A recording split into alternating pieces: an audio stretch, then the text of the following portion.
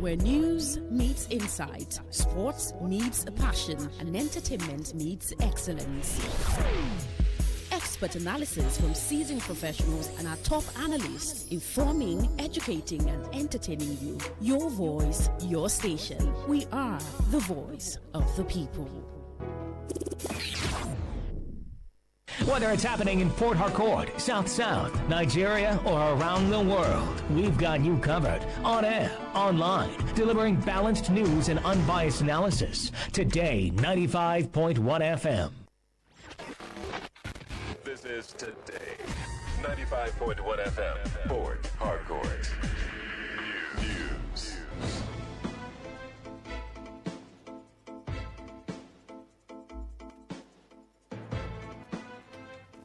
Hello and good evening. This is the World News on your premium talk radio, Today 95.1 FM Port Harcourt. I am Faustina Oputu. And the headlines?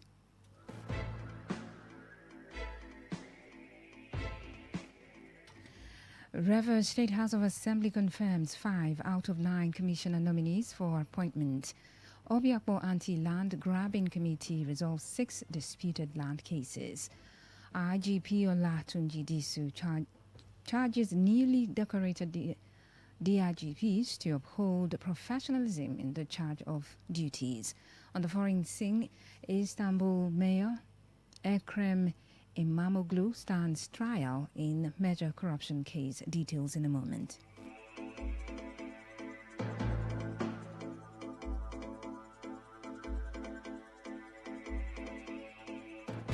And now the details of the news. The River State House of Assembly has screened 9 commissioner nominees submitted by Governor Siminalayi Fubara, confirming 5 and rejecting 4 after hours of debate and questioning.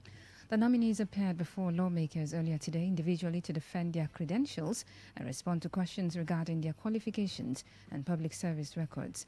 2 nominees who faced scrutiny over poor performance at the Assembly, discrepancies in birth certificate and the absence of a tax clearance certificate were subsequently voted against. Similarly, Tamon Williams and Otoye Amakri were rejected following questions over past remarks about the Assembly and petitions linked to a legal dispute. However, 5 nominees, Toye Belgam, Professor Temple Nwofo, Peter Swago, Lekwe Kenneth and Amarigwa Hart were successfully confirmed after presenting their professional and administrative credentials before the House. At the end of the screening exercise, Speaker of the Assembly, Martin Amewele, who said House would formally notify Governor Fubara of its decision, also indicated that the confirmed nominees would be sworn in to office once the communication is transmitted to the Governor. Having done all of this individually, let me now put the final question that I proceed to forward the letter to His Excellency the Governor that he should go ahead and swear in the 5 nominees and he should not swear in the other 4 that we voted for individually. On that note, let me put the question. Those in favor of what I have just read out indicate by saying ayes. Again, say nay. The ayes have it. Distinguished colleagues, on this note, I'm going to forward the letter to the Governor. Amid intervention by members of the House of Representatives Committee on Public Petitions following a petition by the chairman of Obiakpo local government area over disputed land issues, the Council's Committee Against Land Grabbing has continued efforts to resolve several land disputes in the area. Chairman of the Obiakpo Council Committee Against Land Grabbing, Chief Alex Whaley, said the committee has received more than 100 land dispute cases since October 2025, noting that 6 of the cases have so far been resolved.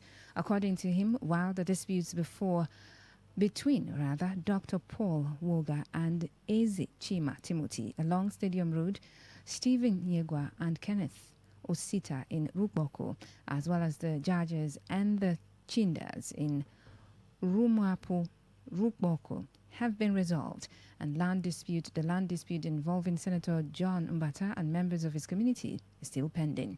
Speaking in an interview with Today FM's Uchendu Ojo, Wele also disclosed that the committee has resolved a dispute between the Rumaholo and Rumodomaya communities, noting that such resolutions involve gradual processes that require patience and endurance. We have a narrow mandate, and that mandate is to totally stop land grabbing. It's going to be a gradual process. It's not going to be something you just achieve overnight. It's an enshrined, entrenched system for a long time. So fighting it at this time will take patience, it will take pain, it will take some endurance. You have to come up with the right strategy to listen. So we have had about 5-6 of them. We have resolved the matter between one Dr. Paul Woga, Eze Chima Timothy. We have also resolved a matter at Ruma Purupoko involving the judges. We have also resolved a matter between Engineer Stephen Yegwa and one Kenneth Usit. Just recently, we resolved another one between Ruma Holo and Ruma Domai.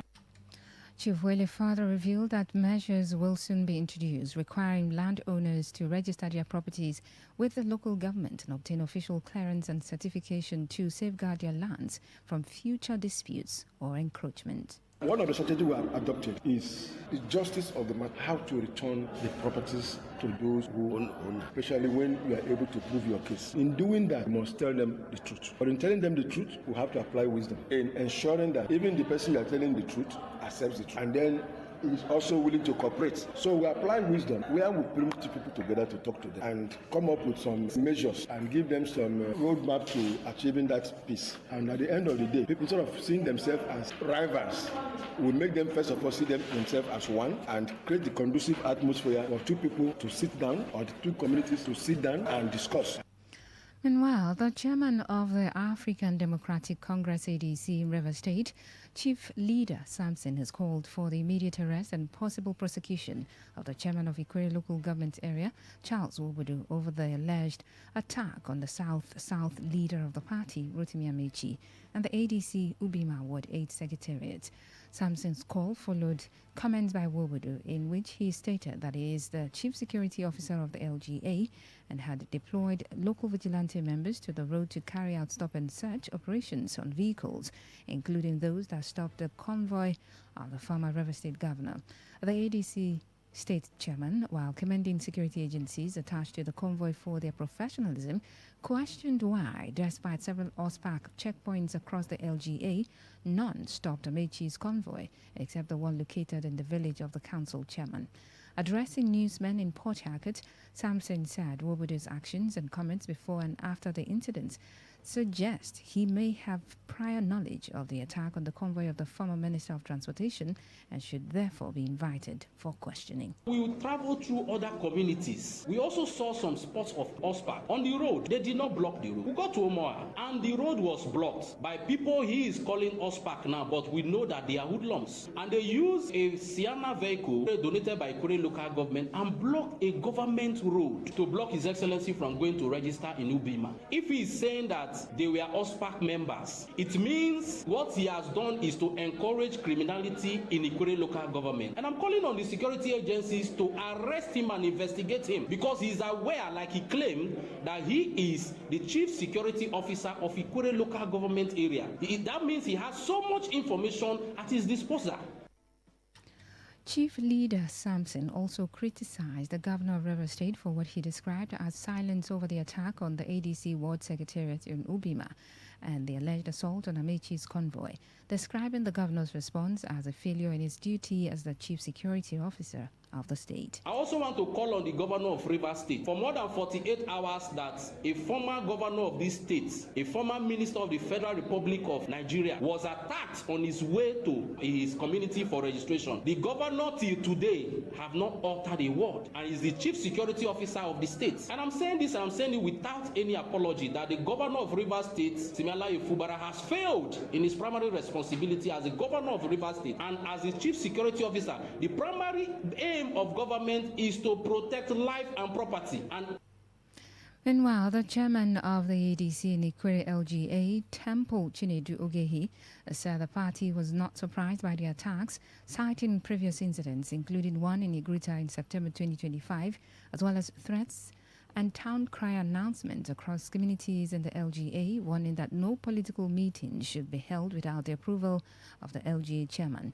Chinedu Ogehi while questioning why individuals who claim political dominance in the area would prevent others from exercising their political rights, insisted that those who had previously threatened the party should be held responsible for the attacks and arrested. We got this intelligence that once we rent any office in Ishikbo, the local government headquarters, that it will be raised down. I said, okay, let us go to the ward where the excellency will do his registration. The moment we set up that office, the night breaking the siege, that office was not only being attacked, was raised down. And if we have been promised that, look, we can no longer allow you hold any function in the local government unless you take a clearance from the local government chairman, then who do you accuse? Who do you look at? So for us, all those who have threatened us that we no longer hold meetings in the local government, for me, they are responsible for what has happened. For us, we are only inviting the security agencies to please do something about the lives and properties of every members in the local government.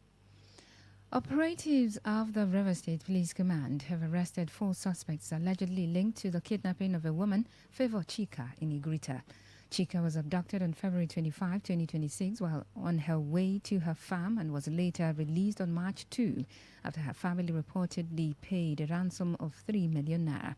According to a statement by the command spokesperson, Grace Iringe Koko, the suspects were apprehended by operatives of the anti-cultism unit, Emoa Annex, led by Bello Yusuf along Ipo Uzoha Farm Road, following credible intelligence that the suspects were planning another kidnapping operation. A search conducted after the arrest reportedly led to the recovery of a locally made pistol, a cut-to-size single-barrel gun, and 20 live cartridges. During interrogation, the suspects allegedly confessed to carrying out several kidnapping operations within the Igritali, Omagwa, Uzaha, Ipo, and Eche areas of River State, and reportedly admitted involvement in the abduction of engineer Okoro Osita and his friend along Airport Road in Port Harcourt on February 12, 2026, as well as the kidnapping of Sympathy Ago and Choma Njoko in Eche on January 31, 2026. In each case, the victims were later released after ransoms of about 3 million naira were paid by their families. The Commissioner of Police in the state, Olubenga Depoju, reaffirmed the command's commitment to ensuring the safety of residents, adding that efforts were ongoing to apprehend other members of the criminal syndicate who remain at large, and urged the public to continue providing timely and credible information to assist security agencies in combating crime across the state. The Inspector General of Police, IGP Olatunji Disu, has urged newly decorated Deputy Inspector General of Police to uphold discipline, integrity and professionalism in the discharge of their duties. Disu gave the charge during the decoration ceremony of the newly promoted senior officers at the Nigeria Police Force headquarters in Abuja. He said the elevation to the rank of Deputy Inspector General of Police was not merely the wearing of new insignia, but a recognition of years of dedicated service and a call to greater responsibility in the leadership of the force. The IG noted that the security environment had become increasingly complex, with challenges ranging from organized crime and cyber-enabled threats to violent criminal networks. He therefore charged the officers to utilize their experience in strengthening intelligence-led policing, improving interagency collaboration, and enhancing operational coordination across commands. You're listening to the World News on Today 95.1 FM, Voice of the People. After the break, more news, foreign and sports stories. Do stay tuned. Every day, every hour, when the big stories break, depend on our 24-hour news team to bring you the latest. Today, 95.1 FM.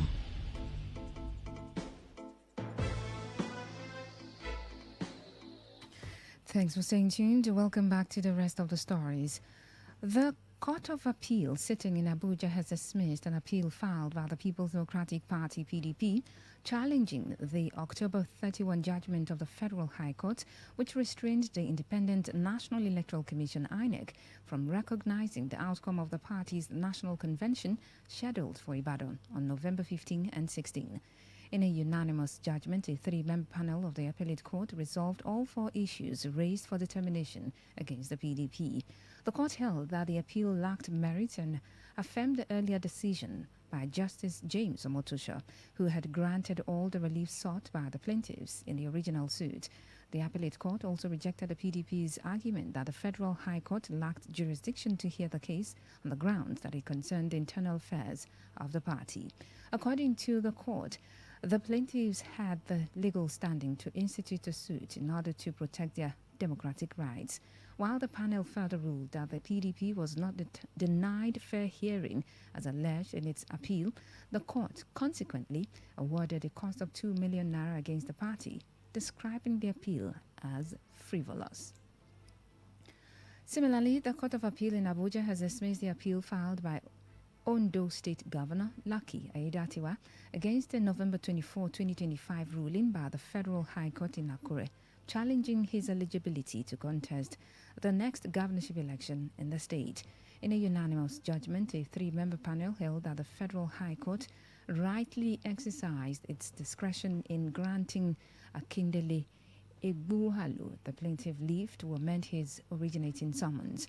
Justice Uche Chukwu Onyemena, who read the lead judgment, said Aiyedatiwa failed to establish that the trial judge's decision caused him injustice or denied him the right to a fair hearing.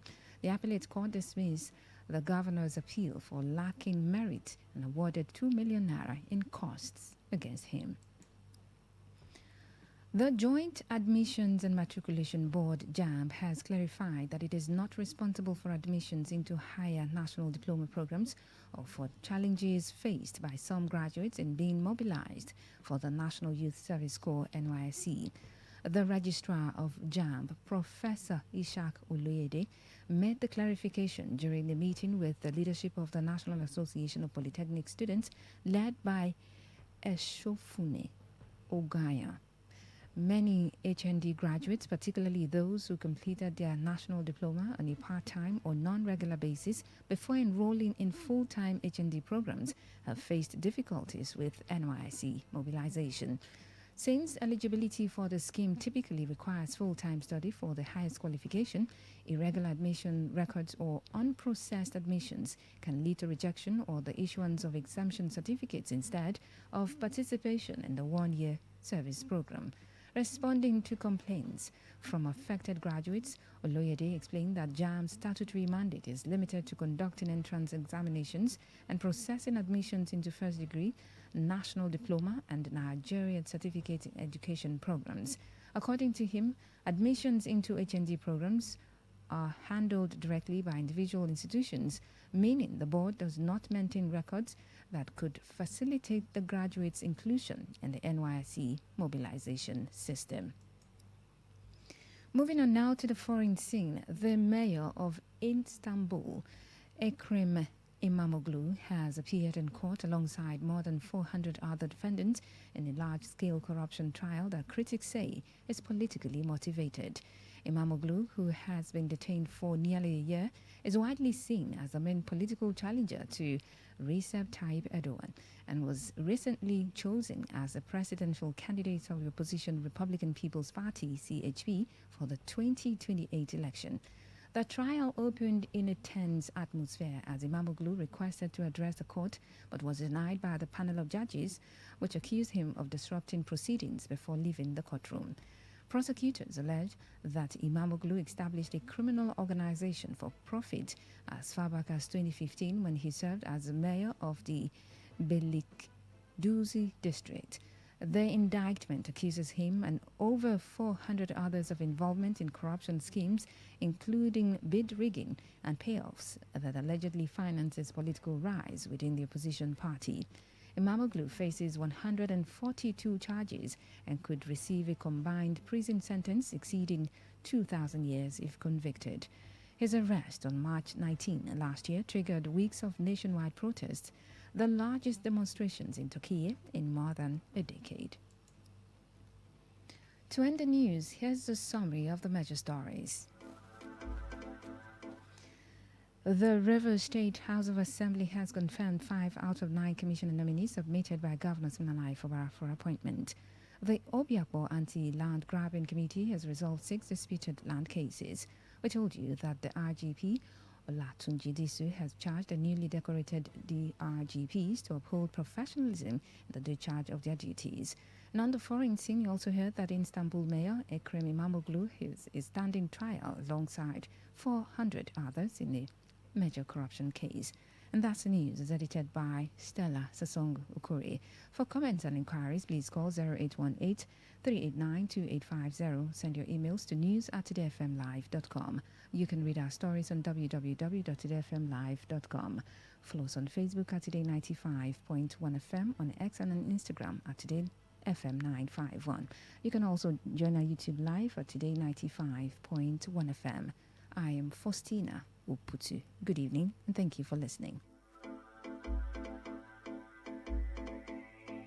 Today's news, today's entertainment, today's sports, today's issues. Today on Today 95.1 FM, Port Harcourt. Say no to the ordinary. Embrace the extraordinary, because we are the voice of the people. Today, please listen to these announcements. The general public, through this announcement, notified that the land known and called Ohia Wapwebi, situated on the left side of the road after the Federal Housing Estate Ishopu along Ishopu Elele Road, belongs to former sub-families of Amadiwochi in particular. The land belongs to the underlisted names: late Golden Kinika Amadiwochi, late Lambert Amadiwochi, late Walsin Amadiwochi, late Wobudu Amadiwochi. This land is not for sale, and any land speculator canvassing for the sale of the Ohia Wapwebi, either in part or whole, is a fraudulent and criminal trespasser. Anyone transacting business related to this land with the full knowledge or approval with the 4 sub-families listed is doing so at his or her own personal risk. This is signed by Engineer Charles Ejike Kinika, Acting Chief, Engineer Joseph Amadiwochi, Head of the family. You may not realize it, but do you know you can always show your love for others with simple gestures? Here are some of them. Always look for the good in people. There are 2 sides to every story. We have our good and bad sides. So, look for the good in people. Focus on people's potential. Everyone has potential. So, rather than put them down, help them realize it. Choose to love. If you're given an option between giving love and receiving love, choose given, because that is a more practical choice. Treat everyone as equals. This means letting go of all the prejudice and partiality. See people for who they really are, not their jobs, not their apparels or bank accounts. If everyone does this, then the world will be a better place. Love yourself. You cannot give what you don't have. So, before you try to love other people, love yourself first. Forgive. We all make mistakes. So, whether it's a family or a stranger, the best way of showing love is forgiveness. Everyone deserves a second chance. Show compassion. Care for other people. Care for what they are going through.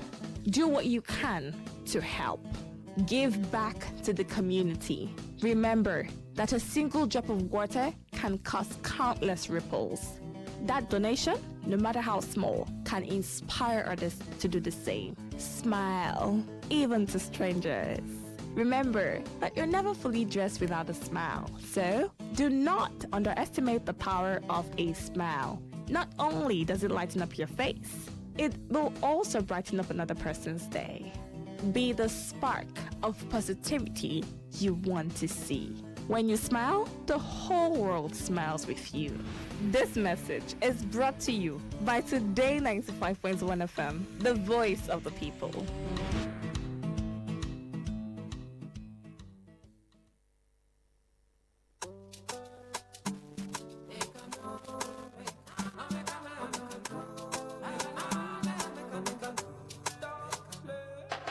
Calling me the sugar.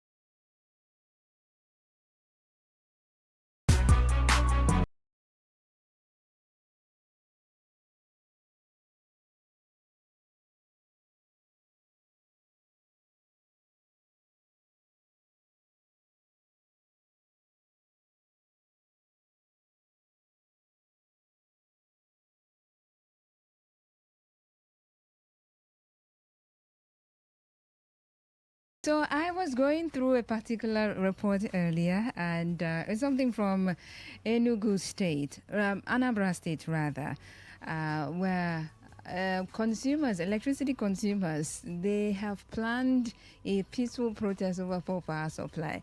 And well, while I saw it, I saw the headline and I smiled first. Okay, now I'm laughing. I smiled first and I'm like, now wow. Has it gotten to this point? I mean, this is really serious. So they have written to the governor as well and saying that, you know what, dear governor, we are coming to protest, okay, because we cannot take this anymore. We really cannot take this anymore. And in that letter, they highlighted their demands. So they want improved power supply. They want the cessation of estimated billing, and they want that ban tariff regime to come to an end. Yes, they say it's exploitation and blah, blah, blah, blah, blah. But bottom line is, it's electricity consumers. So they said they want to go on a peaceful protest. They don't tire. Heat won't kill them. So it's a serious matter. So these days, I mean, it's been a lot. When did I see power supply last? Can't remember now. Last week. Not like it's 50 years ago. No, it wasn't 50 years ago. Okay. So it was last week that I saw power last. Like lights. I saw it last week. What day now? I can't remember the exact day. Maybe if I think deeper, I would remember. But it was last week. So it's been terrible. And the heat this period, hey, it's like someone is, okay, no, let me not say that. That would not be nice. That wouldn't be nice. Okay? But it's like a mini hellfire kind of condition. Faustina, have you been to hellfire? Well. Fire now, fire. Have you been close to fire? Have you? I mean, it's terrible. So normally I'm not the kind who would sweat profusely like that. I sweat, but not profusely like that. And then it will just be dripping and dropping and soaking clothes because I'm not plus sized. Okay. But these days, I'm like, what's going on? What is really going on? So you see this protest. I've just been thinking about it. It's been on my mind. I've been thinking about it. Not because, well, that's what I want people to do at the moment, but because the power supply situation has been terrible. So it's not just Port Harcourt. Of course, you know, but just in case you don't know, it's a general issue. In as much as it's a general issue, there are some people who are in the Band A, on the Band A regime, or Band A, what's now, tariff, or what's the plan? Is it a plan or something? Federal line, Abi. They have power supply. And I'm now wondering, is the same Nigeria that they've said the number of megawatts that we're supplying or they are being generated, they've reduced. So it reduced for other people, reduce for this other band A, federal line, Abi federal lights, reduce. Or is that something they're not telling us or something? Anyways, that's what I've been thinking about. That's not to say you call me and tell me you've been thinking about it, or it's not a topic for conversation. Thank you very much. I'm sure you've been thinking about something since morning or since afternoon. So that's what I want to hear, not what I've said, okay? This is what I've been thinking about, and I shared it, okay? Thank you very, very much. Welcome to What's on Your Mind on Today 95.1 FM. Voice of the People, how are you doing? It's a beautiful Monday evening, March 9, 2026. 6:31 on the clock. That is 29 minutes before 7 p.m. My name is Faustina Upuzu. Thank you so much for keeping faith with the dial. Today 95.1 FM, Voice of the People. So I've come again just to listen to what you have been thinking about, what's been troubling you, what's been exciting you. I want to hear it. Okay? Well, it could just be anything that should be shared in public. Okay, but just in case you don't know,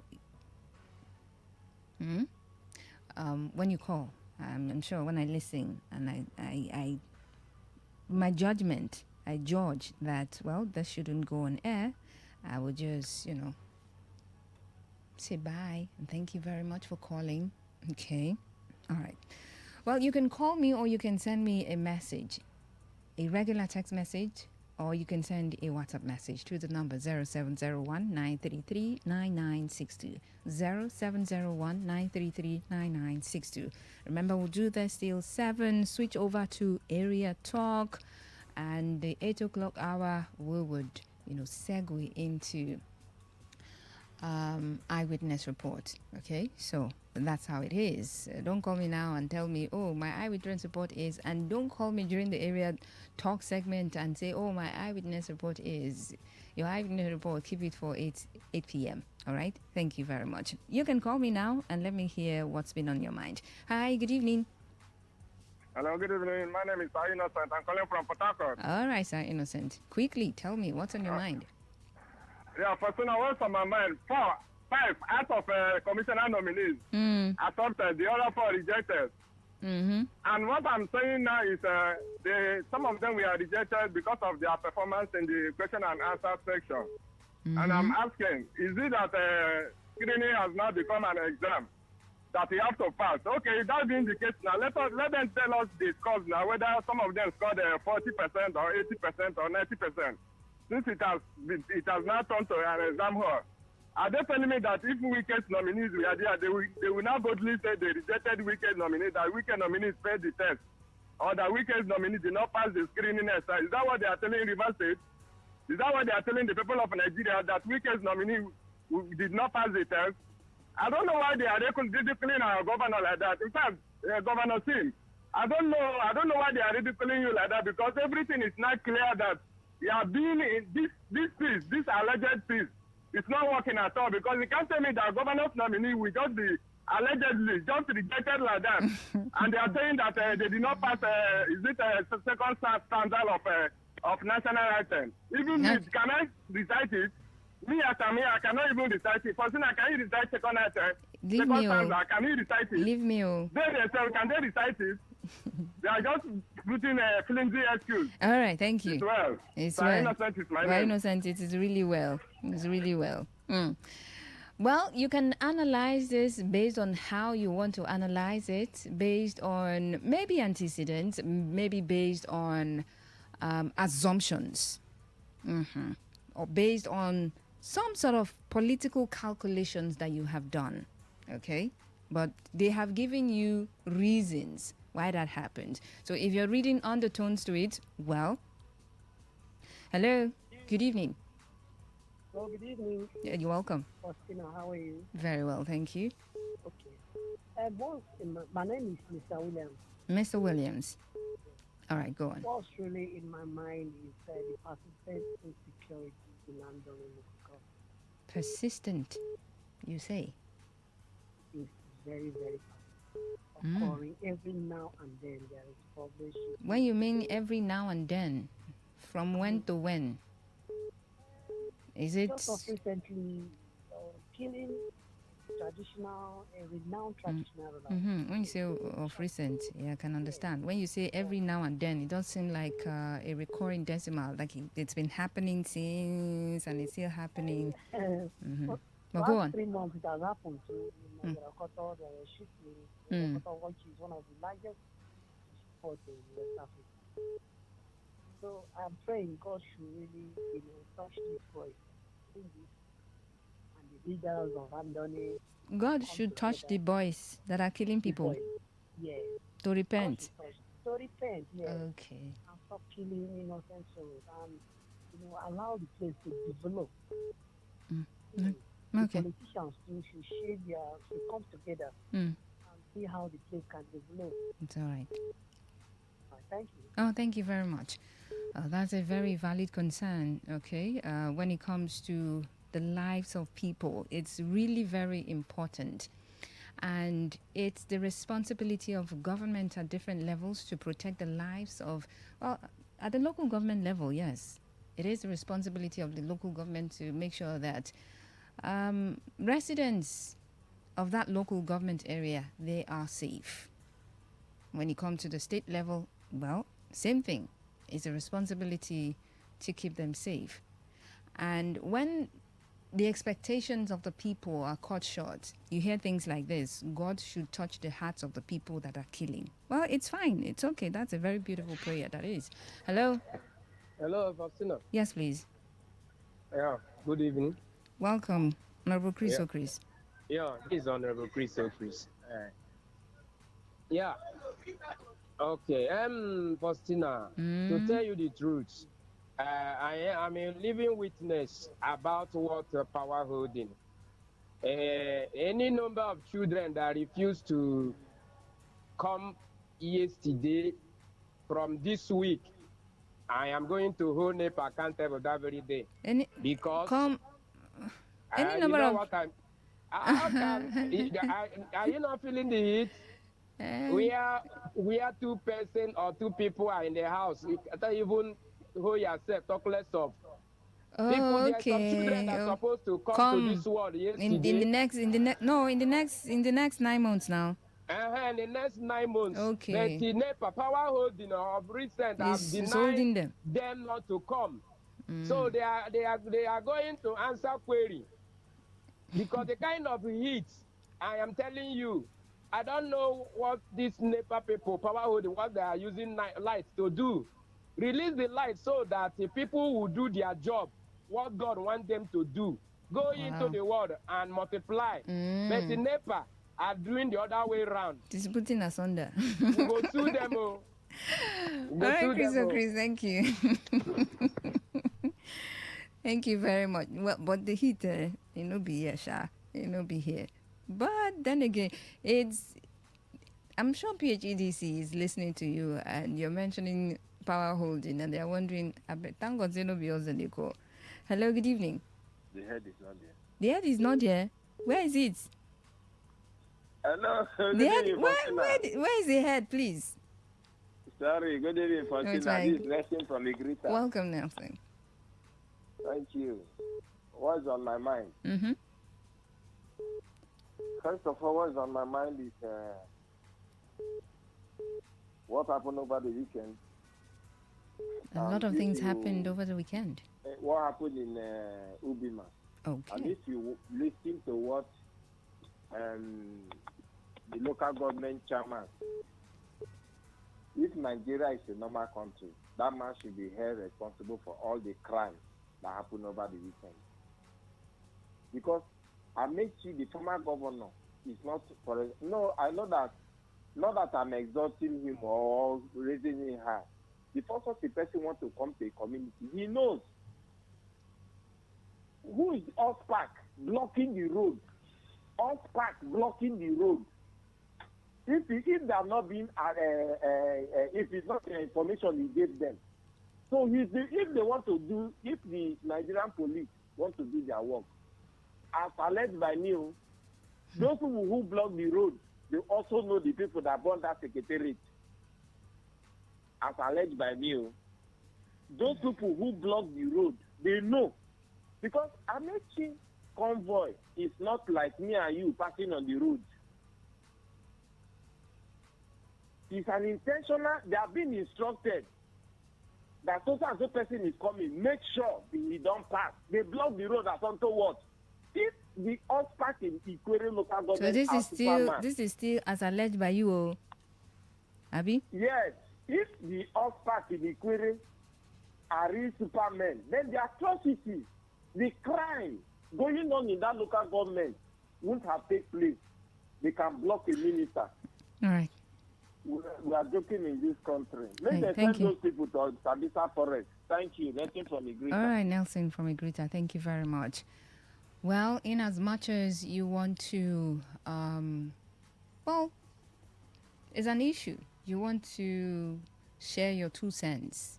You want to comment because, commentary, it's fine. It's okay. But in this, the security agencies, let them do their job. And every pronouncement that anybody is going to make, should be based on it. Well, you can, begin to calculate, make your calculations and think that, oh, I think this person is this. I think you can just think and assume. Okay, but let it be known, or let it be made known that this is what I think. I think instead of putting it, Faustina, I put it to you that this is what happened. But you are in your house, so I put it to you that this is what happened. Well, you can assume. And based on antecedents, based on whatever, you can, yes. But stating it categorically, wow. Hello? First word. First word. Oh, that's big, oh. My world. Okay. Because you guys are big to Today FM. Even in my sister, my name is Ken. I'm calling from Port Harcourt. Welcome, Ken. Good to hear from you. Yeah, I keep saying it. Today FM is really helping Nigerians to their sense of emotion, to just release it a little. Seriously, you're giving us that phone. I love that. Like your colleague, we normally say that Nigerians are not really, really ready for change. If they are ready for change, that is my eyewitness. So, this is not eyewitness. So what's on your mind? No, okay, what's on your mind? Sorry. What's on your mind? Yeah, what's on my mind? It's what happened last week at Ubima. First of all, you and I know that if we start counting now, the best governor Rivers has ever had, apart from Okilo era and stuff like that, is Amechi. The guy virtually touched all aspects. Okay, now, no matter how much somebody induce you, give you, go and do so dirty thing. Now, okay, even take that money, but don't do it. That's somebody like Amechi is not like you and I now, on the like the record I just said now, coming and human beings like you and I, first word went and blocked that place. Not elders, so youth. And you tell me that they are ready to take over Nigeria and they are willing to stop what is happening.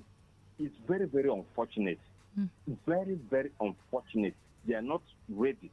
That is why the elders in Abuja will keep on using their brain till their kingdom come. Seriously. Okay. Because they have every opportunity to take over. But no, look at what happened in Ubima. That road now, do you know that people now bypass, what they call it, LL, to navigate to Owerri because Amechi built solid road there connecting to Ubima to Imo State. You are in the River State now. You all know how Amechi tried.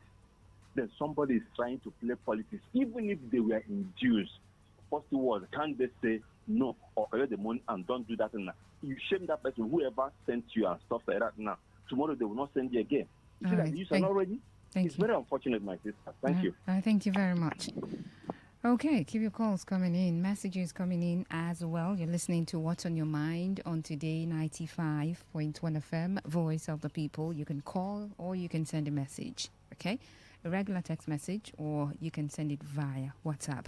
Number for you to do that is 0701 933 9962. Hello, good evening. Presenter of Today FM. Listener of Today FM. Good evening. I'm John Africa from Opobo. Welcome, John Africa from Opobo. Wonder shall not end. See pregnancy. If you cover everything, everything will cover pregnancy. Everything done is 2 months to 3 months. All those elderly women who get spiritual eye, when they see their daughter out there, they know say, baby, waiting the solve now. It's all this thing what would they do for River State? Why the thing they pay me be say? Which one they pay you? Our men, they know they calculate. Which one they pay you? God, they pay me. Now this one where is very local government chairman, they talk about our excellent former governor. Okay. Our 7-8 years performing governor in the River State. Where build school in Woto. Build hospital Woto. Green project, the get employs youth to Woto. For Songan Farm, for Buguma Fish Farm. This is where this man come out, my sister, the River State woman. They don't hear that kind of government for River State. This is where they take muscle and power. They can't collect from us 2014, 2015. You don't hear any other good news where you can have for this state. Local government chairman, they talk say make his senior bros, make 1-time, 2-time governor, 2-time minister, the governor chairman forum. Hey, can contact permission from him before he go come in his own village. You know, it's not the same now for Ichokpo. Ichokpo na capital of his local government area. No be there. Now who be my the day when I go boss over there? I said. All right. Okay. All right. Network, was it dirty? But yeah, you had your time. Well, thank you very much. Thank you. So you can also send a message and let me know what is on your mind, all right? And you can send a voice note on WhatsApp. But let it be 60 seconds or less. Okay, 60 seconds or less. Tell me what is on your mind. Hi, good evening. Good evening. You're welcome. Please, I want to say what is in my mind. Concerning the NEPA issue, this power holding, was have suffered a lot on the hand. This is a political something. I allege that it is a political because when that woman was saying concerning this she said they needed she wrote to SIM and all the rest. What about the one that federal government has been giving to them to improve electricity? No way. Eh? They also want SIM now to release money and give to them. Yet we won't see anything. Instead of SIM to give them money, let SIM go to Taiwan and invite people who can be able to put power in River State. Or they let them come and manage the company, work, and not to give anybody here in River State again. Those people are crook. I allege that they are crook. It's okay. You don't do. And another one is concerning this Ublima of a thing. The level of politics that is going on in this River State is not more good. The time of Jonathan, there, 1999, all of us vote. But this one, they only want the people that extend them vote, which is not important. Please, the people of the state, come out and let us start it and put us to go forward. Okay, so let me let you go there. The line became unclear. The connection became unclear at that point. Okay. So, power situation, I mean, even with the privatization and all, but I know where you're coming from.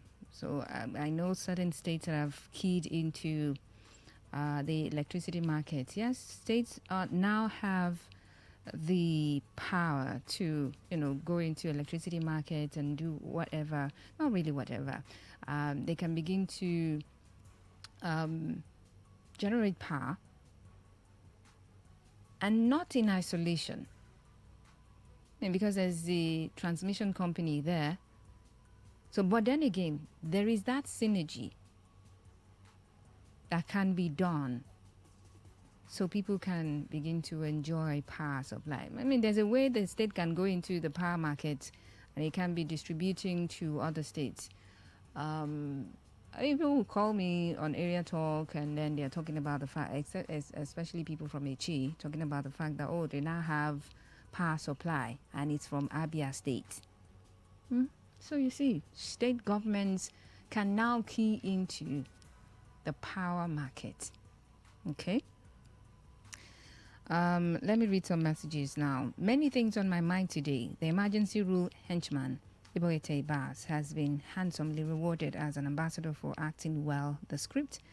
His loyalty has finally paid off. Another thing on my mind is the attack on Amechi and ADC office at Ubima. They have started again. The man of violence, we know you. Please fear God. Politics is not by violence. Sadly, police and Governor Sim have remained silent. Lastly, on my mind is Burna Boy's generosity to renovate his embattled school. Say embattled school, okay, at Ahoda West. Kudos to him.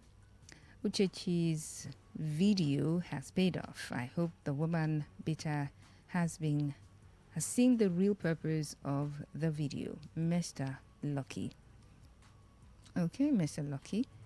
That's on the SMS portal. Let's move over to WhatsApp. Okay, there is a voice. Okay, so let's listen to this. Faustina, what is on my mind is the price of fuel. Faustina, these people are cashing out with motorists. As at Friday night, I bought fuel 940. But the following morning is 1,080 naira, 1,001. As I yesterday, I see by 1,050 naira. So today, 1,300. Where are we going in this country? The crude oil is given to us by God. Is it a cause? Why? Why do we have this kind of bad and terrible leaders that have decided to subject the masses to suffering? I'm ashamed to be in Nigeria.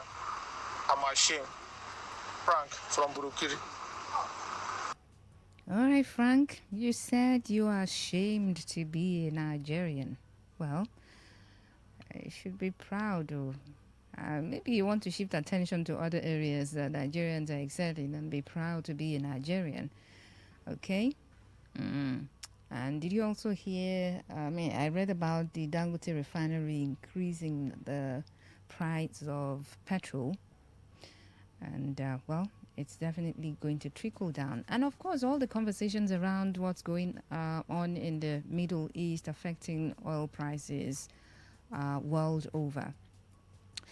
Okay, more messages. Michael in Eneka, attack on Ikwere's sons by Ikwere children on my mind. Faustina, they let the LG chairman and his allies know that violence is not part of the dividends of democracy. Moreover, everyone picked as the chairman in that LG must not be a man of war to stay relevant. Okay, your thoughts? A mercurial Monday to Lady Faustina. Oh, wow. Who's on a greeting like this? You too. I wish you the same.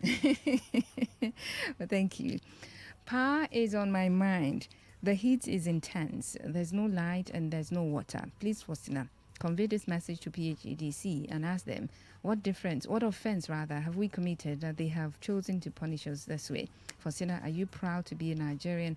Yes, in as much as whatever is going on in Nigeria is going on, well, I'm still proud to be a Nigerian, okay?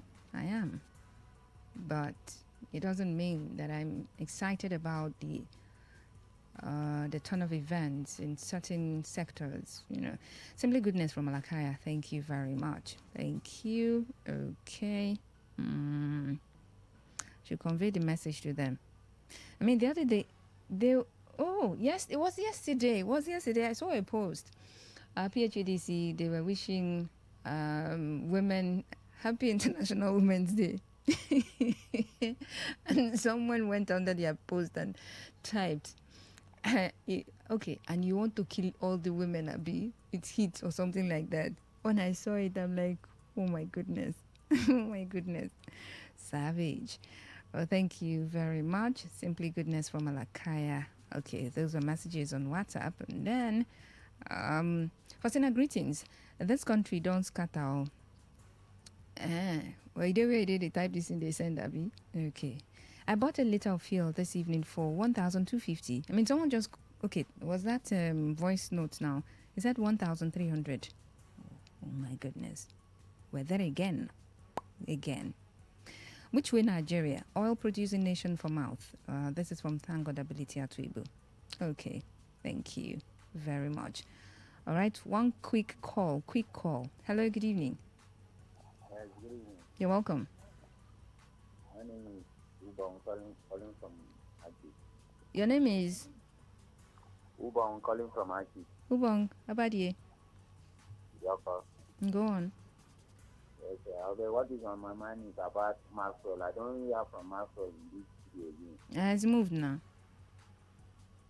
I'm hearing him from. So why did you, if you are hearing, why did you call to ask? Because this is my best station, man. Oh. This is my best station. Okay. Sorry, eh? Well, that's how the industry works. So I thought you didn't know. That's why we are calling. But if you heard it, you heard it. And then, well, thank you. Thank you so much. Appreciate you. Okay? It's the industry for you. But it's been What's on Your Mind on Today 95.1 FM, Voice of the People. My name is Faustina. I'll take a break and I'll be back for Area Talk. And after Area Talk, Eyewitness Report. Do stay with me.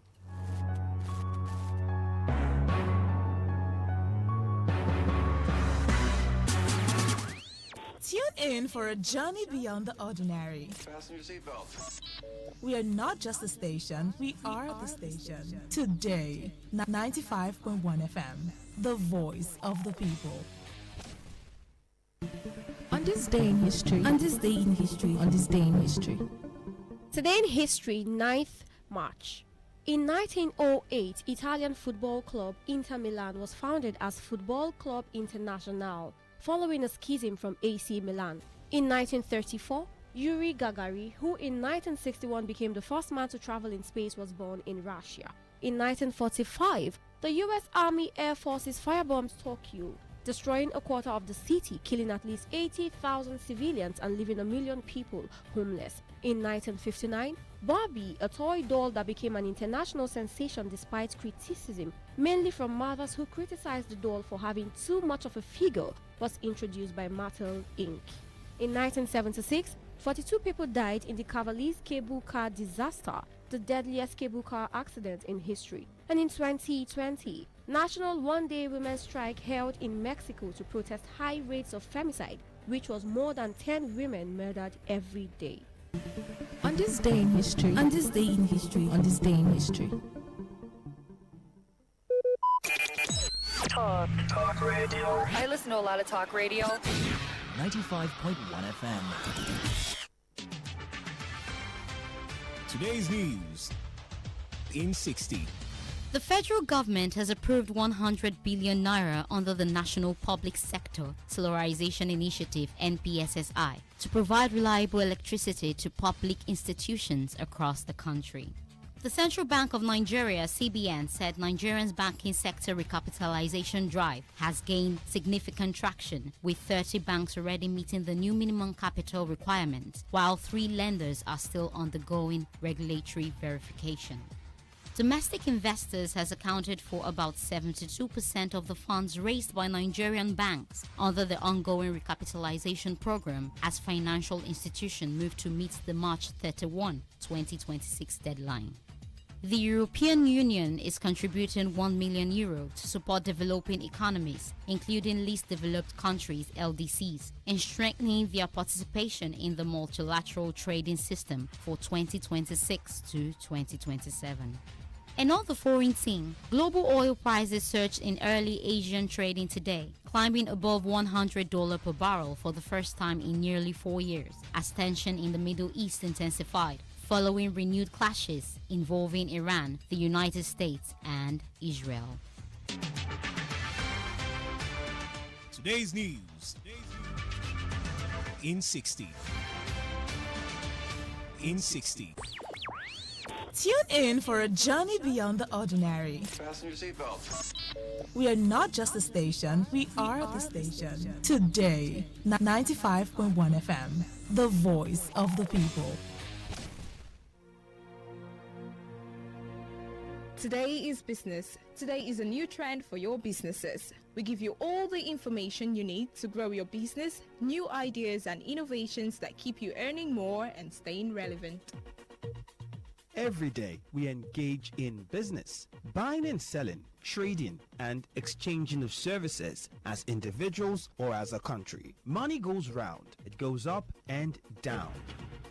But have you ever wondered what business is all about? And have you ever wondered how you can stand out in your business? Today FM has got you covered every Wednesday between the hours of 1 p.m. to 2 p.m. Learn all you need from professionals on how the country runs its business affairs and how you can be an outstanding entrepreneur and grow your business. Business Today.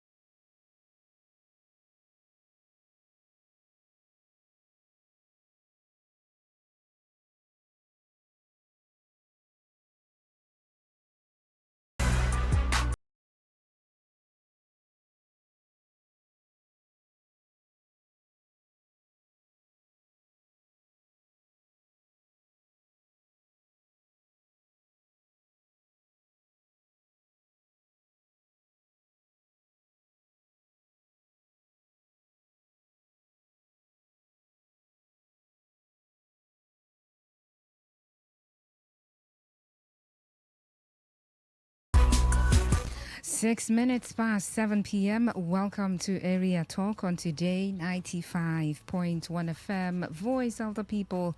this Monday, March 9, 2026. My name is Faustina Uputu. And yes, it's another time for us to have a conversation about the things happening in our areas, okay?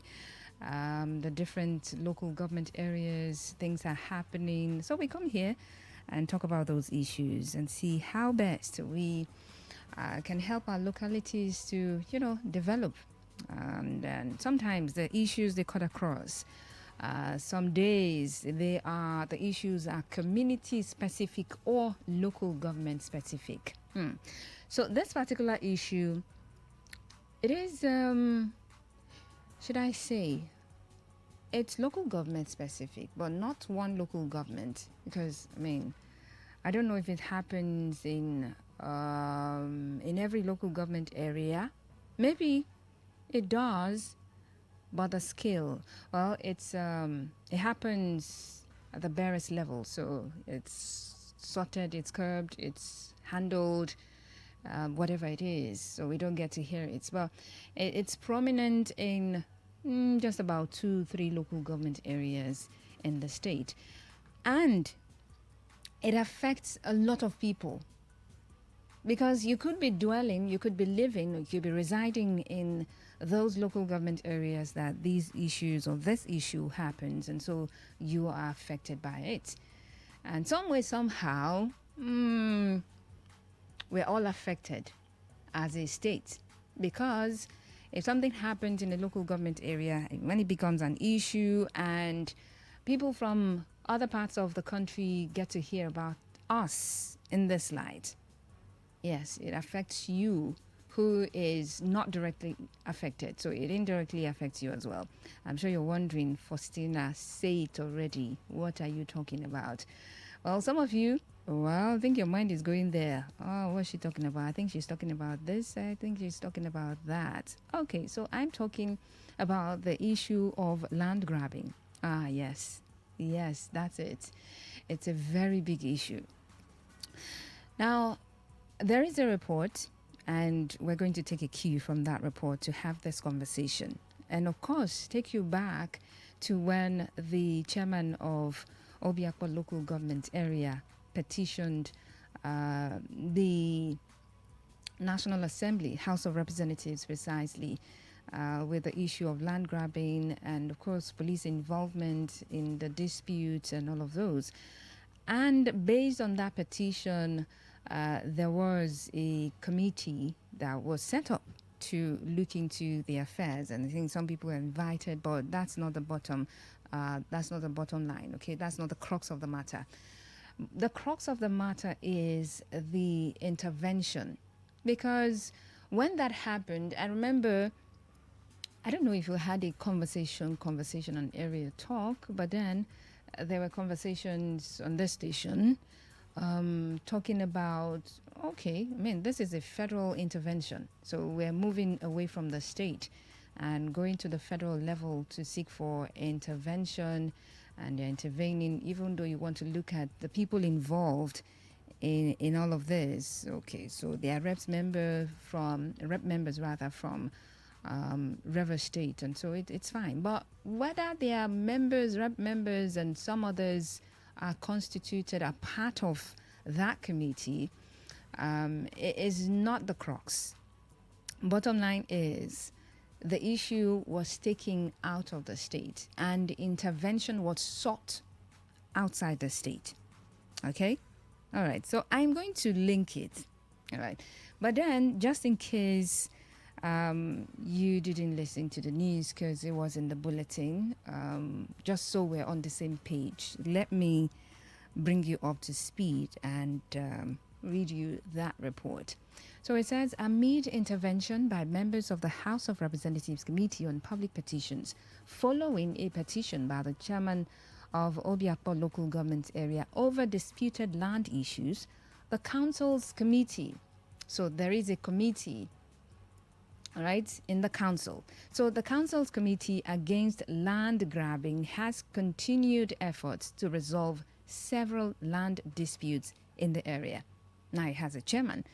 The chairman of the Obiakpo Council Committee against land grabbing, Chief Alex Whaley, said the committee has received more than 100 land dispute cases since October 2025, noting that 6 of the cases have so far been resolved.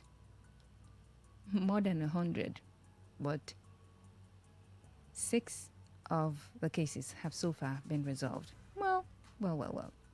So according to him, while the disputes...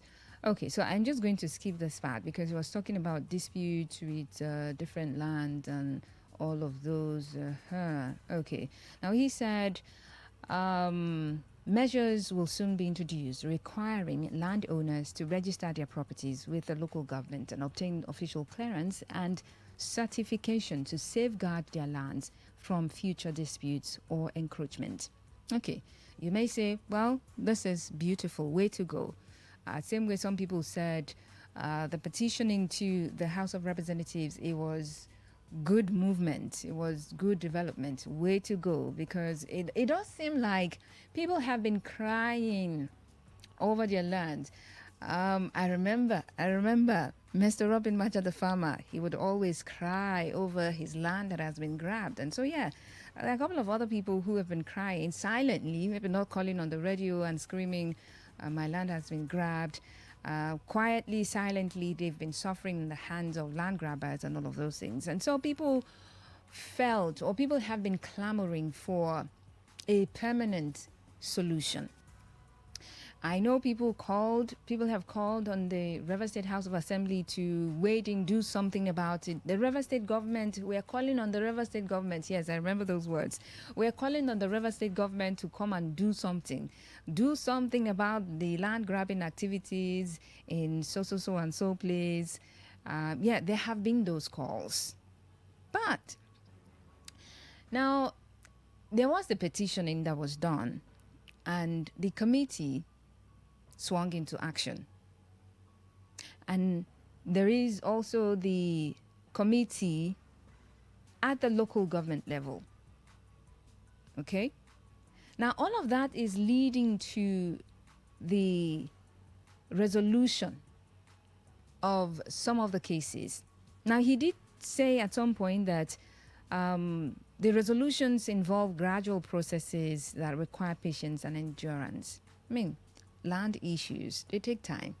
Some, well, maybe depending on the parties involved, it could just be resolved in no time. For others, they take time.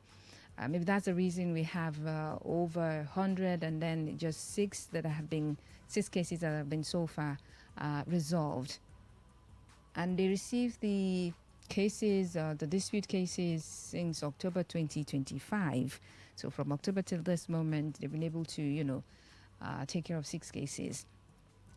But my point is the intervention.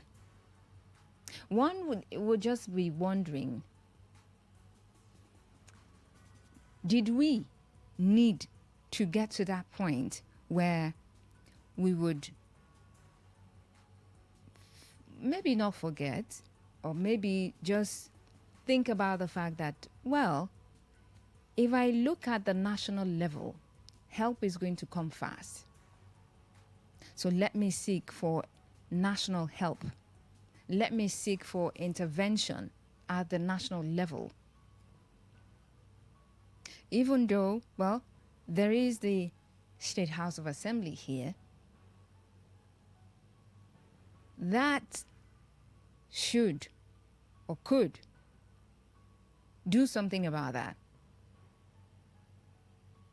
But we went national on this. And I thought about the national interventions. So we've been having issues in River State, of course, issues between the FCT minister, the governor, and the River State House of Assembly. Oh yes, there were calls for national intervention. Some people said, well, the issues could have been resolved, within the state without involving anybody at the national level. So we did involve the president, not once, oh, we are calling on the president to do something about that. We're calling on the president to do something. Yeah, president did something. There was the state of emergency. That was an intervention. And then there was also the call for intervention, and there was the 8-point agenda. There was another agreement. Those were interventions. All right. Now, before the president intervened, there were calls for let the president come and do something. And then there were those people who were talking about the fact that, well, this is a state matter. All right? This can be resolved within the state. And that's the reason some people at that point called elders, Rivers elders, and the different groups that they called within the state to intervene and resolve the issues. But well, that didn't work until the president came again and again and again, intervened again and again and again, until where we are at this point. So that was a call for national intervention to state matter, to our matter, to River State matter. That was one. And then in this case now, well, land grabbing issue. It's an issue. It's huge. So for some people, well, if we call on the federal government, or if we beckon on the federal authorities or the National Assembly to wade into the matter, if that's going to solve the matter, why not? If not, it doesn't matter. Even if we are able to solve our problems, our issues, resolve our issues. But if it's lingering, if it does seem like, well, what they're doing in the state is not good enough, or they're not doing anything about any matter at all, well, maybe we're free to call on the federal government. We're free to call on the National Assembly. So it does seem like at this point, if you have any land issue and you think that, there's a committee, Abi, House of Reps straight. You write to the committee, you petition, you write. But all of these issues, just maybe, they could, or maybe for you it's not maybe, it's certain that it could have been handled here in the state, by the state, for the state. It's not democracy, but it could have been, or they ought to have been handled by the state, here in the state, and people in the state and from the state, without resorting to seeking federal help.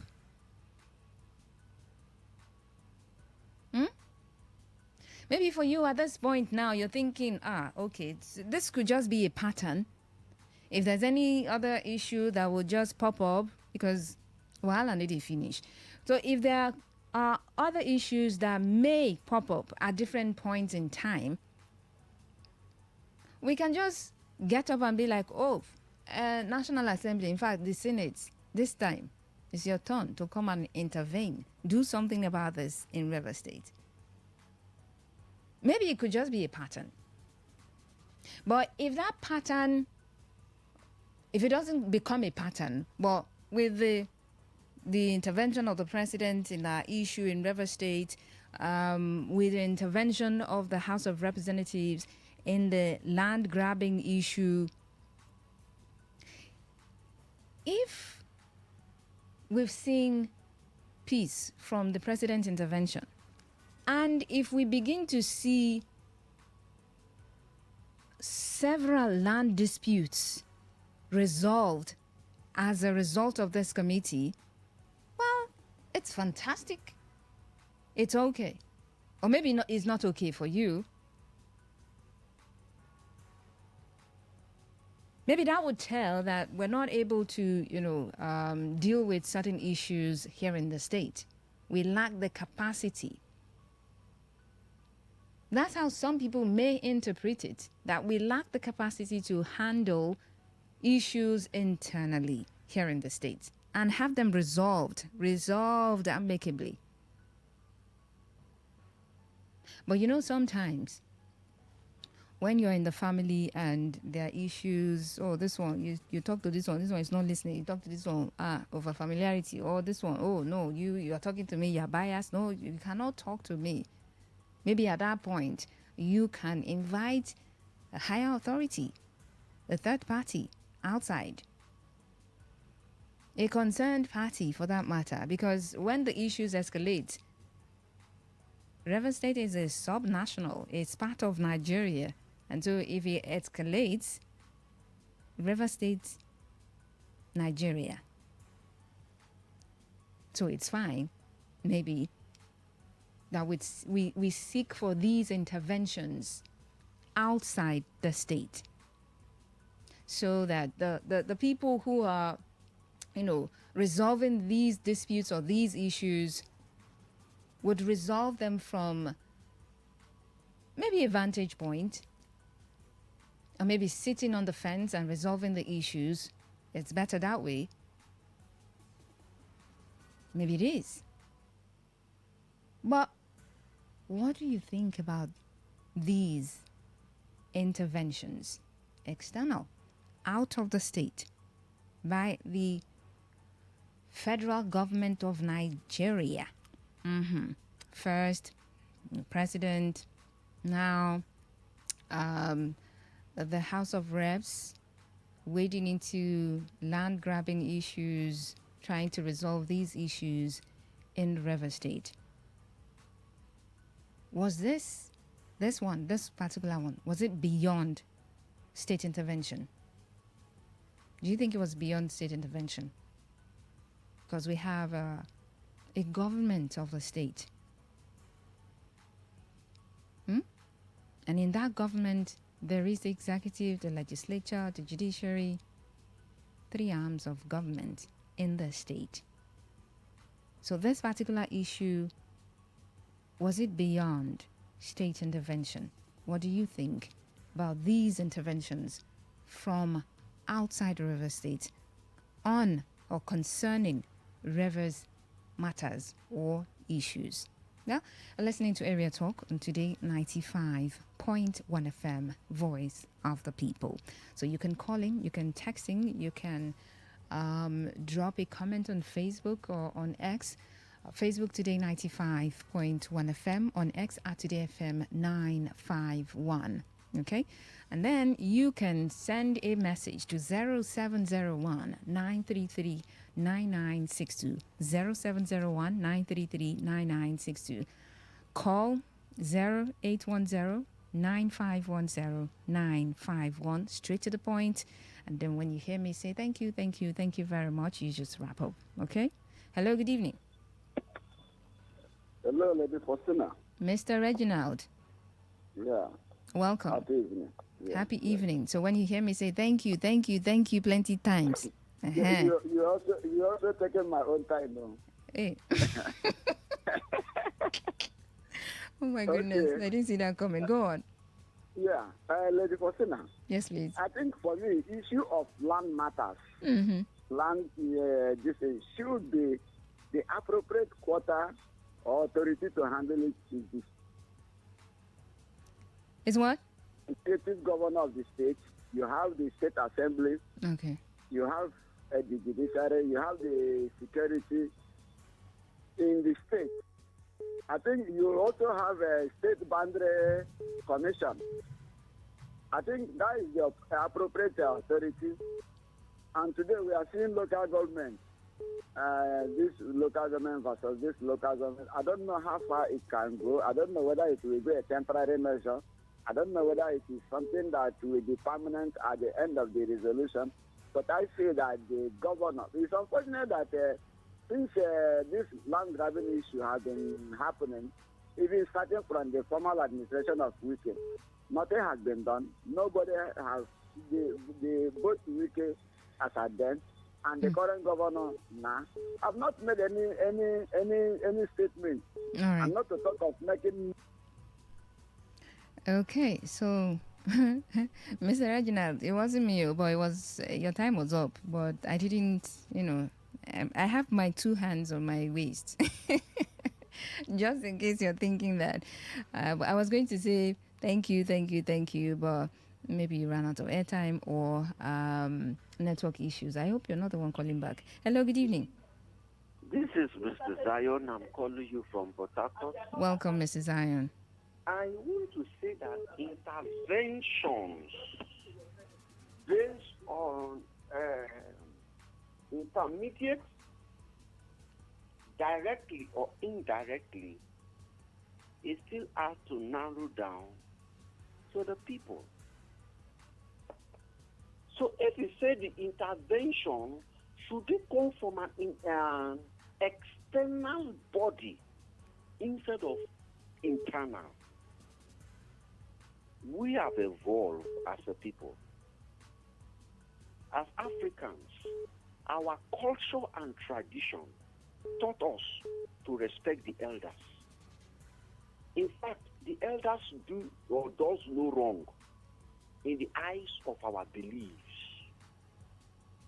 But we have evolved to the point that most of us now challenge the elders. We will challenge the gods, even capture them and put them inside bottles and tell them to do what we want them to do for us because of the authority God gave to us. Man, that intervention that you are looking from that does not solve the problem wasn't an intervention.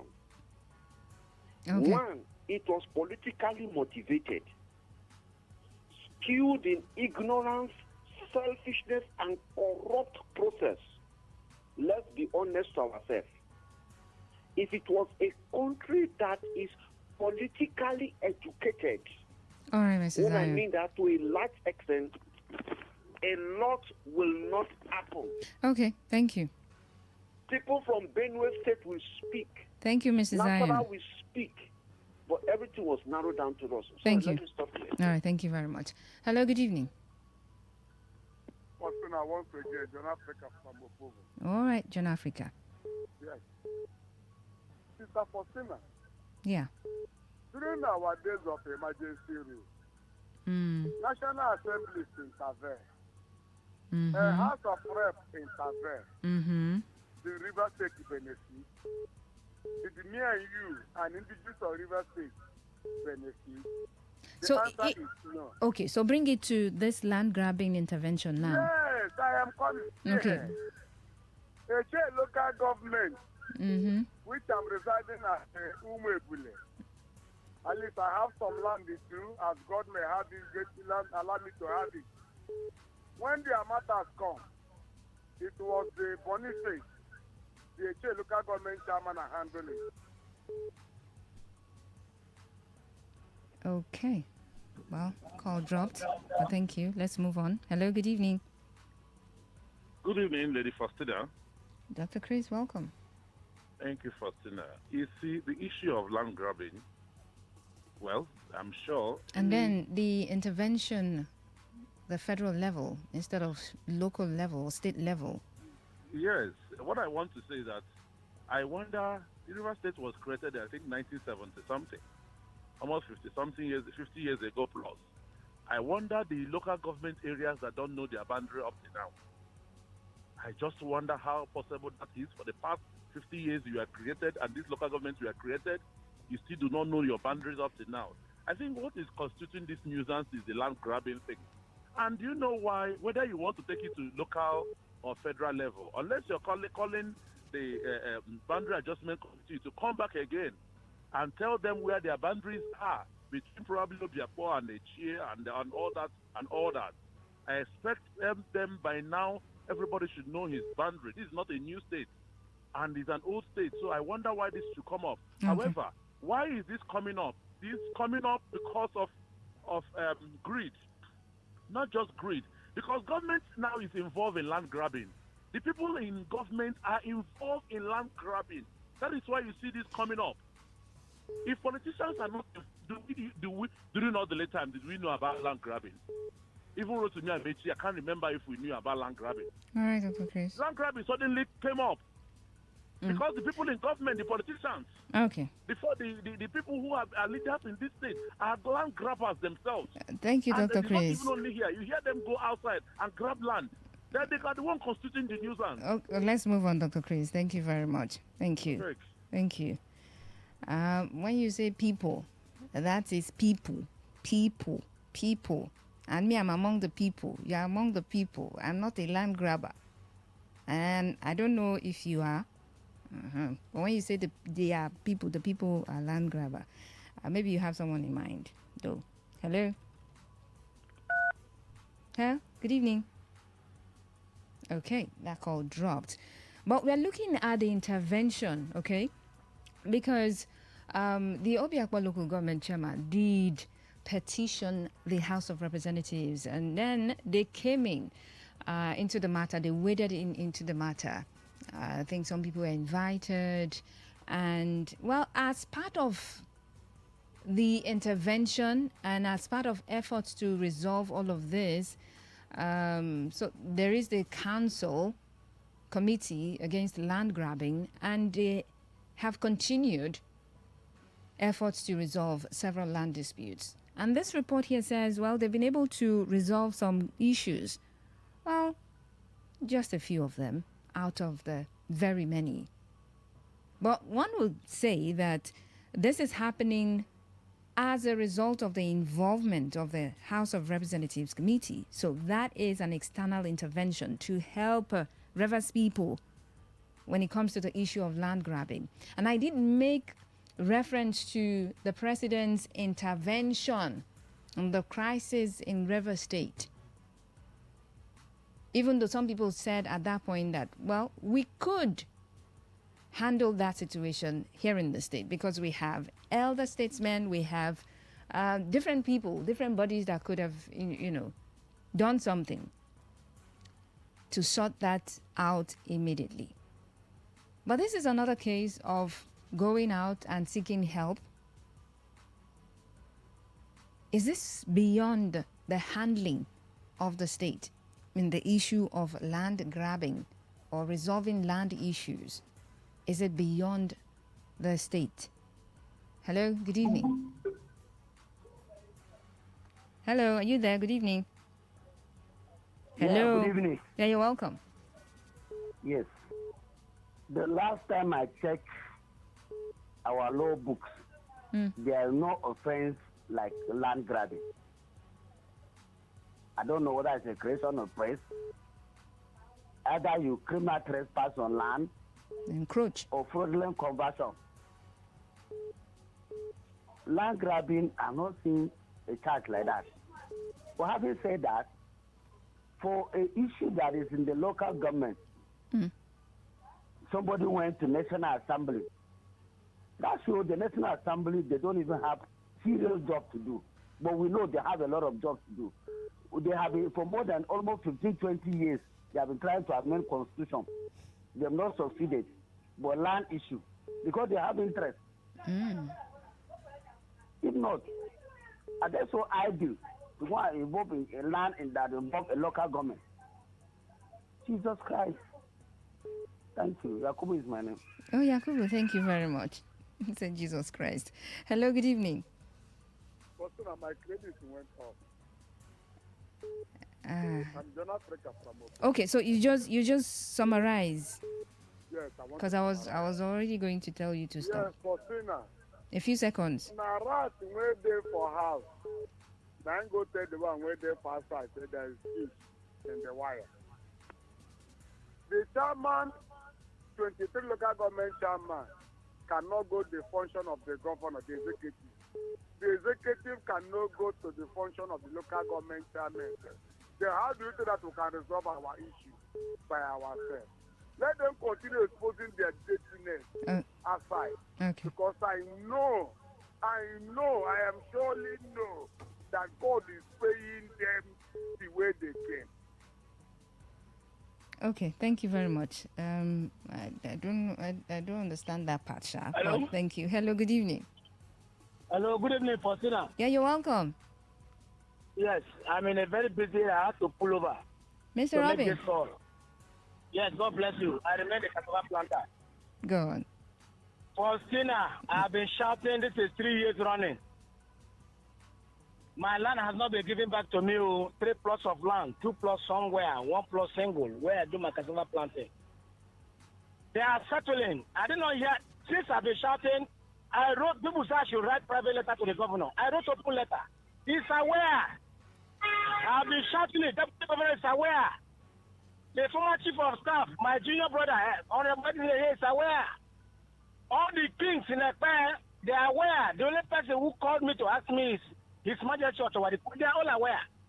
But then I told you, why don't they call me? Let me go and show them where you see AIG. Chief of one AIG own more than 30 plots of land. Where did they have the money? They should call me now. Let me go and show them the place. So my land has been grabbed. I am dying slowly. 60 days is not 60 days. So do you think they should give me back my land? Okay. They should give me back my land, Faustina. Tell them. Okay, Mr. They Robin. should give me back my land. Okay, Mr. That I Robin. bought with my money. God bless you. Not committing something. Okay, bless God you bless too. you. Thank you. Bless you too. Okay.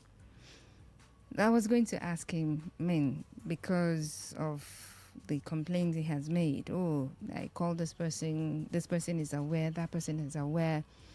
Is that a testament to the fact that the state is not capable, or, well, in a way, they have refused to? Or, I don't know what word you want to use. But basically, making sure that we don't have increased cases of land grabbing, and of course the cases that we have already, that they are resolved. I mean, some are in court, okay, so yes, you leave them for the court to handle. Some, well, they're just coming up, this one is crying, this one is happening, my land is being encroached on, and blah, blah, blah.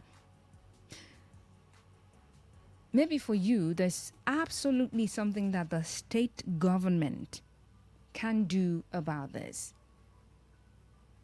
The state government is fully capable of handling, resolving all of these issues without anyone petitioning the National Assembly and getting the House of Representatives involved in this. But just like Mr. Robin, if someone else is listening and that is their situation, maybe they could say, I've been crying, I've been suffering all these years, and I've written to the relevant authorities, nothing has been done. And for such a person, this external intervention would be a welcome development, or could be a welcome development for them. But what do you think about this intervention? Is it beyond the state's handling? Is it? And should we, I'm not going to say it in every case, because I just cited that the political crisis in River State, and then of course this one now, 2 cases, intervention from the federal level. I just cited them.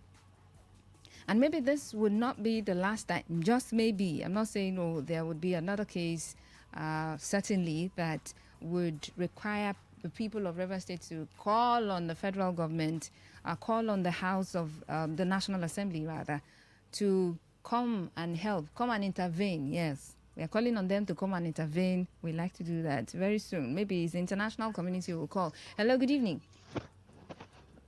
Good evening. Yeah, you're welcome. Chief Solomon. Yeah, this is Chief. This man crying of this land every time. I want to suggest for him to go to traditional courts. You see, we have traditional courts. We have somebody does not tell lies, where you can easily discover your thing so easily. Rather, not by coming to radio every day. Give me a land. I should give you. No, I mean, if that's what he wants to do, he should go ahead to do it. Well, thank you very much.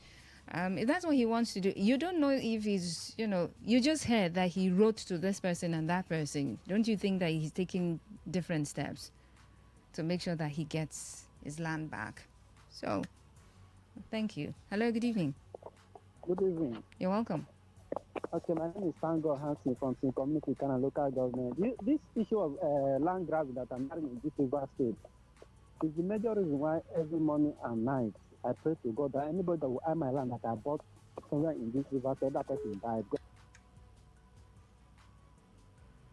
Land, do you know how people try to buy land? So I didn't hear what you said, all right? But I preempted you. So I said, no. I'm not saying you should go over it again. But I had to Okay. censor you. There are certain things you don't say on the radio. Okay? Okay. Calm down. Okay, no problem. Okay.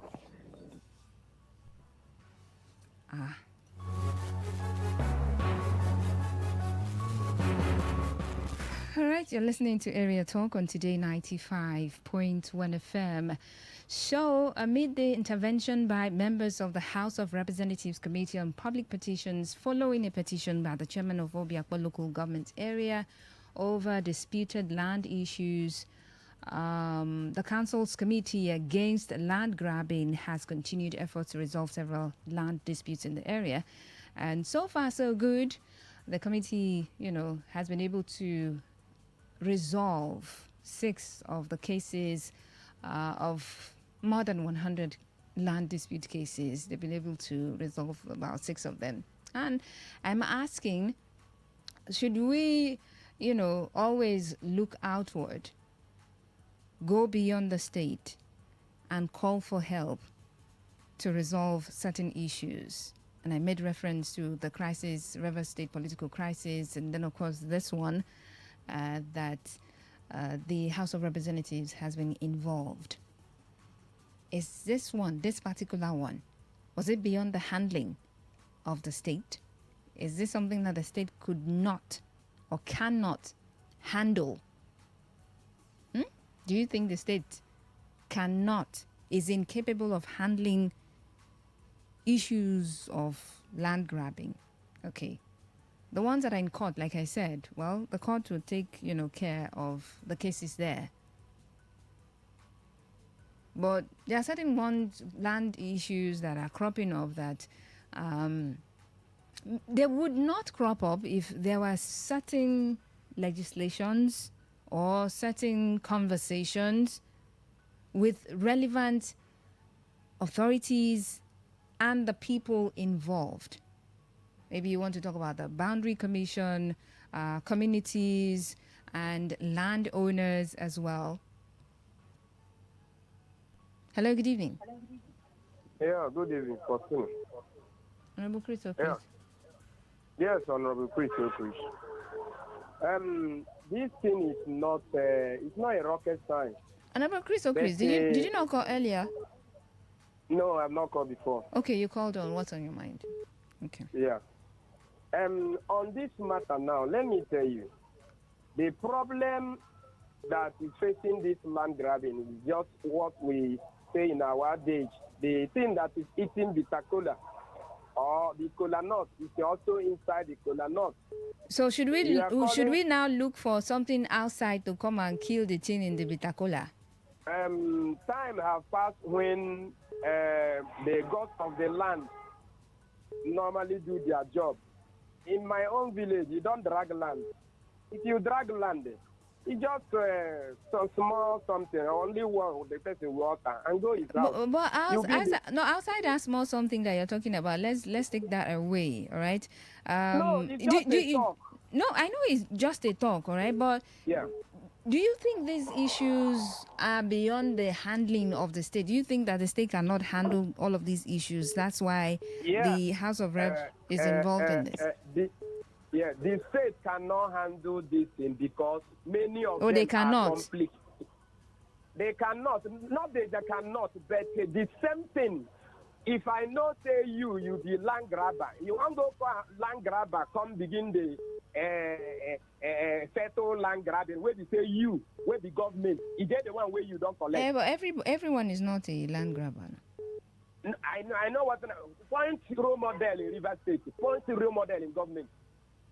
Point one role model. You can say this man never do such a thing. So how can you go and call him to come and settle? You don't see where they say criminal. Go and arrest a criminal before. Well, all of them are complicit to all these things. Okay, That is so the reason why it's not all of them. Well, thank you. Hello, good evening. Good evening, my sister. Can you hear me? Good evening. You can be more audible than this. Good evening. You see, sometimes when you try to put up something to settle the land grabbing issue, Yeah. and some people, because they are connected, if I'm fighting with you now, dragging land with you, maybe you have upper hand with a law enforcement agency, they will come and arrest me. With this eye, all report to law enforcement agency, maybe they arrest you. You release order from above. So when a situation like that, what do you expect you to do? That's what is happening in most of all these places. The grabbers are connected with law enforcement bodies. And then they now back them, give them police, give them whatever. They will go to the bush and do whatever they will be doing. Then you become helpless. Then what will you do? So that is the situation. Nobody should blame you. Okay. Thank you. Thank you very much. Thank you so much.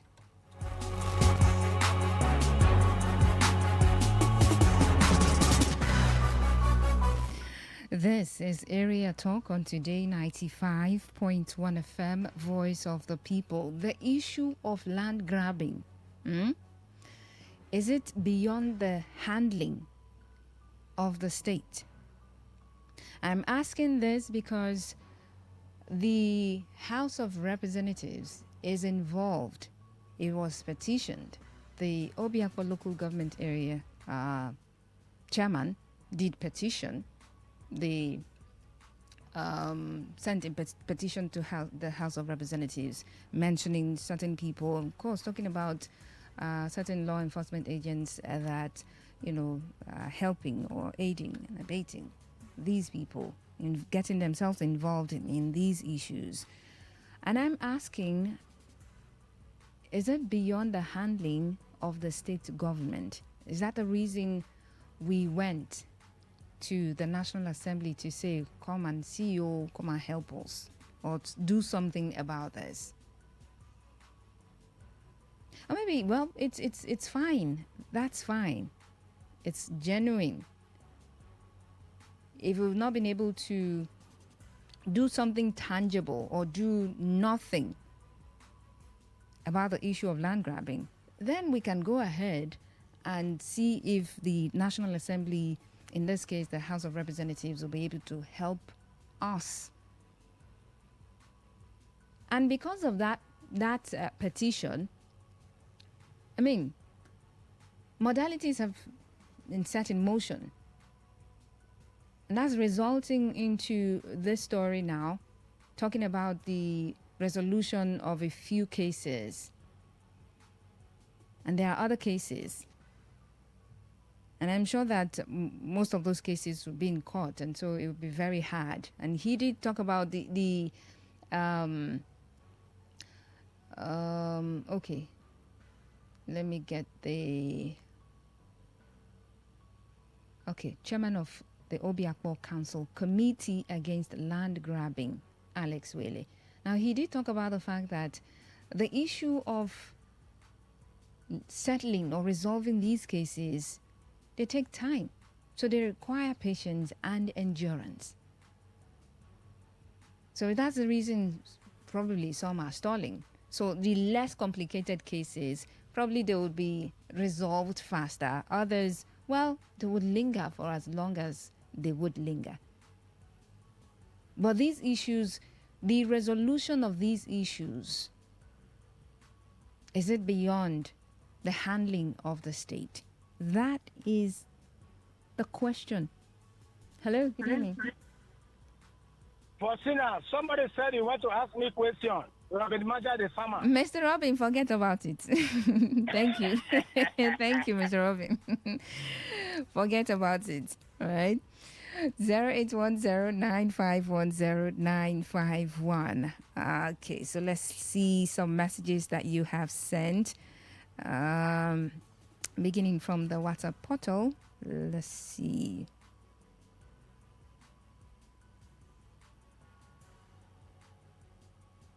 Ikechuku, Kelvin. Yes, I said that. Good evening. Thank you. Okay, so this one here. Okay. Let's move on.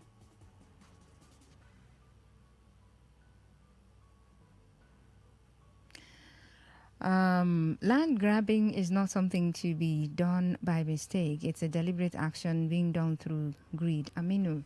Okay, Aminu. So we're talking about resolving these issues or cases. I mean, generally or normally, we know the issues, we know the problems. Sometimes we know names that we want to call already. So it's given that we know the problem. A solution is oftentimes the problem. So we just whine about problem. The problem is these people, they do this, they do that, they do that. Okay, after you finish. So what now is the solution? Okay, case closed. All right, it is Area Talk, Today 95.1 FM, Voice of the People. Keep your calls and messages coming in as we begin to wind down the conversation.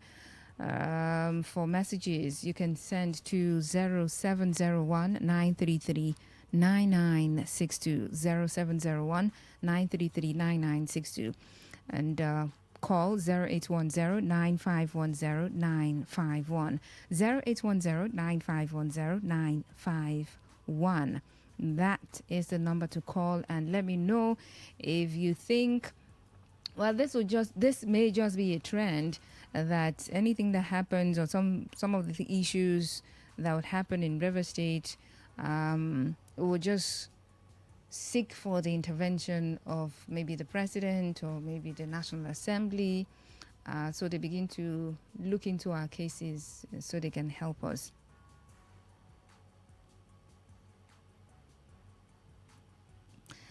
Okay. Thank God, Abilisi Atwebu. I see your message, but I would not read it. I said earlier, different strokes for different folks. Okay? Thank you very much. Thank you so much.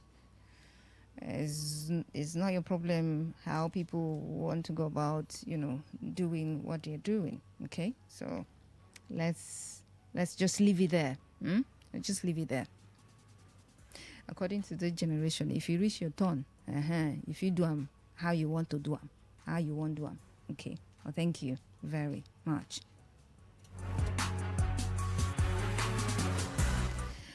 All right, and this one here says, good evening, Faustina. I don't think that this issue is beyond the handling of the state government.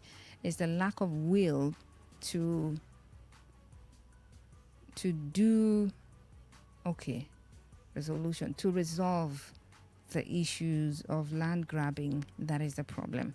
Okay, all right, so you don't think it's beyond the state, that the state could, do something about cases of land grabbing in the different places that it's occurring. Okay. But then again, at the end of the day, what one wants, especially one who is in a problem, what they would want at that point of being in that predicament, of being in that situation, is a solution. Regardless of where that solution is going to come from. For some people, they don't care. So if there are issues in River State, and if the solution is going to come when we call for help from the federal government and they intervene in the ways that they intervene, fine. Solution is what we want, so it's fine. Well, for someone else, no, it's not fine. It would be that we would, going forward, be dependent on the federal government for issues to, always intervene in the issues that we're even able to handle. Well, anyways, that is Area Talk on Today 95.1 FM, Voice of the People. So I'll take a break. When I come back within the 8 o'clock hour, it would be time for Eyewitness Report. Keep it locked on this frequency, Today 95.1 FM. My name is Faustina.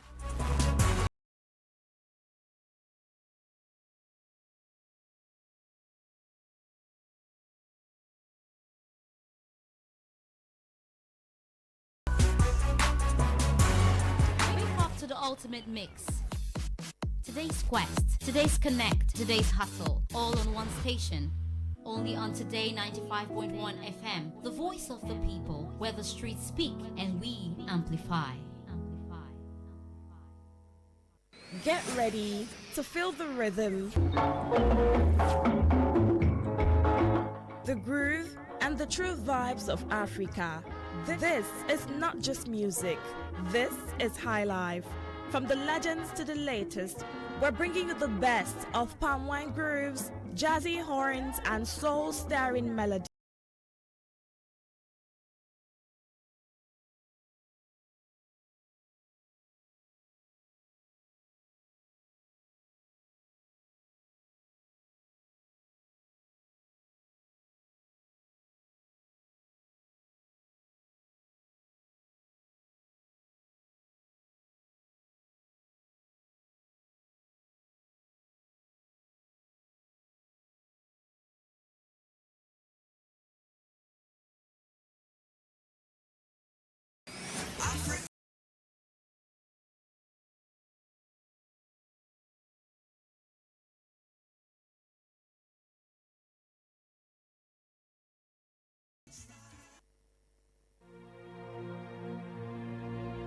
Today is business. Today is a new trend for your businesses. We give you all the information you need to grow your business, new ideas and innovations that keep you earning more and staying relevant. Every day, we engage in business, buying and selling, trading, and exchanging of services as individuals or as a country. Money goes round, it goes up and down. But have you ever wondered what business is all about? And have you ever wondered how you can stand out in your business? Today FM has got you covered every Wednesday between the hours of 1 p.m. to 2 p.m. Learn all you need from professionals on how the country runs its business affairs and how you can be an outstanding entrepreneur and grow your business. Business Today.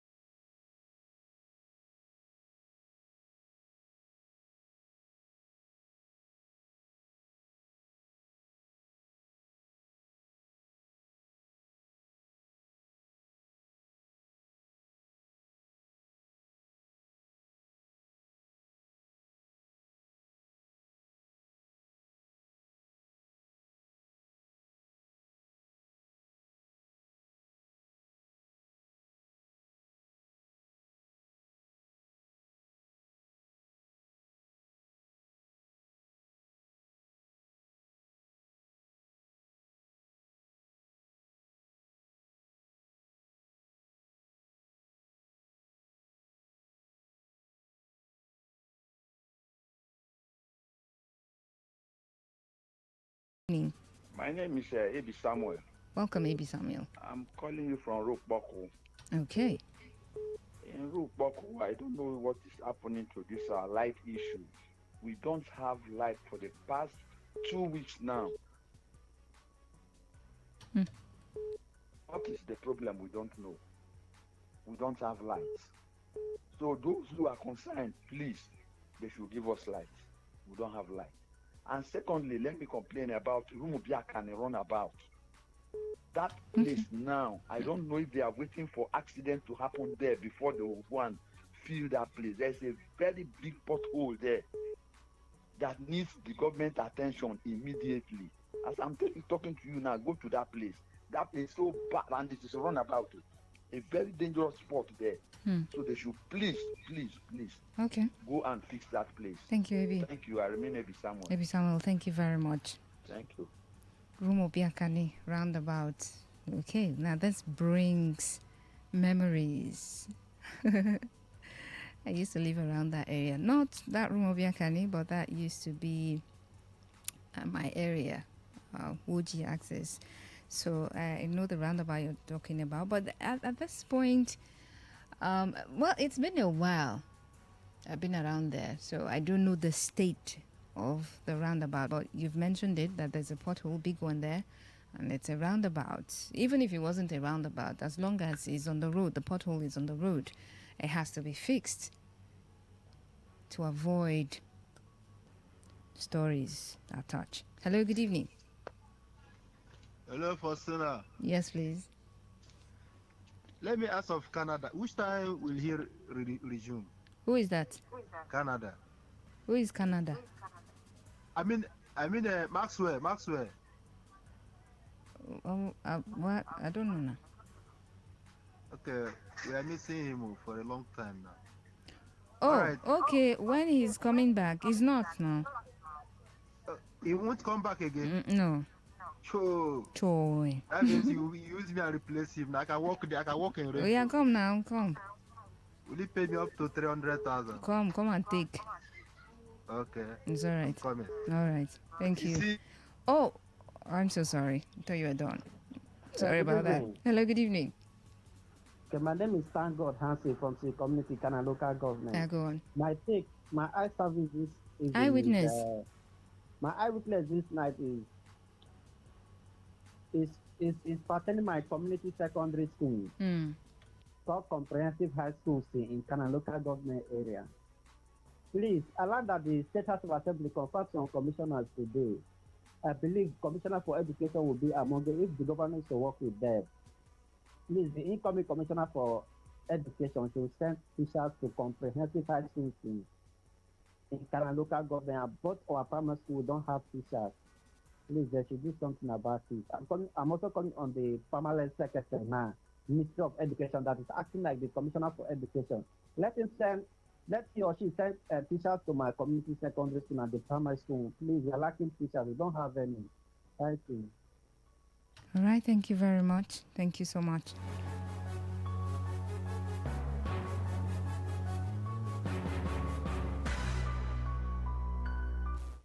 Hi, good evening. Welcome to Eyewitness Report. Hello, are you there? Can you hear me? Hello. Okay, you couldn't hear me. Do well to dial back, okay? Let's try. Hello, good evening. Hello, good evening. Yeah, you're welcome. This is James calling from Omaha. James? Yeah. Okay, James. So please, I want to know. Come on, shut up. I want to know these beggars on the streets. Like, if you are going anywhere now, you see a lot of beggars begging money. What is the government doing about it? Because even some children say there's not even up to 5 years, they will be dragging your shirt and be asking you for money and for help. Like, those things are very annoying. Like, government has to render help to those people because why? They live in an estate where those beggars can't access them, and you know that. When you are walking with leg along all this flyover road, all this road, and you see a child dragging you, begging for money, all those things are. They used to sing for you, Abby. No, sometimes the thing is getting rampant, like a lot. So they don't sing for you. Brother Marama or something like that. Well, thank you. Like government has to render help to those people because it's very annoying. Okay. Hello, good evening. Good evening, my own dear sister, Sister Faustina. Welcome. This is Brother Kingsley. Thank you, my own dear sister. My own eyewitness report is on the security.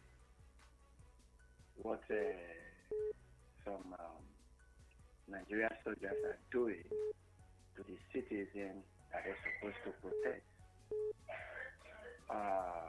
At Oyibo, that Imo River, the boundary between River State and the Abia State. If you're coming from Aba, you're from here going to Aba, there is a particular checkpoint, and that's after the bridge. My dear sister, you go there, you will see a soldierman that will be on their checkpoint. Why they station somebody, some of these boys, they will be the one collecting money from the motorists. And I now ask, what is the need of you see a signboard that they put close to their checking point there, do not give bribe to a soldier man. And all this is not only that place. If you pass that place again, going as if you're still going before what is it called? Within say that along Aba Express way. You still see another one, the same thing, exactly what is going on in this other one, I see happening there. I want to believe that their supervisors or their superiors are not aware of all these things. But if they're not aware, I want to use this medium to let their people know what their boys or their men are doing on the road. At least it's bad. Okay. People that are supposed to uphold their integrity have now turned themselves as people who don't understand. We are talking about police, then they have joined also, and it's bad. All right. I would say we want to make the country a better one. How?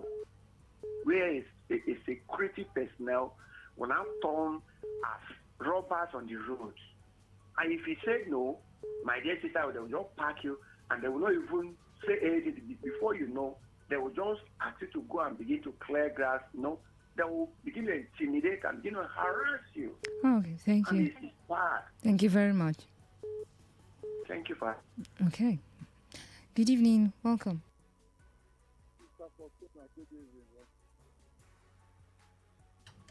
Hello? Yes, go on.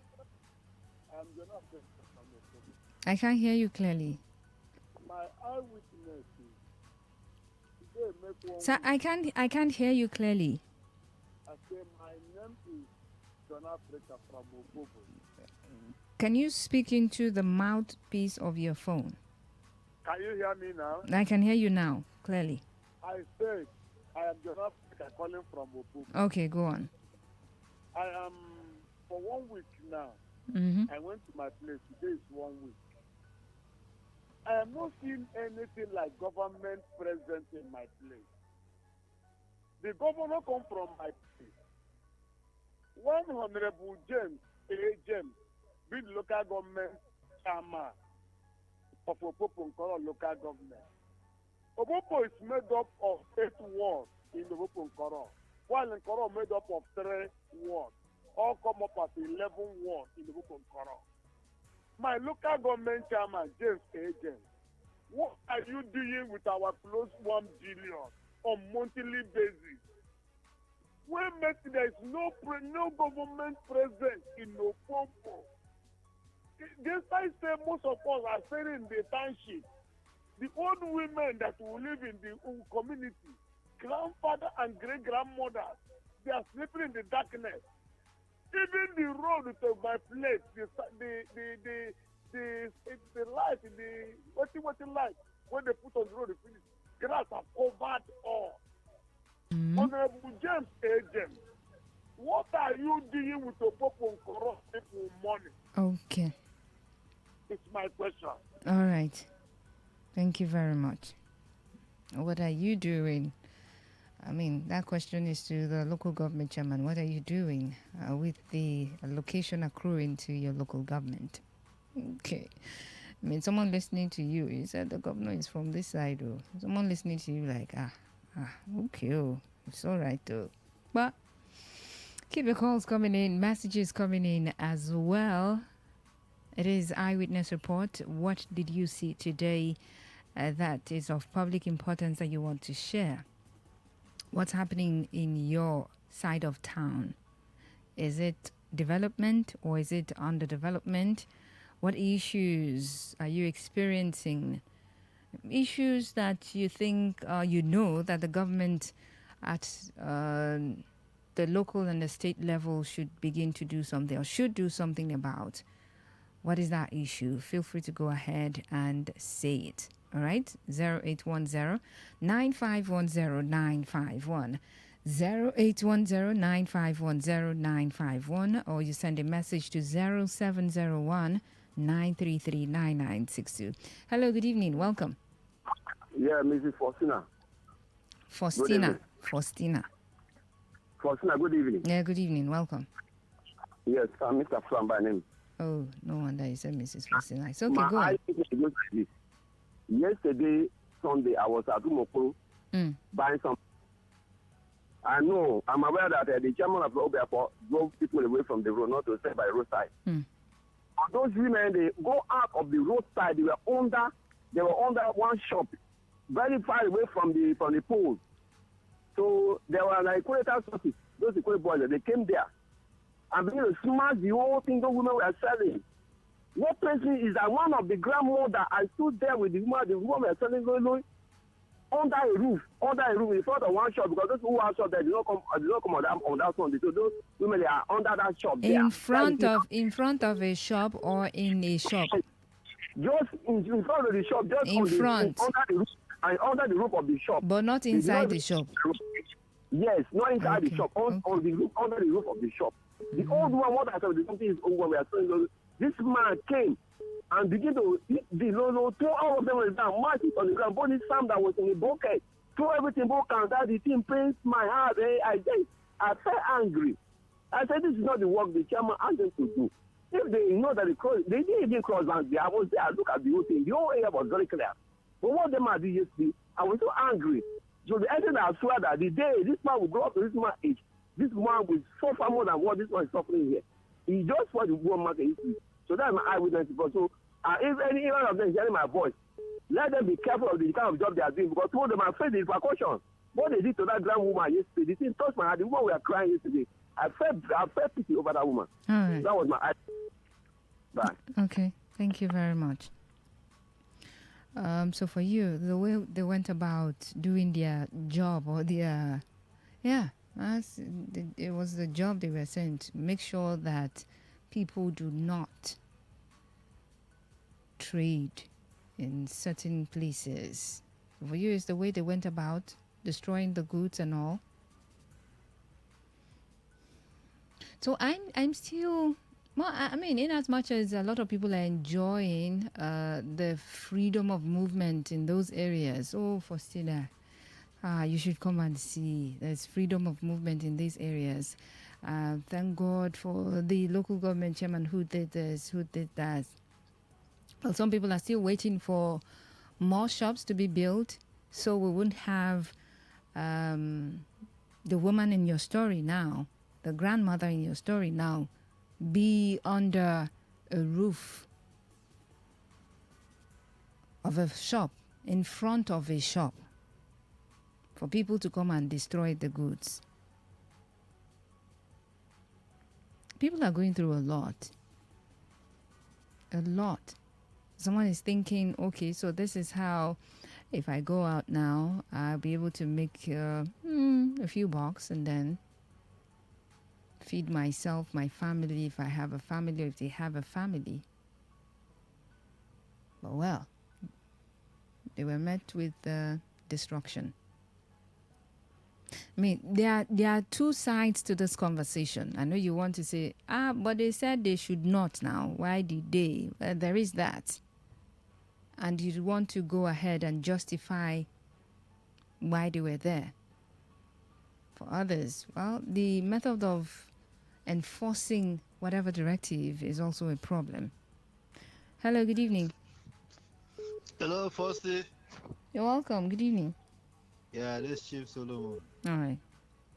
I want can't River State government build a refinery?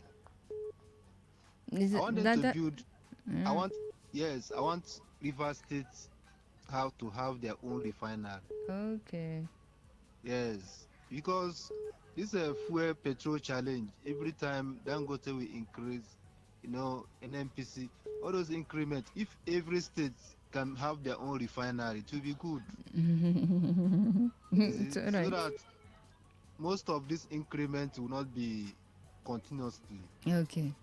So we should try and be having such vision. Okay. To build refinery Okay. in our various states. It's possible. Okay. Even if federal government cannot maintain the one they have, at least if only Dangote can have filling station, how much more states? Refinery, Since I would like mean? our governor to look into that and build one refinery. I want to see the first governor that will have refinery in his state. Okay. Let it be our governor. Okay. Thank you. Thank you. You're welcome. Okay. It's all right. Maybe they would have a conversation about this maybe a few weeks from now when the cabinet is set or almost set. Maybe they can have that conversation on as to how they want to build the refinery in Awachichonte. All right, so I'm thinking in my mind, refinery, how many industries do you have? Plastic, you get, okay, that syringe factory, how far? This one, how far? Any plastic industry in this state, how far? Oh, those industries that used to be, how far? A refinery. It's okay. It's good to dream big, it's very good. And that's a very, very, very, very lofty dream. It's very lofty. And it's going to be helpful. But, hello, good evening. Hello, good evening. How are you? Are you there? Hello, good evening. It's like you are outside and your phone is inside. Good evening. How are you doing? Speak into the mouthpiece of your phone and not the earpiece. Are you hear me now? I'm trying. Do you have a headset on? Are you using the earpiece? Yeah. Take it off, please. Thank you. All right. I've done that. All right, so go ahead. Can you hear me now?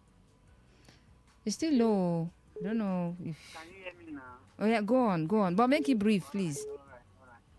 So my eyewitness report is about a rainbow junction. Like we have been experiencing a lot of products. So Rainbow where? In Rainbow junction. Okay. So I'm trying and waiting with the authorities that if they can just help us and figure it out. I should help you and figure out what's the cause for the... Yes, the cause for the hold up from a Rainbow junction. Rainbow Junction. Yes. Okay. Thank you so much. Wow. It's all right. Thank you very much. Well, if you're listening to me from that axis and you know what's responsible for the traffic situation, Rainbow Junction, feel free to help a brother out. Because I cannot be here and know what's responsible for the traffic situation at your junction. Hello, good evening. Hello, Christina, good evening. Yeah, you're welcome. Yeah, thank you so much. Please, I want to beg you for remaining anonymous here, please. There was a matter I complained last week. I talked about when you get to the council, Obiakpo local government, opposite the council, there are shops. If you know where the magistrate court is, before the magistrate court, the right and the left, as you're walking in, there are shops that are built behind the ADP headquarters. I don't know if you could remember that I told you. Yeah, I remember. Yes, I told one of my colleagues about it. I think he promised to do something about that report. That place has been demolished, and the day they demolished it, that was last week Thursday. People were crying. The woman that has about 3 children, small children. They said the woman. I wasn't there. Before I came there, they said the woman fainted. I woke her back. So what I'm saying in essence is, we were having cities or local government chairmen that are not human conscious. How do I mean by that? As we speak to you, there is a renovation still going on in that local government council. Today, there was no light all through. There was no light in a council that has administrative block where administrative work should be done. But the chairman was in the council. See, Fortuna, I am not behind projects going on. I'm not behind. Do you work there? Is that where you work? Yeah, that's what I'm saying. That's the reason why I wouldn't want to mention my name. So what I'm saying in essence, I want to beg the Obiabo local government chairman. People are complaining a lot about him. Fortuna, have you ever heard of any project that he has embarked that has affected the society amongst the Obiabo local government? Just tell me one, apart from the market. The market has to do with a place where you have revenues, you have returns. Those are the areas where he knows that returns will come out. That is where he goes to. Rumokoro Junction, Rumokoro Market, Rumokrishi Market, Oil Mill Market. Those are the strategic points that he goes to because he knows that revenues will be coming on. So what I'm saying in essence, finally, is please, Obiabo local government chairman, you have not shown us anything. You have not shown us anything. Other local governments like Eche, we are hearing the grading of internal rules and the rest of them. Up till now, I have not seen anything. Please, time is going. Time is nobody's friend. All right. Thank you very much. And our poor people will be ashamed if you don't do anything for them up till now. Thank you very much and God bless you. All right. Thank you very much as well. Okay, so let's take some messages before we go back to the calls. You're listening to Eyewitness Report, Today 95.1 FM. Good evening, Faustina. Today is 13 months, 9 days. I paid for the renewal of my driving license. But then the Board of Internal Revenue Office at Aba Road has refused to invite me for image capturing. I hope the board chairman and the River State First Sector Commander are hearing me, Rex. Okay, so I say you go there again and remind them. Go there again and remind them. Okay, I think I read a report somewhere, can't remember now, about some sort of technical glitches responsible for, well, let me move on. I'm not sure about where I read that report though. Good evening, Faustina. The Bishop Okoye Street Mile 3 Market section of tomato, pepper, onions selling and grinding is still an eyesore to the world. The market management, Rewama and Ministry of Health, what are you people waiting for? Okay, still from Rex, Port Harcourt. Faustina, greetings. For over 2 weeks now, no light in my area, and there's no reason why there's no light in my area. And the worst part of it is I'm tired of warming my soup. From Thank God Ability to sorry, yo. I'm tired of warming the soup. The soup we don't taste less, Abby. Oh, sorry. Well, there's always a reason, no. It's either there is some sort of tripping at the AFAM station or the national grid collapsing. It hasn't collapsed today. Or generally there are issues with the TCN lines or whatever, transmission or whatever. Well, there's always a reason. Always. Whether you believe the reason they give you or not, there's always a reason. Good evening, Faustina. My eyewitness tonight is still on the Kalu operation going on beside Anglican Church at Rumokoro flyover. These guys are there still extorting vulnerable Nigerians up till this moment, collecting their phones and money forcefully from these poor and helpless Nigerians. I wait for them daily. You guys need to go there and investigate these barbaric crimes every day with the knowledge of the Nigerian police. Rumokoro Police Division is fully aware of this crime. Okay, they are fully aware because you know this.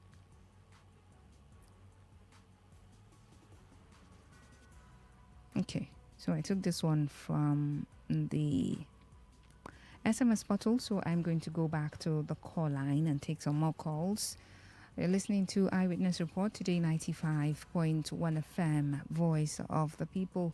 What did you see today? What did you witness today that is of public importance that you want to bring to the attention of relevant authorities? Hello, good evening. Faustina, good evening. Yeah, you're welcome. Good evening. Hello. Yes, good evening. I can hear you. Go on. I think they call you from Port Harcourt. James. If you're from that your office, they come from Okoro side. Yes. Immediately you come down from that flyover. You see the kind dirty way you hit for that place before Mani Gate for Body Camp. You see the kind dirty, they still don't carry the whole of the road. In fact, the whole street of Port Harcourt, they see the people everywhere. And somebody they call You mean the Rumokoro flyover? After once you just come down from that flyover before you reach Mani Gate, before you reach Body Camp Mani Gate, that Mani market, if you see the kind dirty way hit for that place, it is smell, people don't feel pass there again. And somebody say make they build the refinery. People will look at pack dirty for street. Now refinery they will go use. That one touch you too. All right, thank you. Thank you for that. Well, I mean, we see them. I see the heaps. I think was it you? Last week someone also talked about it, and I concurred because I saw it when I went to that area. It was, wow. I saw it, I'm like, but why now? Why? And it wasn't very early in the morning, okay? It wasn't. I saw it, I'm like, whoa. No, now. Hello, good evening. Hello, good evening. Yes, please. I just want to remain anonymous. Anonymous, you remain. Yes. Somebody just called you and reported what happened opposite of your local government. Okay, you witnessed it also? Fortunately, that is also my eyewitness.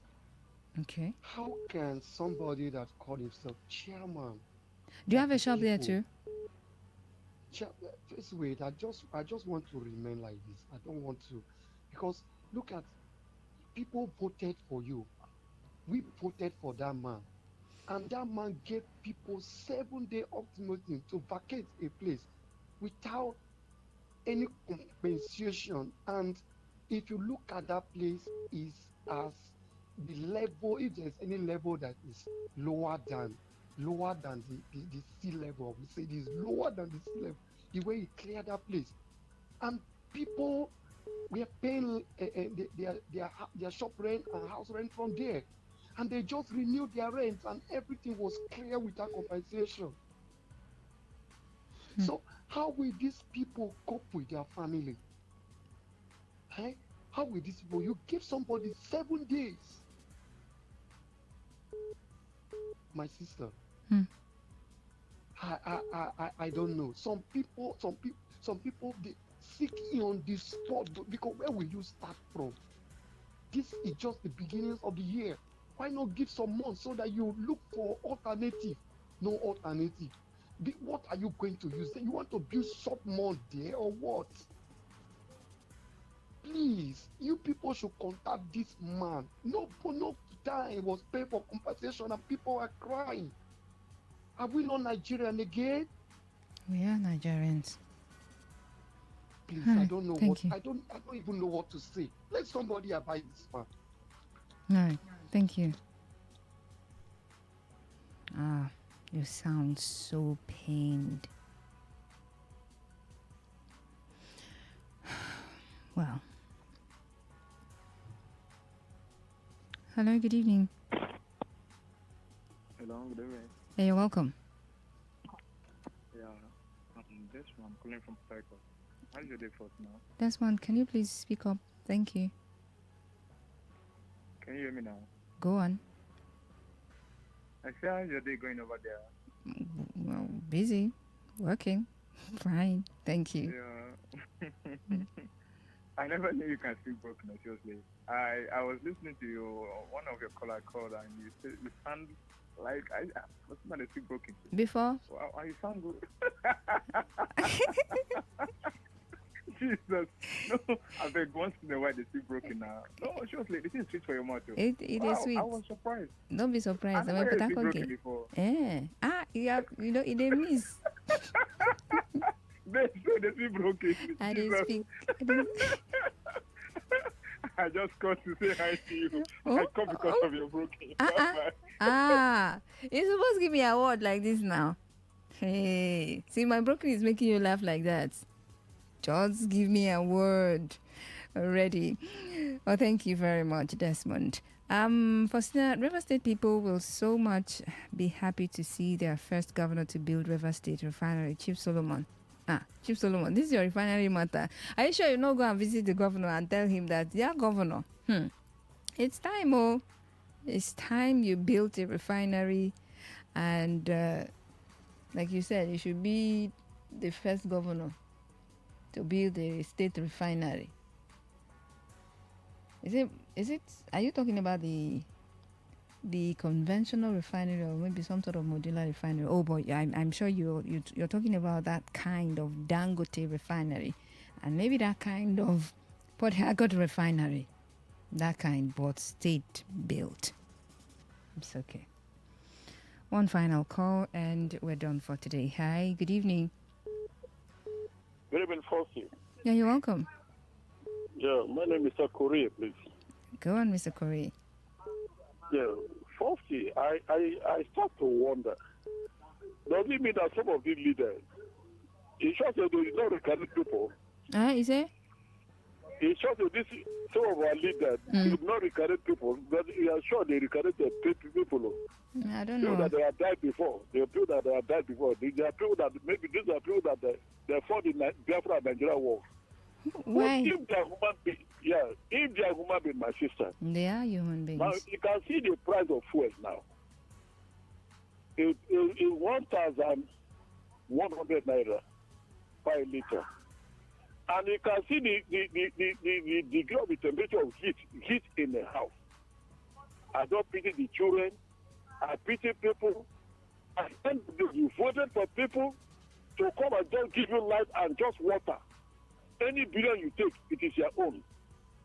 Just water and just light. And those cannot provide. And we have people that at the end of the day, they are still coming out to say, we are investigating the case of 270 trillion. In Nigeria, they are providing that type of thing, and people are dying every day for heat. My sister, well, I make a statement one day that me, if a politician die, I say, God, if I want one problem for Nigeria, no, Mr. Korea. Me are going to die. No, this problem we are facing. How can somebody will be there to see that your people are suffering? You cannot provide light. You cannot provide even just ordinary water to them. And they say you want to drive and go. No, God will make sure that answer one day. Thank you very much, please. Okay, thank you very much. But death and human beings, well, it's not peculiar to politicians. And in as much as you're angry about the things that you're angry about, I mean, there are certain things that you want to just keep to yourself. Okay, well, thank you very much. Well, that's it for Eyewitness Report on Today 95.1 FM, Voice of the People. My name is Faustina Oputu, so we'll do this again tomorrow, all right? Do stick on the dial. Today 95.1 FM. Coming up next is the Global Sports Update Show, and that will pave the way for the thrill. Rona will be here for that one.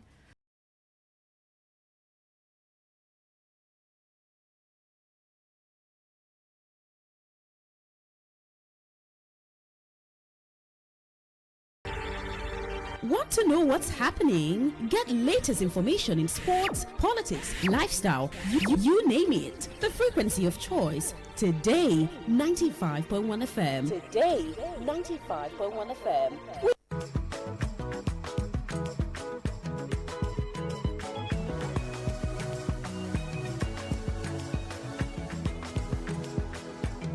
You want to ask, how is he the chairman of the Club Owners Association of Nigeria? And I'm talking about the Nigerian Premier Football League. Only those who don't know his antecedent will be asking such questions. He's been around for so long a time. I mean, right now you say one of the longest serving club administrators in our nation. Who am I talking about? Yesterday was his birthday, where the whole of this week, the whole of this month is going to be celebrating this birthday. Dr. Okekpaloko is the general manager of Rivers United and the chairman of the Club Owners Association. He joins me on this edition of Global Sports Update. My name is Godwin Enoch, and I take a quick break. When we come back on the other side, I'm taking you all the way to Port Harcourt, where the celebration continues.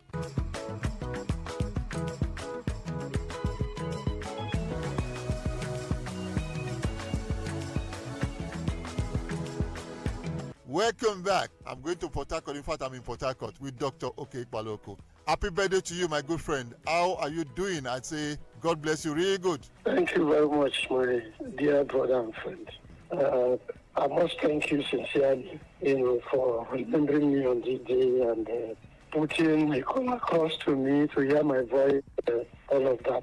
Thank you very much. My regards to all the listeners, those who are really keen and interested in your program. I greet and salute everybody.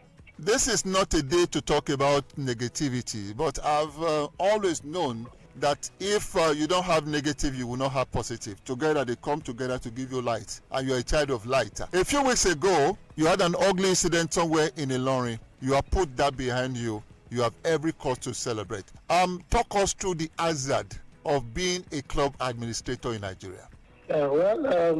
It's important that while we ask for funds to return to our various homes, venues for matches, league matches, and all of that, it's important that we as club administrators ensure that we have adequate security. I know it's not the sole duty of the club administrators alone. They have to work hand in hand with their state football association heads or headship. But we still have to try on our part. We can't leave that for them alone. Yeah. The Nigerian Football Federation will also need to do something to define this rule clearly. Because if there's any problem in any match venue, they call the club administrator, arrange him to Abuja and begin to ask questions and all of that, leaving the headship of that state, leaving them out of the issue. That is not the right thing to do. We'll push for that. We'll continue to see how we can make it better. Providing adequate security means eliminating what happened to me and what could happen to any other person and what has been happening, when teams begin to lose or when they have lost, in course of any match. I think that the proper thing is ensuring adequate security. If they had adequate security in Kwara, it would not have happened. And in Kwara too, there's need for them to begin to assess those who come into the stadium, because we tend to find out that they have more underage, people, children coming in to watch matches, and at the end of every game, you see them jumping from the stands where they stay to watch their games into the main team, believing that it was just as usual in the olden days when people can just run into the pitch at the end of the match. And they too did not know that all of these will attract sanctions to their home team. I think we need to sit up. Well, some persons called me immediately that thing happened and your pictures bloodied all over on social media. That if this could happen to the man who pretends the Club Owners Association of Nigeria, who then is safe? The question is, Dr. Okekpaloko, what did they say was your offense? Well, as usual, when a team wants to win and then by minutes, anger comes in. It depends on how it's being handled. maturity of men, I should say. They were not having that towards the end of the game. We got a goal, a good goal, and that angered the fans. And then people were not picturing, people were not videoing the same and sending it to the media. And where I was sitting, there were people there too in the VIP that were videoing. So the crowd came there. We are snatching those phones from the fans, the people who viewed the match and who viewed the situation. I wanted to relay out to the media. Okay. And also wanted to collect my own phone from him. I said no. Wow. I even opened my phone and I told them I did not record anything. Because if I want it, my media is there. At least I want each match I go with my media officials. So I definitely know that I will get the picture, what went on. And so there was no need for them to come and for me to begin to video myself. So I didn't video. I showed them my phone. They insisted they wanted my phone. I said no, I will not give. They left me. I ran down to the next room so I'll be able to find my way out. Okay. That was when one man walked straight to me and started decking my face. It's there in the video. What happened is there in the picture. If you're opportunity, you want it, I will always send to anybody who wants it. Where were the police officers who were meant to protect life and property? There were no police. They were not. They were even part of those that were beating people. No police. I know that the chairman of Kwara United and of course the general manager are persons known to you. They are our colleagues, as it were. What role did they play at the end of it all? Yeah, when this thing happened, like the GM2 was also on the run. The fans were after him. Wow. So I met him. Yes, I got into the dressing room to show the wound to him. So he saw it. I went to for the chairman. I didn't see him in that game. He was not around. He called me after the incident and tried to console me. So he was not there. He was not there in the stadium. The GM was helpless. He saw me. He too was also running. So because there were not enough presence of security personnel, if they had, they would have used. If he was in charge of that, he would have asked them to stop. So nobody asked anybody to stop. The referees were thoroughly beaten, brought down to their knees. Wow. The match commissioner ran away. Wow. They were throwing stones, tearing everywhere, everywhere in the stadium. I had my team hostage. So they took me to the dressing room where my players and officials were, and we were there for like 2 hours. Wow. Around past 7 or so to 8, that was when they brought him a vehicle into the main bowl, sneaked it in, and then we zoomed off. Dr. Paloko, there's something you touched on briefly when we started this interview. I am behind you in all of this. I knew what I did as General Secretary of the Club Owners Association under your watch as chairman. And it's a case of why are we saying that FAs are in charge of security? The clubs will pay to them to take care of security. But when things go south in the course of a game, the clubs are punished. How do we deal with this? Why don't we allow the clubs to take charge of security, as it were? Well, that is the issue with something we have to handle with Nigerian Football Federation. Everything about regulation of football lies with them. Even the league is under them, their baby. And so we too, our activities are part of their coordinating responsibilities. So we can go to them. We have written, we will continue to strive to see how we can reach a compromise on how, the issue of security should be vetted mainly on the clubs, the host clubs, and then allow the FA to supervise. But they are finding it difficult, They believe that the clubs will be partial in terms of handling security, and that when you leave it with the state FA is supposed to be neutral, and that is what it ought to be, and then they will be able to exercise that function. But they don't have the fund. And most of the state FAs are not really funded. Where would they get money every match day to foot that bill? So the clubs raise the money and hand over to them. Our clear is that the Nigerian Football Federation should give this responsibility. They can supervise, yes. Yeah. The responsibility so that if anything goes wrong, who exactly to hold. Exactly. And that is it. And then another aspect is that the clubs tend to neglect incidents like this. Imagine Kwara United. This thing happened. You have the video footage. You have everything to fetch the perpetrator. You have refused to do that. And you are suffering alone. A lot of sanctions on you, both financial, point deduction, and otherwise. And you don't care. Once you begin to fish out the perpetrators of whatever thing that is wrong in the match venue, we'll be able to get it right.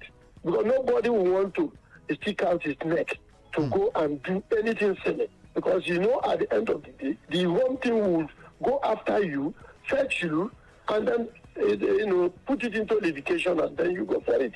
One edition I've always said definitely cannot be enough, especially when you're talking to birthday boy, Dr. Okekpaloko, General Manager, Rivers United, and of course, the chairman of the Club Owners Association of Nigeria. We'll return tomorrow by the special grace of God. My name is Godwin Enak. Now, Global Sports Update. God bless Nigeria.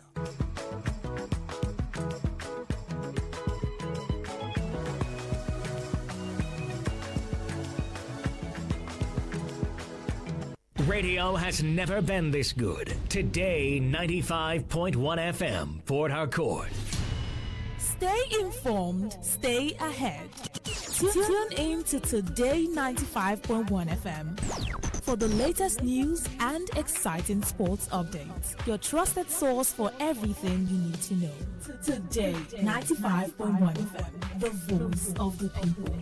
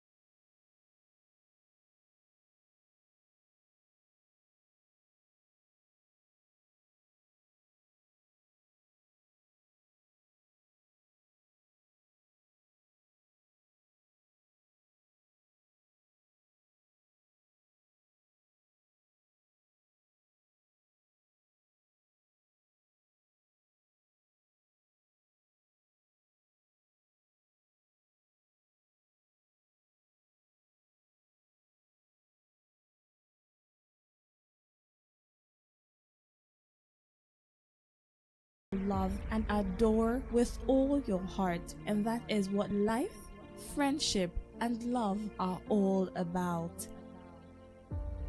Maybe home is listening to all of your favorite shows on Today 95.1 FM. We create memories, we inspire comfort. We are the voice of the people, and we are home away from home.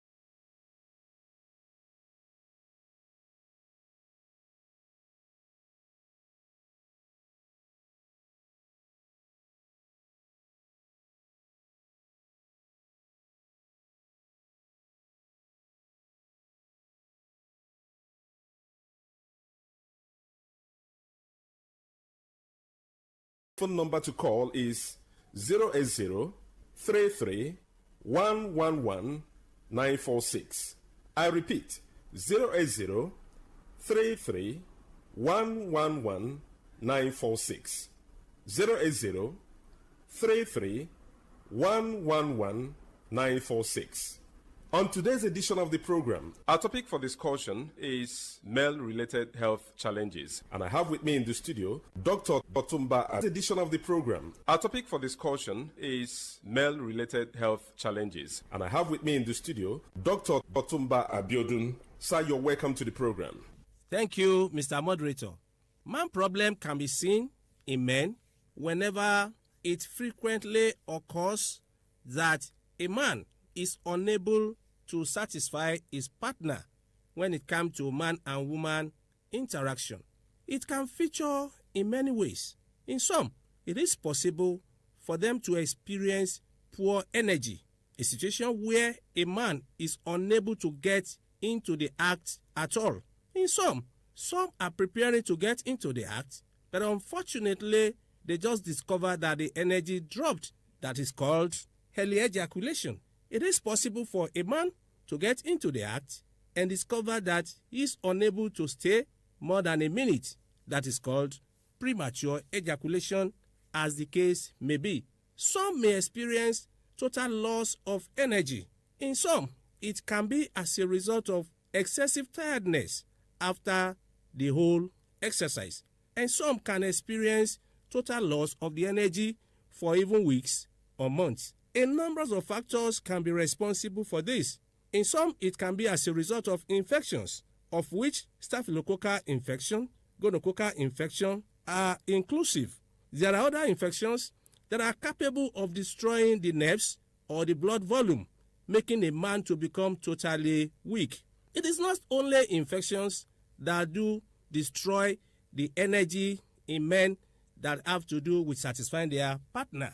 When one has used some drugs for a very long period of time, it is possible for one to experience this. In some, it can be as a result of drug abuse.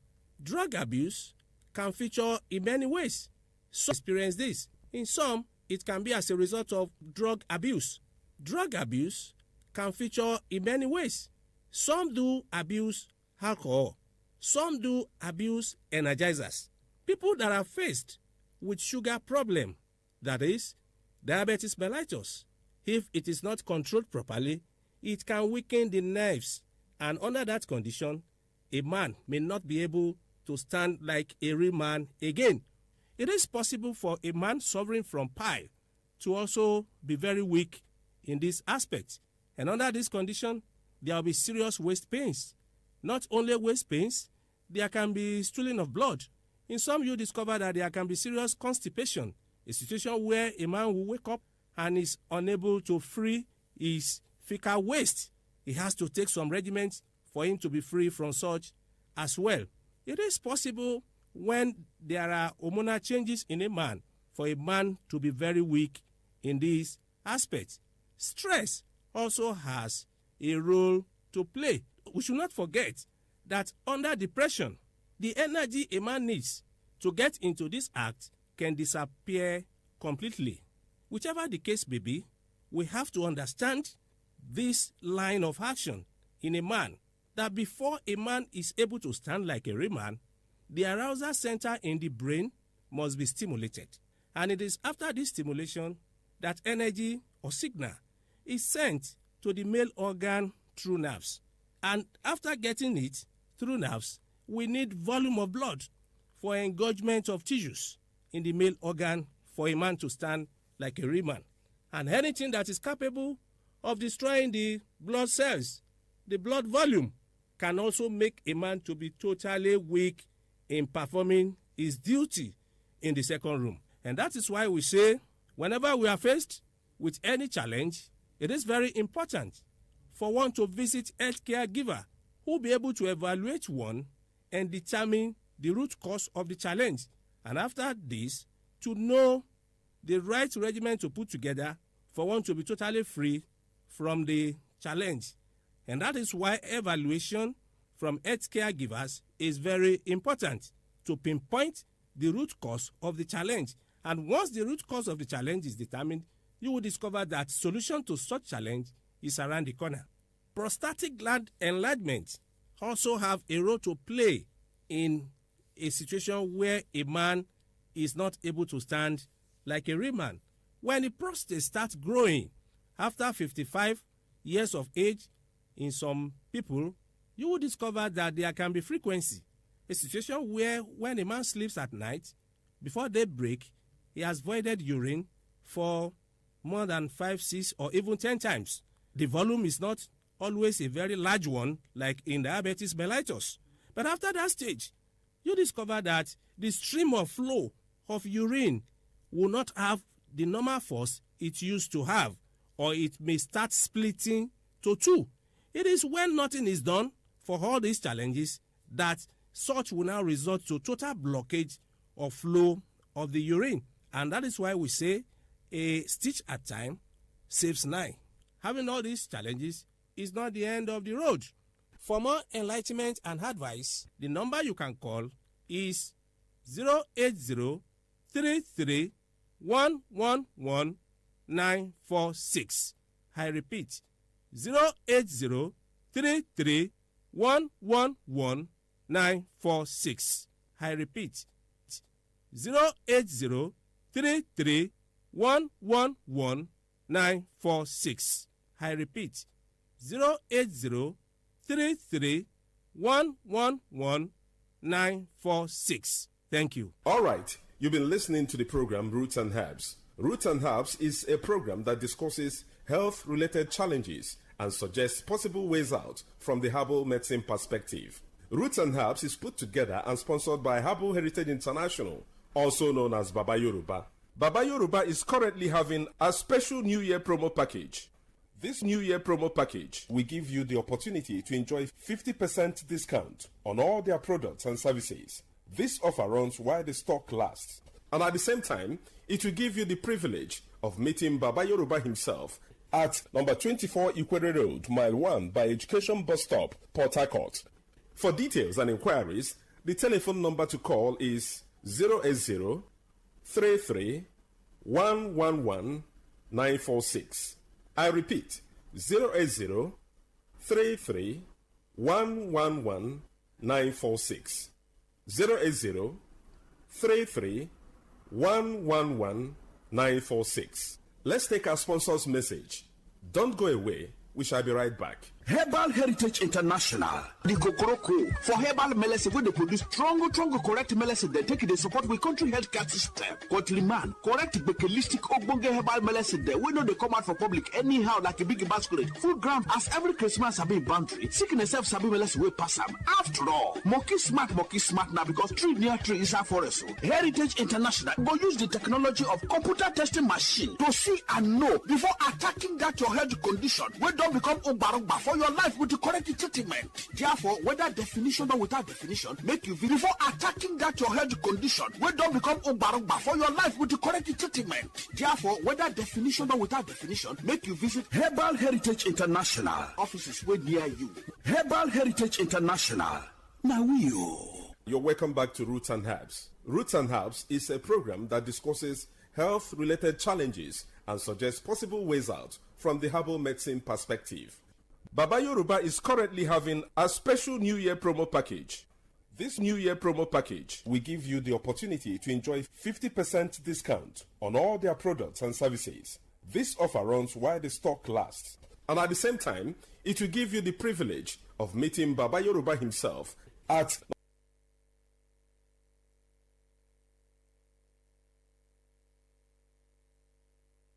Say no to the ordinary. Embrace the extraordinary, because we are the voice of the people. Voice of the people. Today, 95.1 FM. Today, 95.1 FM.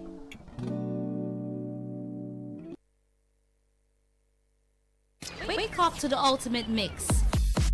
Today's quest, today's connect, today's hustle, all on one station. Only on Today 95.1 FM, the voice of the people, where the streets speak and we amplify. Get ready to feel the rhythm. the groove, and the true vibes of Africa. This is not just music, this is high life. From the legends to the latest, we're bringing you the best of palm wine grooves, jazzy horns, and soul-stirring melodies.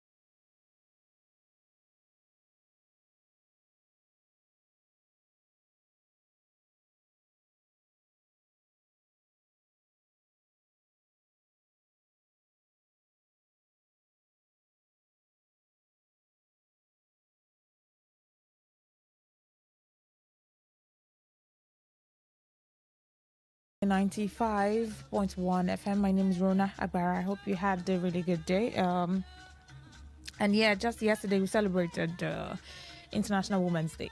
But I don't know, some persons mistook it for Mother's Day. I mean, it was International Women's Day for women in general, not just mothers. But some persons, went on about talking about Happy Mother's Day and posting mothers.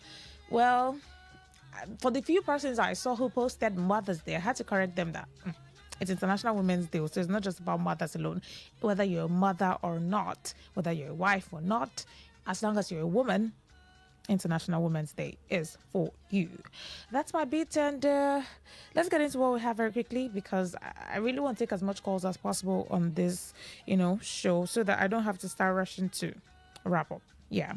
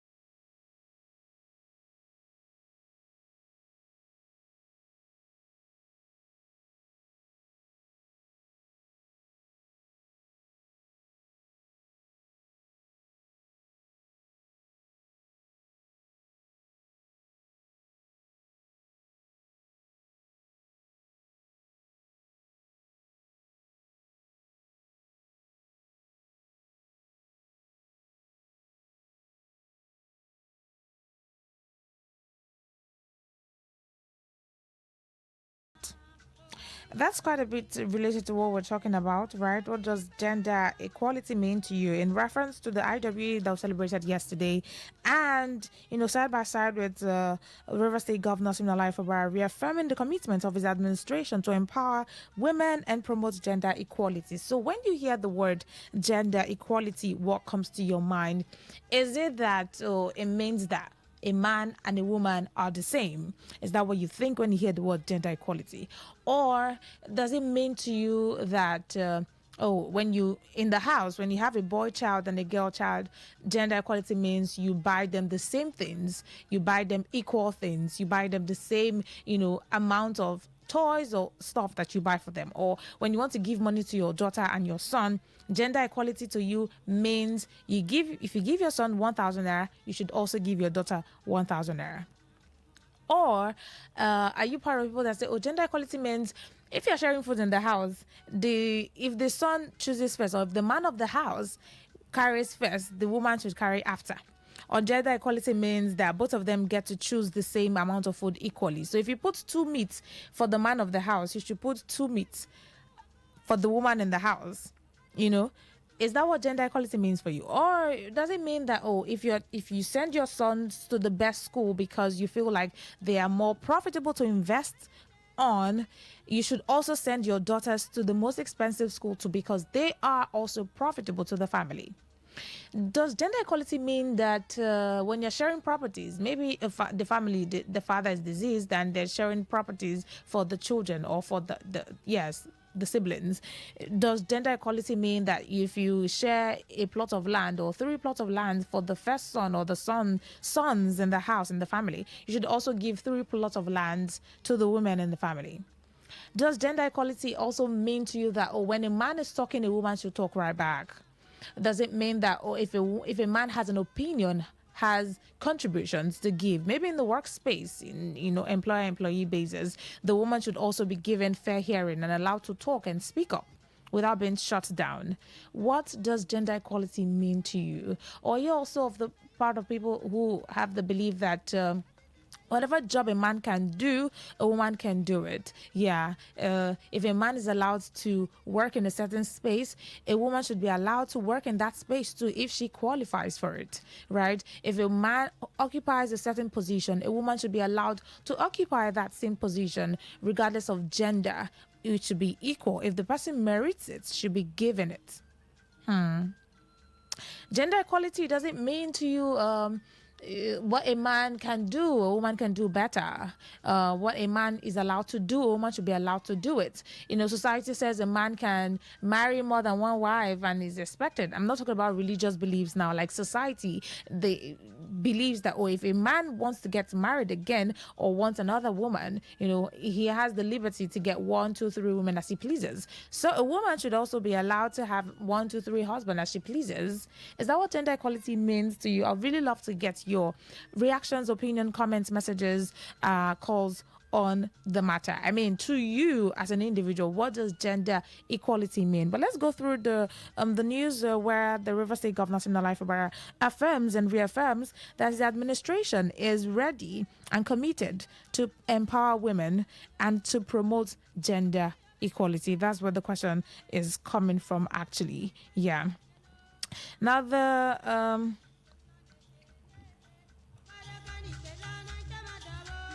Fubara reaffirms commitment to empowering women and promoting gender equality.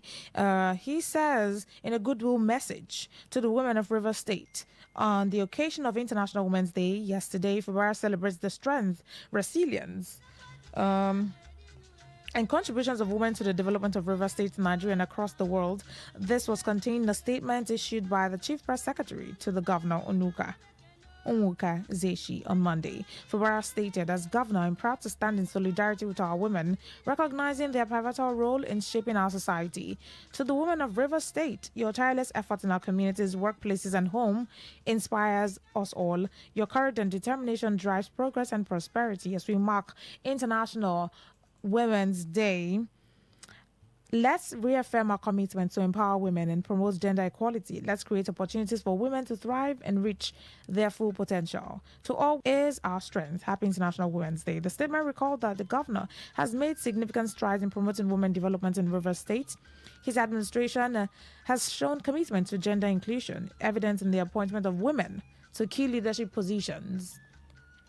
Fubara has also supported initiatives that empower women economically, such as the Economic Empowerment Program, which provided 1,000 women with 50,000 naira grants each.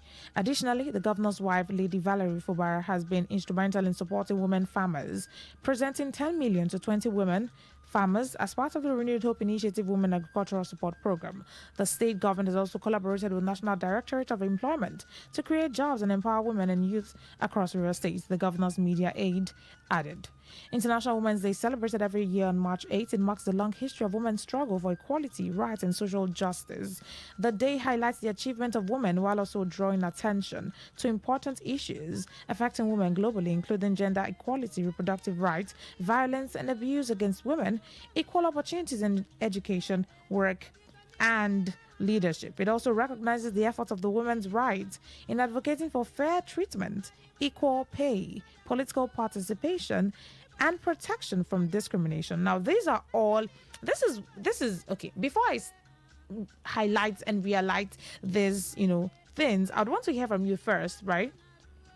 Before I start talking about, the real idea of gender equality, it's not the, society has painted, the internet has painted a lot of biases when it comes to a man and a woman, and equality when it comes to a man and a woman. So gender equality, according to the internet, is a bit biased because some people take it to the extreme and want to, make comparisons and make it seem like a man is better without a woman doesn't need a man doesn't need a woman can do well in her life better by herself without a woman. They've taken it to the extremes. Extremists have painted the narrative that women do not need men do not need women, but side by side, we need each other to survive. I mean, a man needs a woman needs a man. We need each other, for balance in the society. And so gender equality should be about balance in the society. But before I start talking about all this and highlighting them, I would want to hear from you. So I'm going to, open the phone lines, say 9:35. We can start taking calls, and before we wrap up, we can just talk, talk a bit about some of these, highlights of gender equality. Please stay with me, and this is the Thrill on Today 95.1 FM.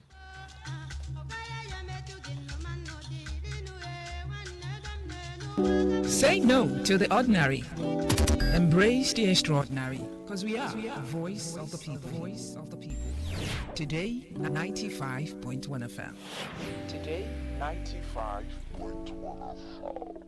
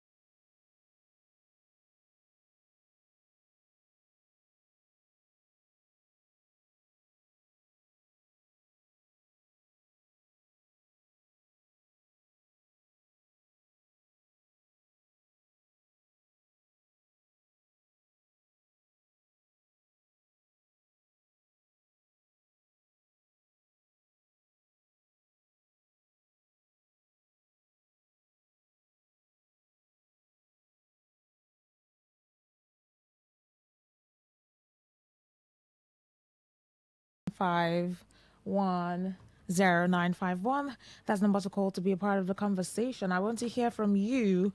What does gender equality mean to you? Hello, good evening. Hello, good evening. Yes, please. Welcome. Yeah, my name is Tahir. All right. Go ahead, please. Yes, go on. Nothing like gender equality. Oh, there's nothing like gender equality to you? What you are hearing as gender equality is just a narrative that is being put by feminists. Oh, it's a feminist thing. Yeah, it's a feminist thing. And that's why you hear things like what a man can do, a woman can do even better. tell you how many things of assembly, national assembly, and so forth. So there is nothing like, now look at it biblically. It's not one reed that is used in making women. They took one reed, God took one reed. So from in Adam, essence, and what from you're that saying he is, created women. okay, I get your point. So in essence, what you're saying is Yes. there is no gender equality between a man and a woman. No, there's no gender equality. Nothing like that. Okay. Thank you, brother. All right, thank you for sharing your opinion. Hello, good evening. Hello? Hello. Yes, please. Yeah, Yes, welcome. good evening. Yeah, Good evening. Yeah, this thing also. Okay. Yeah. Yes. In Beijing, 1995, there was a conference there. Yes, that stipulated that 35% affirmation action for women, 35 slots should be given to women in every sector of the economy. Yeah. In any economy. Yes, but you can agree with me that 35% is not half, right? Yeah, that's not That- 50-50. Yes. Yeah, that itself is not equality, it's not equal. So Now, to you now, you as a person now we're not talking about just the government and society. You as an individual, what does gender equality mean to you? Does it mean sharing equally what a man has, a woman should have equally? The right a man has? What does it mean to you? No, not exactly. It is for a convenient purpose. Like, okay, it means you should try as much as possible to include. The so woman. Inclusion is what gender Yes. equality means to you. Okay. Yes. All right. Thank you. Yes. Okay. All right. Thank you. All right. Thank you so much. Okay, I really want to hear from all of you. I mean, whether you're a man, you're a woman. I mean, women call in too, and women express, their opinions on the matter. If you're one listening to me right now, what do you think? What comes to your mind when you hear gender equality? What does gender equality mean to you as a woman? If you're a man listening to me right now, what does gender equality mean to you as a man? Yeah, we know the society has its own narratives and beliefs. Yeah, we know in the government there are certain things too, and then there's also the general meaning, what gender equality means. But now I'm asking you individually. I mean, as a person, you should have, the first caller says to him, his opinion, there is nothing like gender equality. The idea that what a man can do, a woman can do better, it doesn't exist for him and to him. I'm sure that someone is also of contrary opinion and may believe that gender equality means that if I have a boy child and a girl child, I should treat them both equally. I should give them both access to things. I should allow them equal hearing, getting them the same things, or even equal things. If I'm going to raise my son a certain way and give him the best, I should do the same to my girl child. In the public sector, in the workspace, in the office sector, gender equality for some persons just mean if my male employee has a problem and needs urgent something to be done about an issue he raised, and my female employee also have an issue and wants something done for the matter she raised, I should not give preferential treatment to my male employee and sideline the female employee and says, oh, you're a woman, you don't really have much to say, don't worry, when we're done with this, would face your matter. For some person, gender equality just means if I'm attending to the man the same way of importance and the same importance I'm given, I should give the same importance to the female worker. For some other persons, it just means that if I allow if a man can get away with this, some persons that if a man can get away with something, a woman should be able to get away with that thing too. It should not be one-sided. There shouldn't be double standards when it comes to a man and a woman. So I want to hear from you, from your end, what gender equality actually means to you.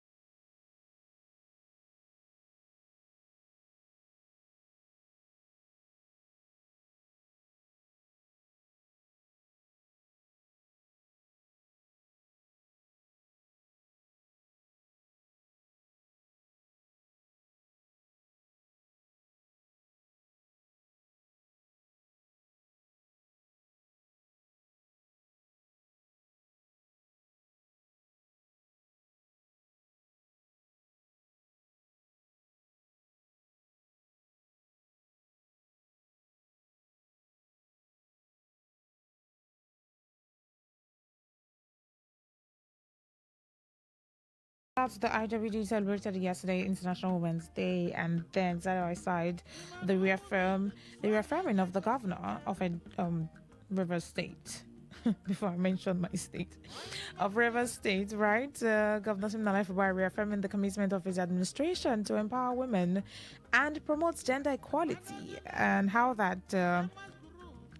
A lot of strides have been made in order to ensure that women get, fair hearing, equal opportunities, and all of that. But before we talk about, I had to read through the news, for us to get an understanding of the governor's reaffirmation. But then again, I'd also want to hear you talk. I mean, from your end, what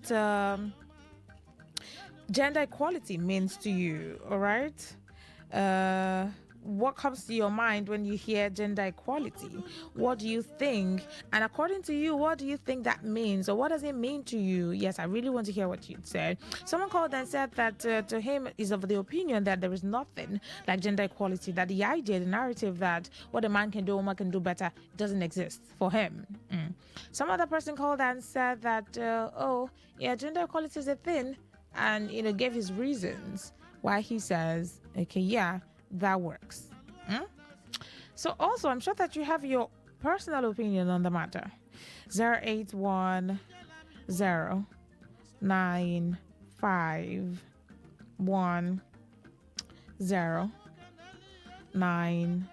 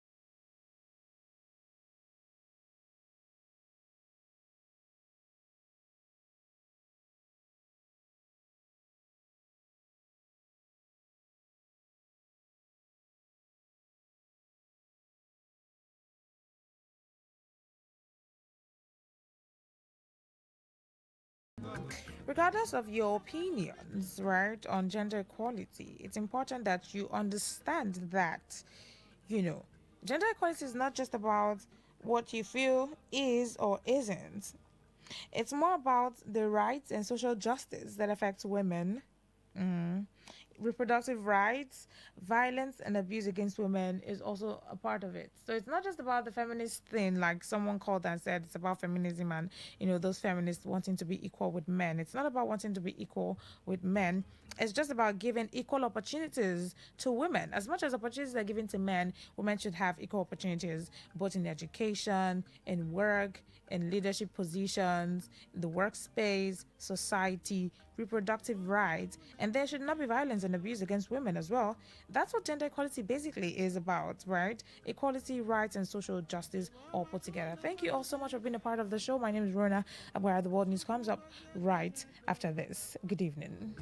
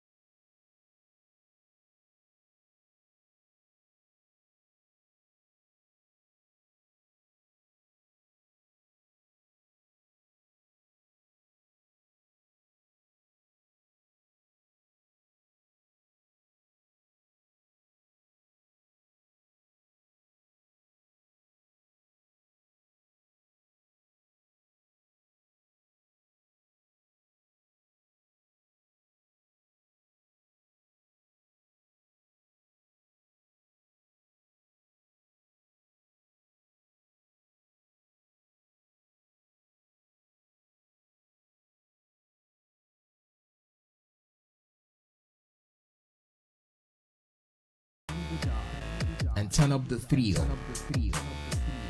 We are not in the same league. We are rewriting. Whether it's happening in Port Harcourt, South, Nigeria, or around the world, we've got you covered. On air, online, delivering balanced news and unbiased analysis. Today, 95.1 FM. This is Today, 95.1 FM, Port Harcourt. News.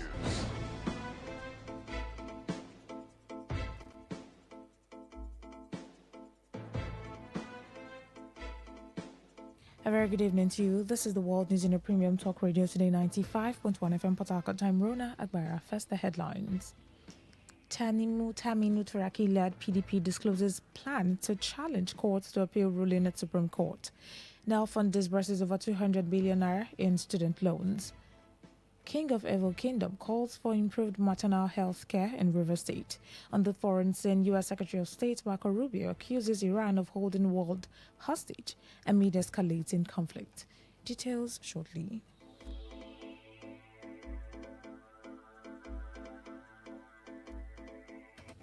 The Taminu Turaki-led faction of the People's Democratic Party, PDP, has announced plans to challenge the recent Court of Appeal judgment in Abuja by filing an appeal at the Supreme Court. The announcement followed the move by the Appellate Court to uphold the earlier decision of the Federal High Court Abuja, which invalidated the party's national convention held in Ibadan, Oyo State, from November 15 to 16, 2025. Judge Uchechukwu Onyemenam ruled that the Turkey-led faction violated constitutional provisions necessary for a valid convention. In response, the faction, through its national publicity secretary, Ini Ememobong, stated that the battle was not over yet, warning that enforcing the judgment could cause significant hardship for its members. The statement revealed that the faction is consulting key organs of the party while simultaneously instructing its lawyers to take immediate legal action at the apex courts to seek a definitive resolution. Meanwhile, Minister of the Federal Capital Territory, FCT, Nyesom Wike, has described the Court of Appeal's judgment on the People's Democratic Party, PDP National Convention in Ibadan as a wake-up call, urging party members to look inward and resolve internal disputes. Speaking from his residence in Abuja after visiting the Kwali Area Council as part of his thank you tour, Wike warned that taking the matter to the Supreme Court would only prolong the crisis. On the convention itself, Wike confirmed that the Caretaker Committee's scheduled dates of March 29 and 30 remain unchanged, with preparations already underway. He also announced that approval has been secured to host the event at the Velodrome of the National Stadium, with arrangements in full swing. The Court of Appeal in Abuja has affirmed the November 14 judgment of Justice Peter Lifu of the Federal High Court, restraining the People's Democratic Party (PDP) from proceeding with the November 15-16 National Convention in Ibadan without giving former Jigawa State Governor Sule Lamido the opportunity to participate as a chairmanship candidate. In a unanimous judgment, a three-member panel held that the PDP's convention held in defiance of a valid subsisting Federal High Court order was contemptuous and showed disrespect to the court. The court noted that it was undisputed that the PDP conducted the convention despite an existing order directing it to allow Lamido's participation. It rejected the party's argument that it acted in compliance with the judgment from another court of coordinate jurisdiction, emphasizing that it is not of any party in the case to decide which order to obey or ignore. The court stated that the PDP should have either applied for a stay of execution of the judgment or filed an appeal against it before proceeding. Condemning the party's contemptuous conduct, the appellate court held that the trial court acted correctly in assuming jurisdiction over Lamido's case and granting the reliefs he sought. The court dismissed the PDP's appeal for lacking merit and awarded 2 million naira in cost against the party. The Nigerian Education Loan Fund, NEL Fund, says it has disbursed a total of 206.29 billion naira in student loans to 1,164,222 beneficiaries since the launch of the scheme. The fund's daily status report as of March 9, 2026 noted that since the portal opened on May 24, 2024, a total of 1,734,985 students have applied for the loan scheme, with more than 1.16 million already benefiting from disbursement. Data from the report indicates that 270 institutions have benefited from the program so far. The loan, which covers tuition fees and student upkeep allowances, was introduced to expand access to higher education in Nigeria. A breakdown of total disbursement revealed that 128.84 billion naira has been paid to institutions as tuition fees on behalf of students, and 77.45 billion naira has been disbursed as upkeep allowances to keep beneficiaries for students. The combined payments bring the total loan disbursed to 206.2 billion naira. The Nigerian Education Loan Fund was established by the federal government to provide financial support to Nigerian students pursuing higher education in public tertiary institutions. Youth groups from Ogoni land have staged a protest at the Nigerian National Petroleum Company Limited and NPCL office in Port Harcourt, accusing the company of neglecting the development and funding the Federal University of Environment and Technology, FUET. The protest, organized by the Ogoni Youth Development Initiative in collaboration with the South-South Youth Initiative, saw demonstrators bearing placards with various inscriptions march through major streets of Port Harcourt demanding immediate financial support for the university.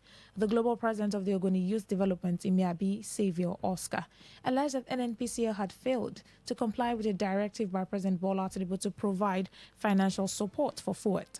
He expressed concern that other universities approved at the same time as FUET have already received funding, warning that oil exploration in Ogoni could face challenges if the government does not honor the agreement.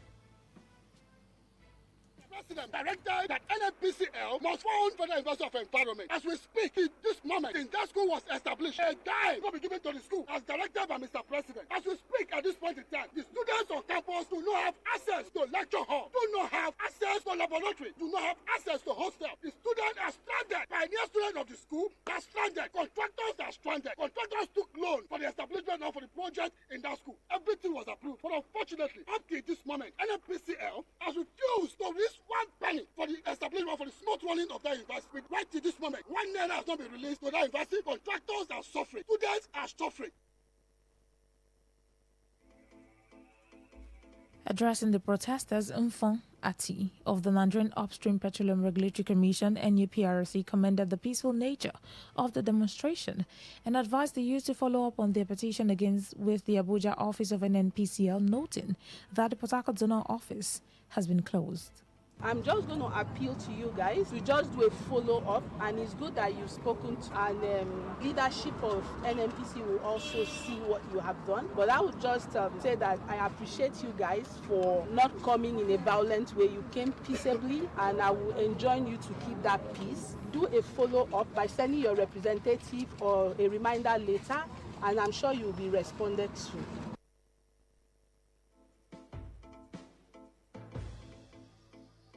You're listening to the World News on Today 95.1 FM, Voice of the People. After the break, more news, foreign and sports stories. Please stay with us. Every day, every hour, when the big stories break, depend on our 24-hour news team to bring you the latest. Today, 95.1 FM.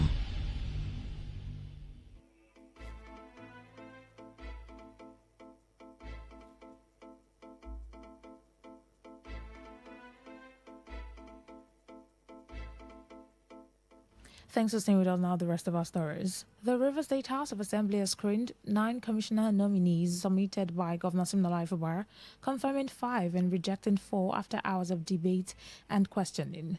The nominees appeared before lawmakers earlier today individually to defend their credentials and respond to questions regarding their qualifications and public service records. 2 nominees who faced scrutiny over poor performance at the Assembly, discrepancies in birth certificates, and the absence of a tax clearance certificate were subsequently voted against. Similarly, Tamuno Williams and Otonye Amakri were rejected following questions over past remarks about the Assembly and petitions linked to a legal dispute. However, 5 nominees, Tonye Belgam, Professor Temple Nwofo, Peters Wango, Lekwe Kenneth, and Amariga Hart, were successfully confirmed after presenting their professional and administrative credentials before the House. At the end of the screening exercise, Speaker of the Assembly, Martin Amewule, who said House would formally notify Governor Fubara of his decision, also indicated that the confirmed nominees would be sworn into office once the communication is transmitted to the governor. Having done all of this individually, let me now put the final question that I proceed to forward the letter to His Excellency the Governor that he should go ahead and swear in the 5 nominees and he should not swear in the other 4 that we voted for individually. On that note, let me put the question. Those in favor of what I have just read out indicate by saying ayes. Again, say nay. The ayes have it. Distinguished colleagues, on this note, I'm going to forward the letter to the Governor.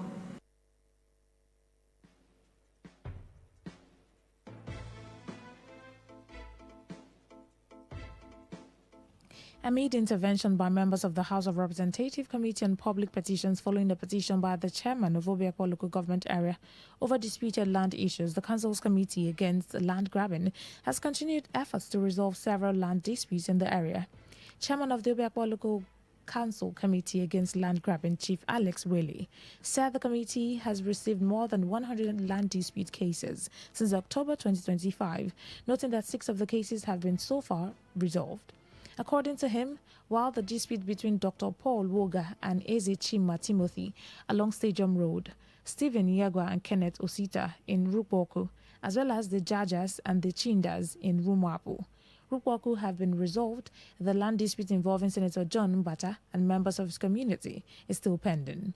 Speaking in an interview with Today FM's Uchendu Ejowo, Wele also disclosed that the committee has resolved the dispute between the Rumagolu and Rumodumaya communities, noting that such resolutions involve gradual process that require patience and endurance. We have a narrow mandate, and that mandate is to totally stop land grabbing. It's going to be a gradual process. It's not going to be something you just achieve overnight. It's an enshrined, entrenched system for a long time. So fighting it at this time will take patience, it will take pain, it will take some endurance. You have to come up with the right strategy to listen. So we have had about 5, 6 of them. We have resolved the matter between one Dr. Paul Woga, Eze Chima Timothy. We have also resolved a matter at Roma Purupoko involving the judges. We have also resolved a matter between Engineer Stephen Yegwa and one Kenneth Usit. Just recently we resolved another one between Roma Olo and Roma Demai.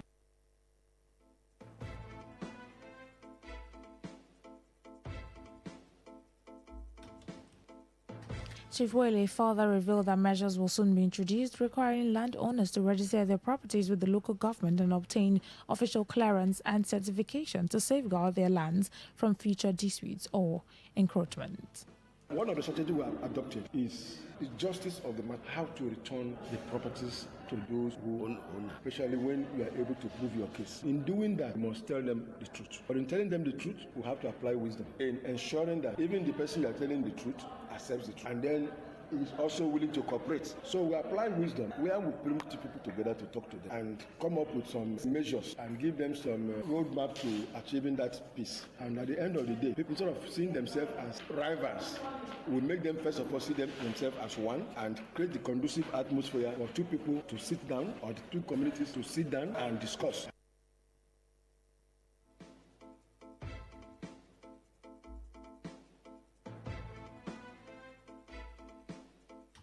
Meanwhile, the chairman of the African Democratic Congress, ADC in River State's chief leader, Samson, has called for the immediate arrest and possible prosecution of the chairman of Ikore local government area, Charles Wobodu, over the alleged attack on the South-South leader of the party, Rotimi Amechi, and the ADC Ubimma Ward 8 Secretariat. Samson's call followed comments by Wobodu in which he stated that he is the chief security officer of the LGA and had deployed local vigilante members to the roads to carry out stop and search operations on vehicles, including those that stopped the convoy of the former River State governor.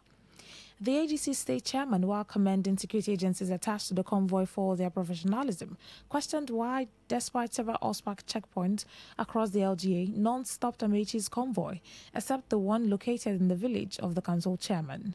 Addressing newsmen in Port Harcourt, Samson said Wobodu's actions and comments before and after the incident suggest he may have prior knowledge of the attack on the convoy of the former Minister of Transportation and should therefore be invited for questioning.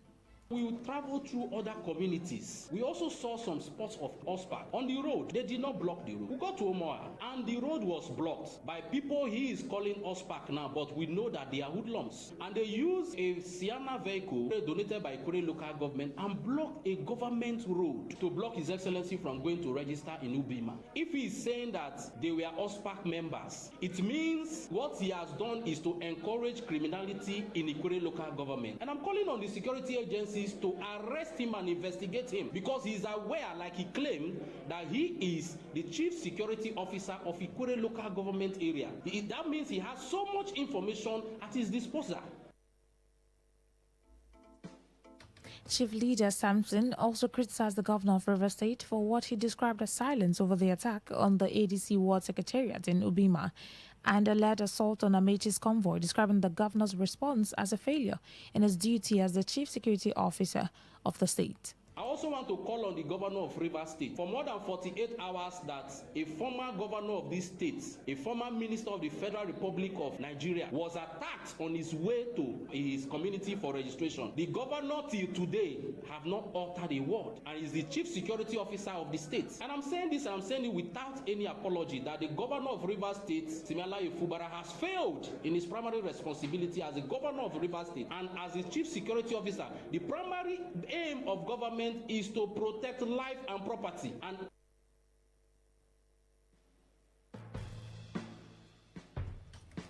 meanwhile, the chairman of the ADC in Ikore local government area, Temple Chinedu Ogehi, said the party was not surprised by the attacks, citing previous incidents, including one in Iguruta in September 2025, as well as threats and town crier announcements across communities in the LGA warning that no political meetings should be held without the approval of the local government area chairman.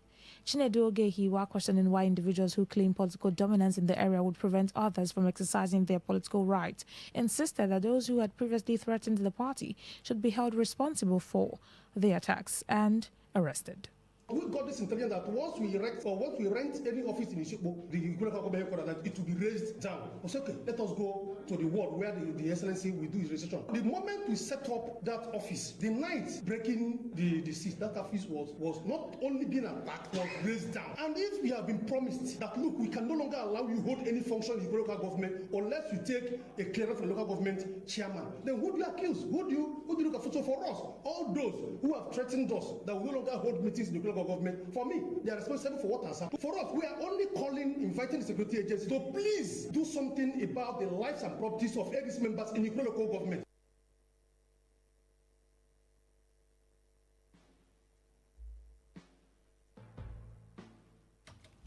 Eze Oha Evo III of Evo Kingdom in Obiakpo local government area of River State, Leslie Eke, has called on urgent improvements in maternal health care across the state.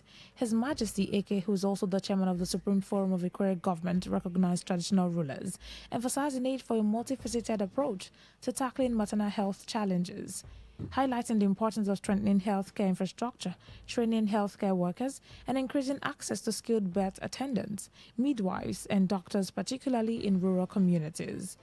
Commemorating International Women's Day, the Woji monarch also urged government authorities to sensitize local communities on maternal health risk and promote the benefit of utilizing primary healthcare centers, noting that increased awareness could significantly reduce maternal mortality rates in the state. Improving maternal health care in River State requires a multifaceted approach through strengthening healthcare infrastructure, training healthcare workers, increasing access to skilled birth attendants, and deploying midwives and doctors to rural areas. And most importantly, have a community engagement by educating communities on maternal health risks and benefits of using primary health care centers. And of course, a continued advocacy plan as we are doing now.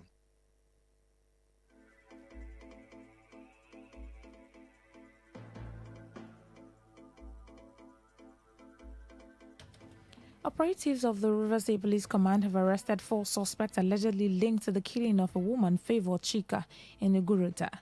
Chika was abducted on February 25, 2026 while on her way to a farm and was later released on March 2 after her family reportedly paid a ransom of 3 million naira. According to a statement by the command spokesperson Grace Ringe Koko, the suspects were apprehended by operatives of the Anti-Cultism Unit MOA Annex, led by CSP Bello Yusuf, along Ikwo Ozaha Farm Road, following credible intelligence that the suspects were planning another kidnapping operation. A search conducted after the arrest reportedly led to the recovery of a locally made pistol, a Kotze-sized single-barrel gun, and 25 cartridges. During interrogation, the suspect allegedly confessed to carrying out several kidnapping operations within the Gurutali, Omagwa, Ozaha, Ipo, and Eche areas of River State, and reportedly admitted involvement in the abduction of engineer Okoro Osita and his friend along Airport Road in Port Harcourt on February 12, 2026, as well as the kidnapping of Sympathy Agu and Chioma Njoku in Eche on January 31, 2026. In each case, the victims were later released after ransoms of about 3 million were paid by their families. The Commissioner of Police in the state, Olugbenga Adepoju, reaffirmed the command's commitment to ensuring the safety of residents, adding that efforts were ongoing to apprehend other members of the criminal syndicate who remain at large, and urged the public to continue to provide timely and credible information to assist security agencies in combating crime across the state. On the foreign scene, the United States Secretary of State Marco Rubio has accused Iran of attempting to hold the world hostage through retaliatory attacks across the region, insisting that the United States remains on track to achieve its military objectives. Speaking at an event in the U.S. Department of State, Rubio said Iran's leadership posed a major threat on regional and global stability, alleging that its forces had been targeting neighboring countries' energy infrastructure and civilian populations as part of their response to the ongoing conflict.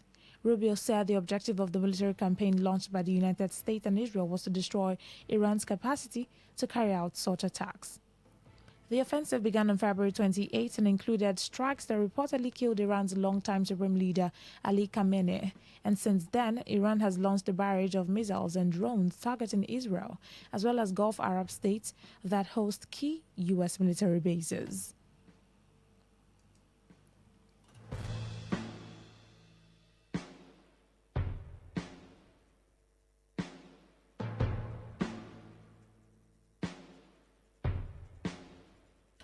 To end the news, here's a summary of the major stories. The Taminu Turaki-led PDP has disclosed its plan to challenge the Court of Appeal ruling at the Supreme Court. Nalfund has disbursed over 200 billion naira in student loans. We told you that the King of Evo Kingdom has called for urgent improved maternal health care in Rivers State. On the foreign scene, you also heard that the U.S. Secretary of State, Marco Rubio, has accused Iran of holding the world hostage amid escalating conflict.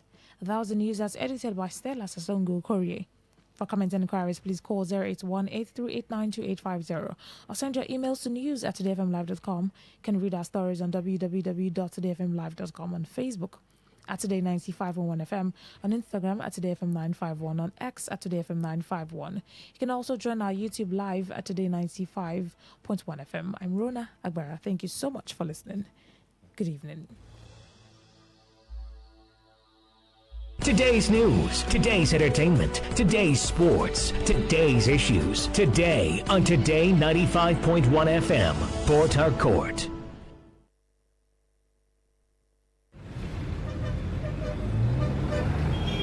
Live from the Garden City of Port Harcourt, Nigeria. This is Today 95.1 FM.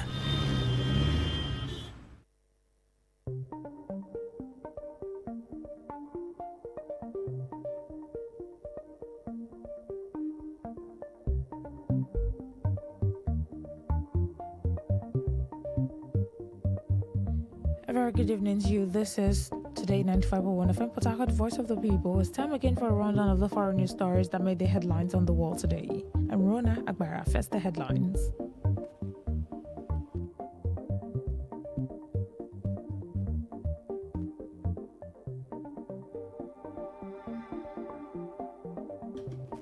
Kenya floods 42 following torrential rains in Nairobi and surrounding countries. Sierra Leone women prisoners win freedom through football-based reform project.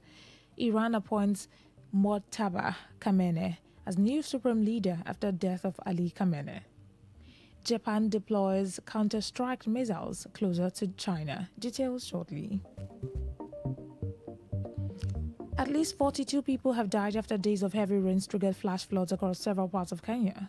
Government officials said the fatalities include 26 people in the capital, Nairobi, where floodwater swept through low-lying neighborhoods and informal settlements, submerging homes and carrying away vehicles as rivers overflowed.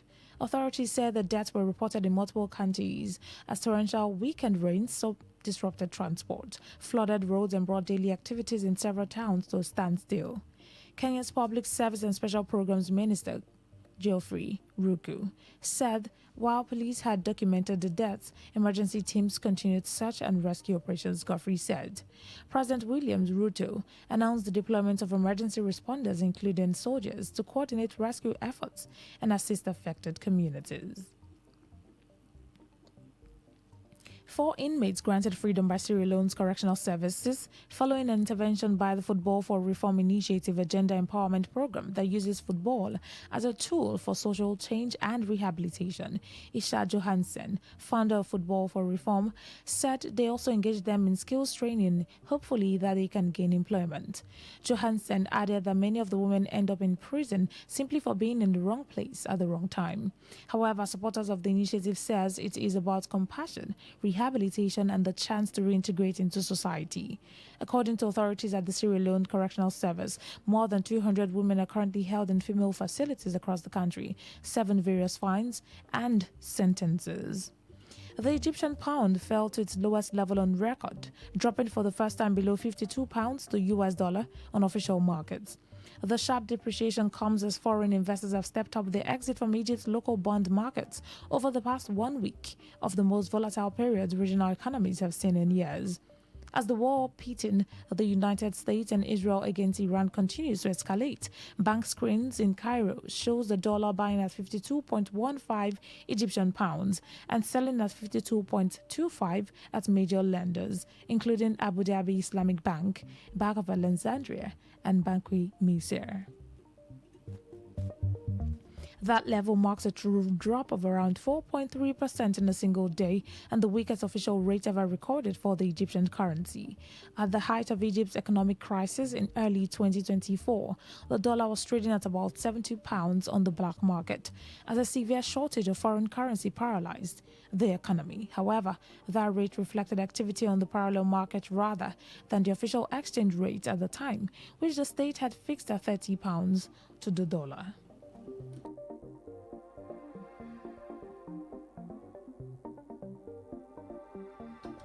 Tunisia is seeking to expand its main international airport by quadrupling its passenger handling capacity as the northern African country eyes more tourism. The Transport Ministry said in a statement that the project, estimated to cost some $1 billion, is part of a wider push to modernize air transport infrastructure. The plans include building a new terminal spanning about 8,000 square meters, which will add more check-in counters and security lanes. Tunisia's tourism sector has rebounded strongly after being hit by COVID in 2024 alone, and the airport saw about 70.2 million passengers. Initially, Tunis had considered building a new airport altogether, while the Transport Ministry announcement was quite on the source of funds for the project. Now, away from Africa to the rest of the world.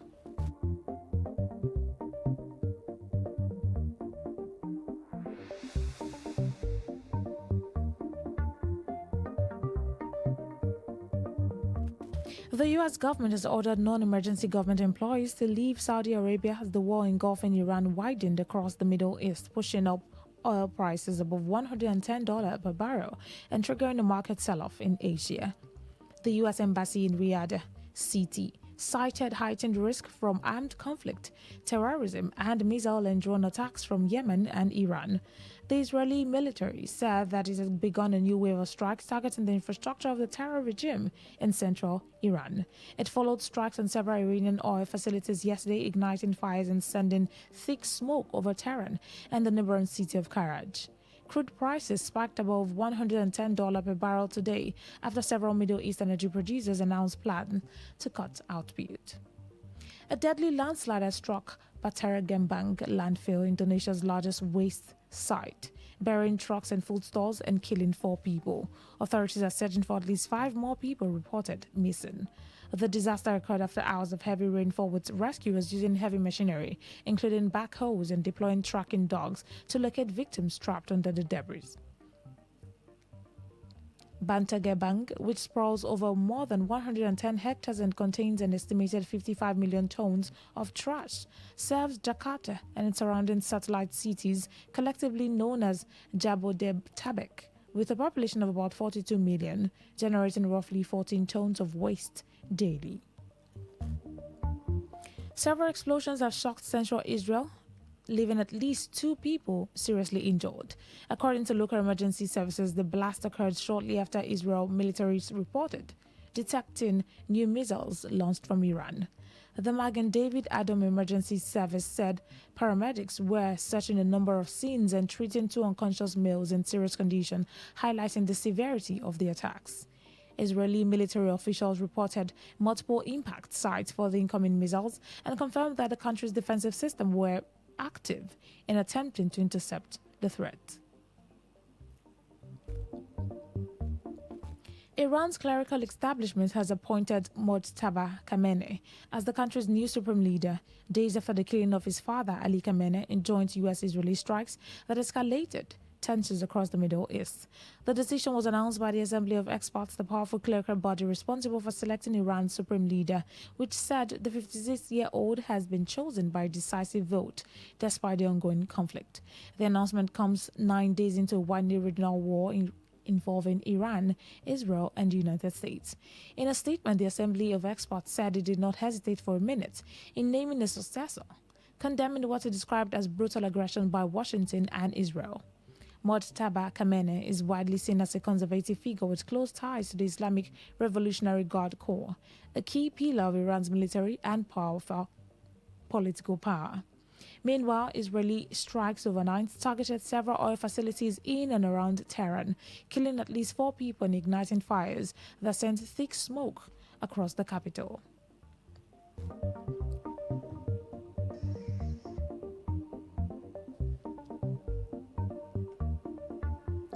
The Ukraine war has increased Europe's dependence on arms imports in the past 5 years, but it may also have helped to turn Europe into a rising arms manufacturer and exporter.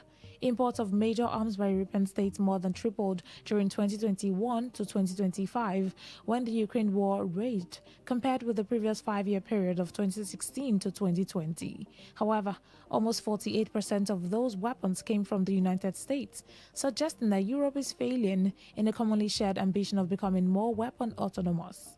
Meanwhile, Poland and the United Kingdom are Europe's biggest importers of weapons. Japan will deploy a batch of long-range counter-strike missiles in the southwest region near China by the end of March. The Ground Self-Defense Force plans to position its Type 12 surface-to-ship missiles, which are reported range of 1,000 kilometers in Kumamoto, Kyushu region. Japan is attempting to shore up its military capacity as China increases its naval activities in the Middle East China Sea. It wants also to hold its counter-strike capacity and use the missiles to hit enemy bases if Japan comes under direct attack. Meanwhile, Japan's ties with Beijing quickly soared after Prime Minister Sane Takahashi hinted in November that Tokyo could intervene militarily in any attack on self-ruled Taiwan. That story from Japan concludes tonight's edition of The World Today, is produced by Uloma Nwosu of the news department. But before we go, here's a summary of the stories that made the headlines. Kenya floods have killed 42 people following torrential rains in Nairobi and surrounding counties. We told you that Sierra Leone women prisoners have won their freedom through a football-based reform project. You heard that Iran has appointed Mojtaba Kamene as the country's new supreme leader following the death of his father, Ali Khamenei. And finally, Japan has deployed a counter-strike missile closer to China. Till same time tomorrow, do have a lovely evening. Thank you so much for listening.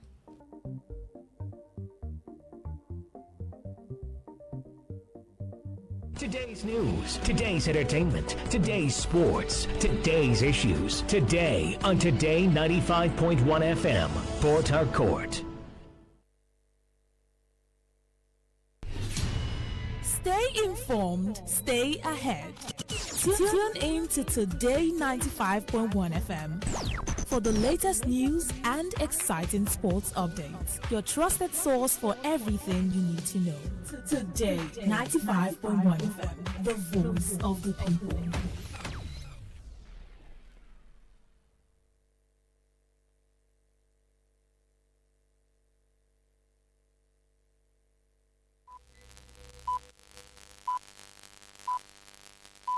BBC World Service. I'm Nkechi Obona in Nairobi with Focus on Africa. As the US-Israel war with Iran continues, global trade and supply chains are shifting. The DG of the World Trade Organization speaks on the impacts of the uncertainties on Africa. It's not about going and asking for aid and help all the time. No, we are a big market, and if you don't invest in Africa now, you will not be able to have access to that market. And in Botswana, 2 women are in court to challenge the government over their rights to same-sex marriage. No, it was never an option for me. Why should I go to a different country to enjoy the rights that every Botswana enjoys by virtue of apparently being heteronormative or heterosexual?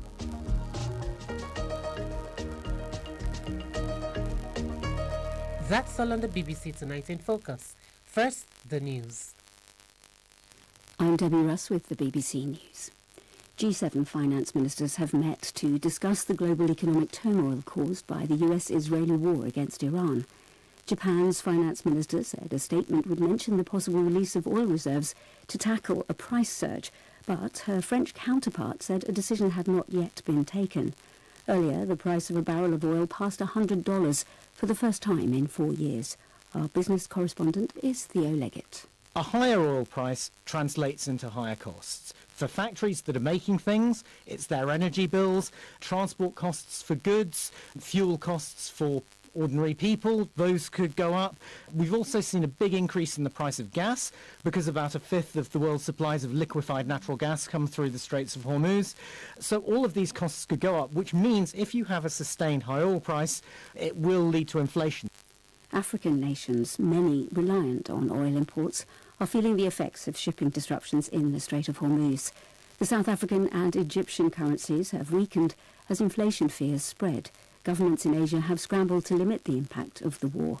Bangladesh has also introduced measures to conserve electricity and fuel. Ambarasanati Rajan reports. Motorists in the Bangladeshi capital say they have to wait for hours to get fuel for their vehicles, and in some places petrol stations have run dry. Dhaka has already imposed daily limits on fuel sales after panic buying and stockpiling. Pakistan and the Philippines have witnessed similar scenes. The government in Manila has already announced a 4-day government work week to save fuel. South Korea has announced its first price caps on fuel in nearly 30 years. Heavy explosions have continued to rock the Iranian capital after the country named its new supreme leader. Israel says it's carrying out wide-scale strikes on Tehran, Esfahan and southern Iran. Thousands of pro-government supporters have taken to a central square in the capital to celebrate the appointment of Mujtaba Khamenei. Others have been chanting "Death to Mujtaba" from their windows. Israel's emergency services said a man was killed and 2 people seriously wounded in the centre of the country as Iran continues its attacks across the region. The Israeli military has accused Tehran of using cluster munitions. Israel's opposition leader Yair Lapid has visited the site. Do you see any military facilities around you? The Iranians are targeting civilians. They are targeting civilians in purpose. What they're trying to do is to move this war from a war between armies to a war against civilians. This is the exact difference between a democratic country that is fighting for its life like Israel and a terror regime that is just trying to kill innocent people. This is the latest world news from the BBC.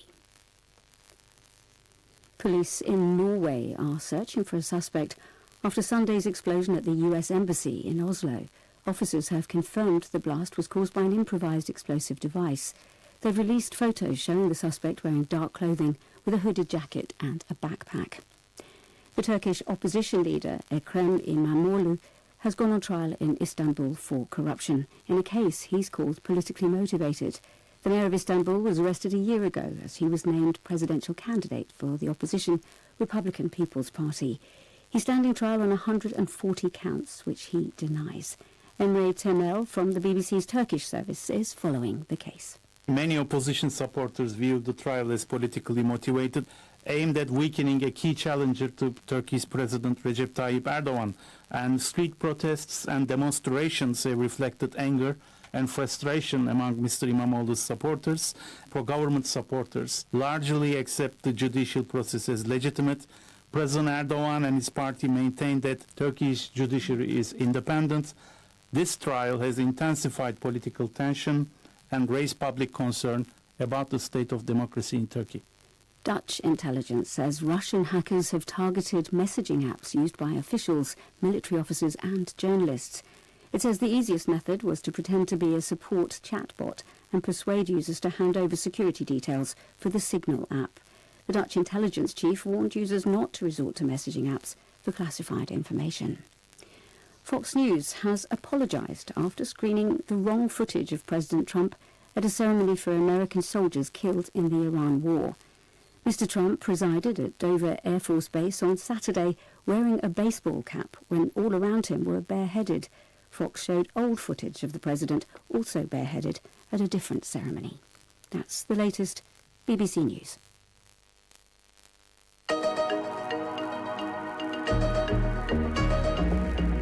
Hello there and welcome. I'm Nkechi Obonna in Nairobi with Focus on Africa. In recognition of Women's Month, I spoke to Dr. Ngozi Okonjo-Iweala, the first woman and African to lead the World Trade Organization. We dived into women's leadership, the Middle East conflict and its impact on global trade and supply chains. People are not going to step aside easily. You have to push in order to get to the table. But the second thing is that sometimes there are men who are willing and who are good mentors, and sometimes men need to also step aside. I also say that men need to know when to step aside and give women a chance. In Botswana, 2 women are in court to challenge the government over their rights to same-sex marriage. We get insights into the case. I don't know about setting a precedent, right? I say this because different countries throughout the continent have their own respective laws. Is that what we want in our case is for it to be about whether or not people are entitled to get married, not because of some random person's prejudice towards those people, right? If people are consenting adults of full legal capacity, no one is being lied to about anything, I don't see why they shouldn't be allowed to get married. It's Monday, March 9th. As the US-Israel war with Iran continues, concerns are growing about rising oil prices and what this could mean for African economies. Global trade is also entering a period of uncertainty. Supply chains are shifting, and some major economies are increasingly stepping outside the multilateral trade rules that once guided global commerce. All this comes just weeks before the 14th Ministerial Conference of the World Trade Organization, which will take place later this month in Yaoundé, Cameroon. And as the world marks Women's Month, there is also renewed focus on leadership in global economic institutions. I spoke with the Director General of the World Trade Organization, Dr. Ngozi Okonjo-Iweala, the first woman and the first African to head the organization, and began by asking what the rising tensions involving Iran could mean for global trade and African economies. Anything that has to do with war and conflict is very distressing, and first our hearts go out to all those who are impacted or who have lost their lives and their loved ones. But as far as trade is concerned, anything that creates uncertainty makes it harder for businesses to plan and to carry on, and it's not good for world trade.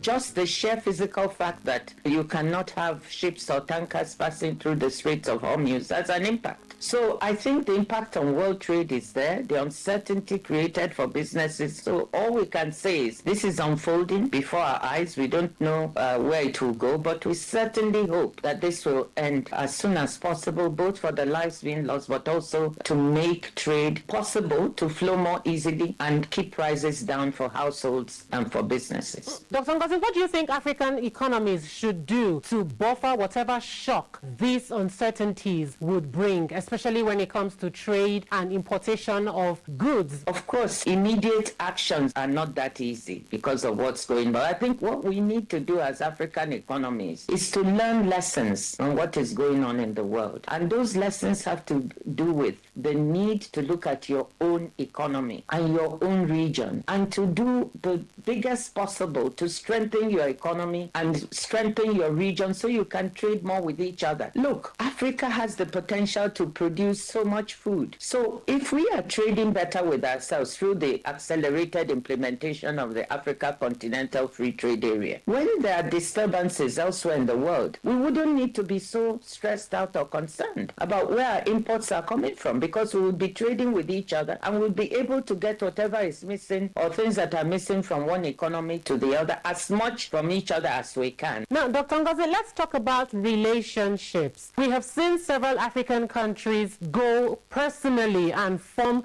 bilateral trade agreements with major economies. Where do you see the WTO having its stand on ensuring African governments differentiate their relationships with Washington and Beijing to ensure that they are not overly dependent on either party? Well, let me just use the U.S. as an example for the moment in terms of dependence. Africa has the good luck that it is not dependent too much on the U.S. or China at this moment. Because you're right, one of the critical problems facing the world trading system now is over-dependence dependence of many members on the US for markets and on China for critical raw materials. Africa is not in that position. The continent as a whole, less than 1%, in fact 0.1 to 0.2% GDP decrease in our GDP growth up to 2030, we've modeled it at the WTO, is the impact of these tariffs. So it hasn't hit us much, but that is good news,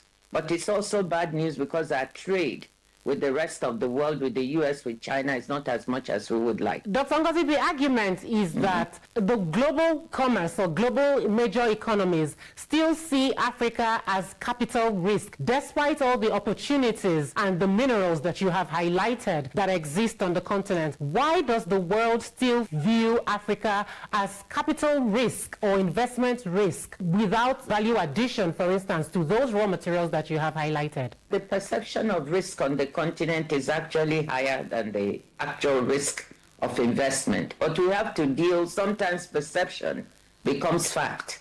And we have to find ways to convince businesses, convince other external investors and our own internal investors that Africa is not as risky. We need to change the story on the continent. We need to present ourselves as the market we are. Here is Africa's biggest asset. Africa is 1.4 billion people. It's one of the biggest markets in the world. By 2050, we'll be among the largest markets, will be almost double that population. And we need to present ourselves as that. 800 million people, by 2050 will be middle class. So Africa is a big market now. It will be a bigger market in the future. I think when we present ourselves with a different narrative, investors will see us differently. It's not about going and asking for aid and help all the time. No, we are a big market. And if you don't invest in Africa now, you will not be able to have access to that market. That will help us deal with part of the perception. I think the second thing is we need to do our homework. We have a lot of barriers in the way of investment. And actually, at the WTO, we are working on an agreement called the Investment Facilitation Agreement, designed to take away the barriers that are confronting investment in the way of licensing, bureaucratic requirements for investors. 32 African countries have signed on to this. If we get that finalized at our ministerial, it will help with the perception of risk. It will make doing business on the continent look much better. So these are the ways we can do our homework. We also need to invest more in infrastructure, of course. But let me say that infrastructure is also an investment opportunity. So we need to present it as such to the outside world, change the narrative from being people who are looking for help and aid to being a big market. All this will help deal with the perception of risk. Your critics argue that the WTO is not being very firm when it comes to enforcing trade rules globally, especially when major economic powers flex their muscles with imposition of tariffs and other stringent rules. What would you say to those critics? Criticism has some merit, but the WTO is a very interesting organization in that it is members who have to hold other members accountable. It's a member-driven organization, and actually the fora we have, the committees where members can bring each other with complaints, that is happening now. It's just that it doesn't get as much newsworthy attention as it should.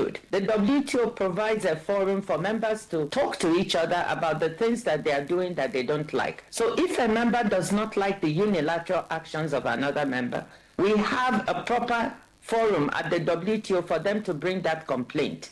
And I can assure you that those complaints are being brought. We have a dispute settlement mechanism that also is functioning, not fully the way it should, but it is functioning, and members are bringing those complaints. But my second point is this, which I've said elsewhere. If members or a member decides to take unilateral actions, other members can continue respecting the global rules. And this is what we're seeing at the WTO, that the other members of the organization have been trading with each other on the same global rules, which means they really believe in these rules, they're upholding them, and I think that is what matters. I want to touch on women in leadership beyond trade. What do you think those barriers are that are limiting women from economic decision-making tables globally? And what is the implication of that exclusion? In spite of all the efforts that have been made over the years, you still see in the numbers that we need more women in leadership, and that not too many women, both at the economic or political table. At the WTO, we are doing the best we can to empower women in trade. People are not going to step aside easily. You have to push in order to get to the table. But the second thing is that sometimes there are men who are willing and who are good mentors, and sometimes men need to also step aside. I also say that men need to know when to step aside and give women a chance. Dr. Ngozi Okonjo-Iweala, the Director General of the World Trade Organization. This is Focus on Africa from the BBC World Service. Now to Botswana. In most of Africa, 33 out of 55 countries, homosexuality is a crime punishable by imprisonment or death penalty. This is according to the Institute for Security Studies. South Africa is one of the few, if not the only African country that legally recognizes and allows same-sex marriage, a right enjoyed by many since 2006. Some countries like Angola, Botswana, Mozambique, and Seychelles have recently decriminalized same-sex relationships. But in the case of countries like Botswana, while couples might not be imprisoned anymore, they still do not have the right to marry. Now, last Friday, the courts in Botswana had a hearing for a case in which two women are trying to defy that odd. The couple, Bonolo Selelo and Sholofelo Kumile, are a same-sex couple who have filed a case against the government of Botswana, seeking the legal right to marry in the country. In April 2025, the couple went to the Department of Civil and National Registration in Gaborone to register their marriage. However, government officials refused their application, stating that Botswana law does not allow marriage between same-sex. So I spoke to Bonolo Selelo about her decision to take the government to court. But first, she got to tell a story of how her and her partner, Sholofelo Kumile, met. We actually met at a museum. Oh, wow. That sounds fancy. No, it was a Pride event on the 1st of October 2023. You know, it was one of those things where you didn't expect to meet someone, and this person walked in and you noticed them, but you thought, okay, no, that person is not for me, because we have these predisposed notions about people. And it led to her taking my hand and saying, you know what, let's go have a conversation. And our conversation lasted for hours, and that's effectively how everything started. Mm-hmm. And where did you meet? At the museum in Gaborone, Botswana. And how has the journey been since then? It's been a wonderful journey of growth, different experiences. So it's been quite a fantastic journey so far. So talk me through the moment where you decided to make it official, where you decided to get married. And what was that moment like? It was one of those things I decided that I had wanted, because for a very long time I didn't want to get married until I met my wife-to-be. And when I made that decision, I did actually ask her to say, you know, would marriage be one of the things that you want to explore with me? Because the day we met, we had a long conversation about what it is that we want out of life, whether if we start a relationship, do we have the same things that we want to achieve in life. And I'd made it clear at that time that, you know what, marriage is not something I'm looking for. And then later on, as the relationship was progressing, I thought to myself, I want to spend the rest of my life with this person, and I don't see why I shouldn't be getting married to her. Sounds like you two had it cut out right from the very beginning. Talk us through this moment. You have taken the government of Botswana to court, challenging the Marriage Act. What exactly is this case about? We're effectively saying that as a same-sex couple, we deserve to be given the right to get married, like any heterosexual or heteronormative couple, to get the same rights that they get and protections in terms of the law. They just simply said that the laws of Botswana do not support such a marriage. But is that the case? Not in my view, but I guess that's the reason why we're at court, right? So that the court can clarify the law for all of us to see whether or not I'm correct in my interpretation. Yes, and when it comes to what you're seeking in court, how is it important that the court, the judicial system, clarifies what seems to be a disagreement between you and the district commissioner who actually refused to perform the civic duty? I do know disagreement presupposes that we had a heart-to-heart engagement. There wasn't much. They just said, you know what, this marriage is unsupported by law, and we decided to just take the matter to court because we didn't agree with the position they had taken. Right. Since this is in contention in Botswana, people would argue that, other same-sex couples have tried to explore other locations if their homeland or home district doesn't accept or recognize their union. They would say, why don't we go somewhere, have like a destination wedding somewhere where the law permits and it's unambiguous. Did you explore that kind of option? No, it was never an option for me because I am Motswana in Botswana. Why should I go to a different country to enjoy the rights that every Motswana enjoys by virtue of apparently being heteronormative or heterosexual? Many thanks to Bonolo Selelu. Now, what do Botswana think about same-sex relationships in the country? How does the union between two consenting adults harm anyone's family or marriage? I mean, it's two people. It's me and my partner. We choose to commit to each other in love and in responsibility. How does that take away from our relationship? Marriage is about allowing people the freedom to build a life together without interference. I think society should focus on respecting people's choice, dignity, and the idea that love and commitment should not be restricted for some while permitted for others. So how does that affect you? How does it affect your family? How does it affect the economy of the country? The word is very clear on the issue of homosexuality, that homosexuality has never been the plan of God for mankind. However, I don't have a problem with homosexuals. I believe and feel that there are people who need love. That they just need to be loved and accepted. Then again, if the homosexuals want to marry, let them be. The government and pastors must not be forced to marry them. In my faith, marriage is seen as a sacred institution with specific roles and purposes, and I hold those beliefs dear. If it's a man and a woman, there are certain things a woman is expected to do, and there are certain things a man is expected to do. And now if it's a woman and a woman, how are we gonna balance out those roles? How are we gonna balance out our purpose? I also consider the aspect of natural procreation as it's a very fundamental aspect of the traditional understanding of marriage. Also, House of Prayer Transformation, a church in Botswana, and the In-Laws Association applied to be joiners in the case.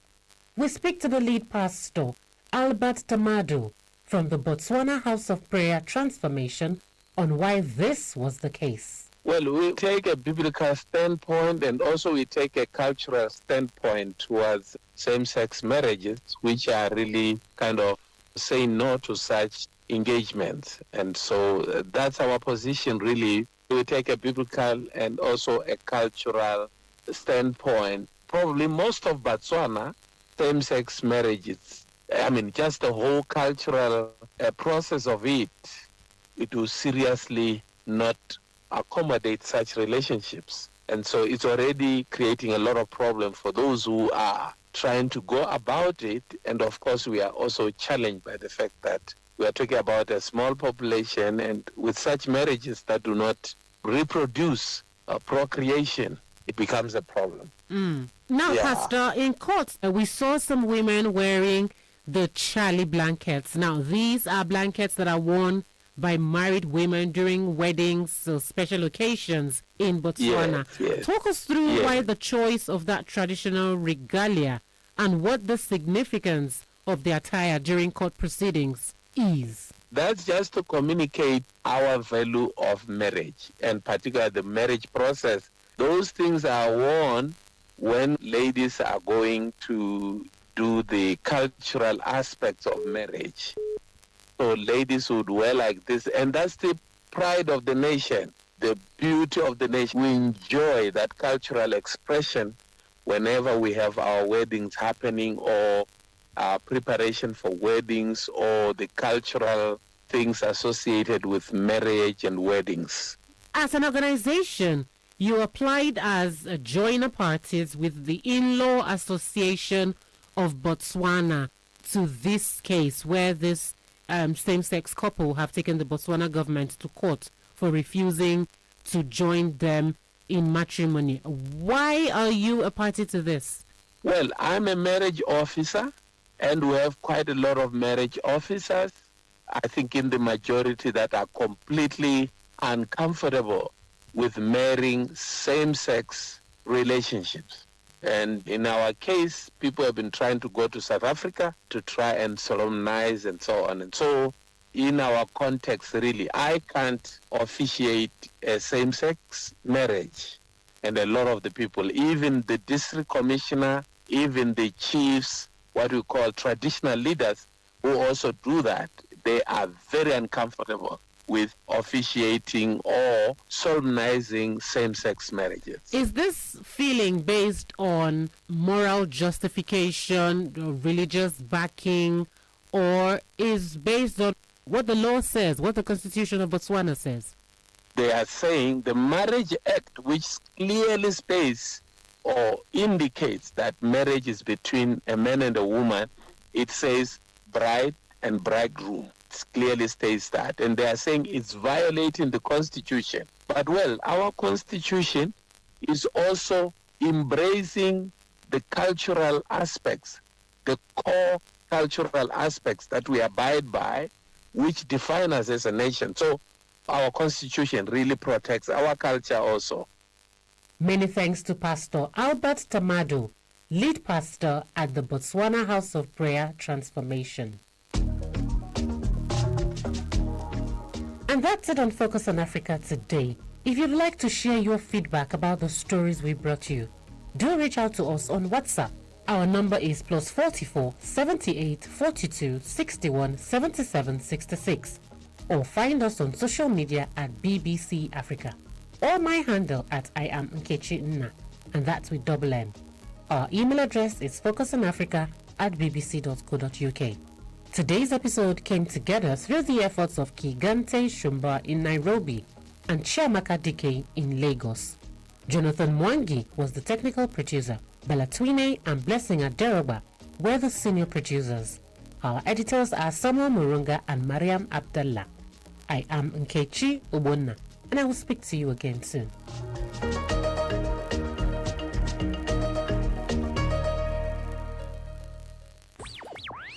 Tune in for a journey beyond the ordinary. Fasten your seatbelts.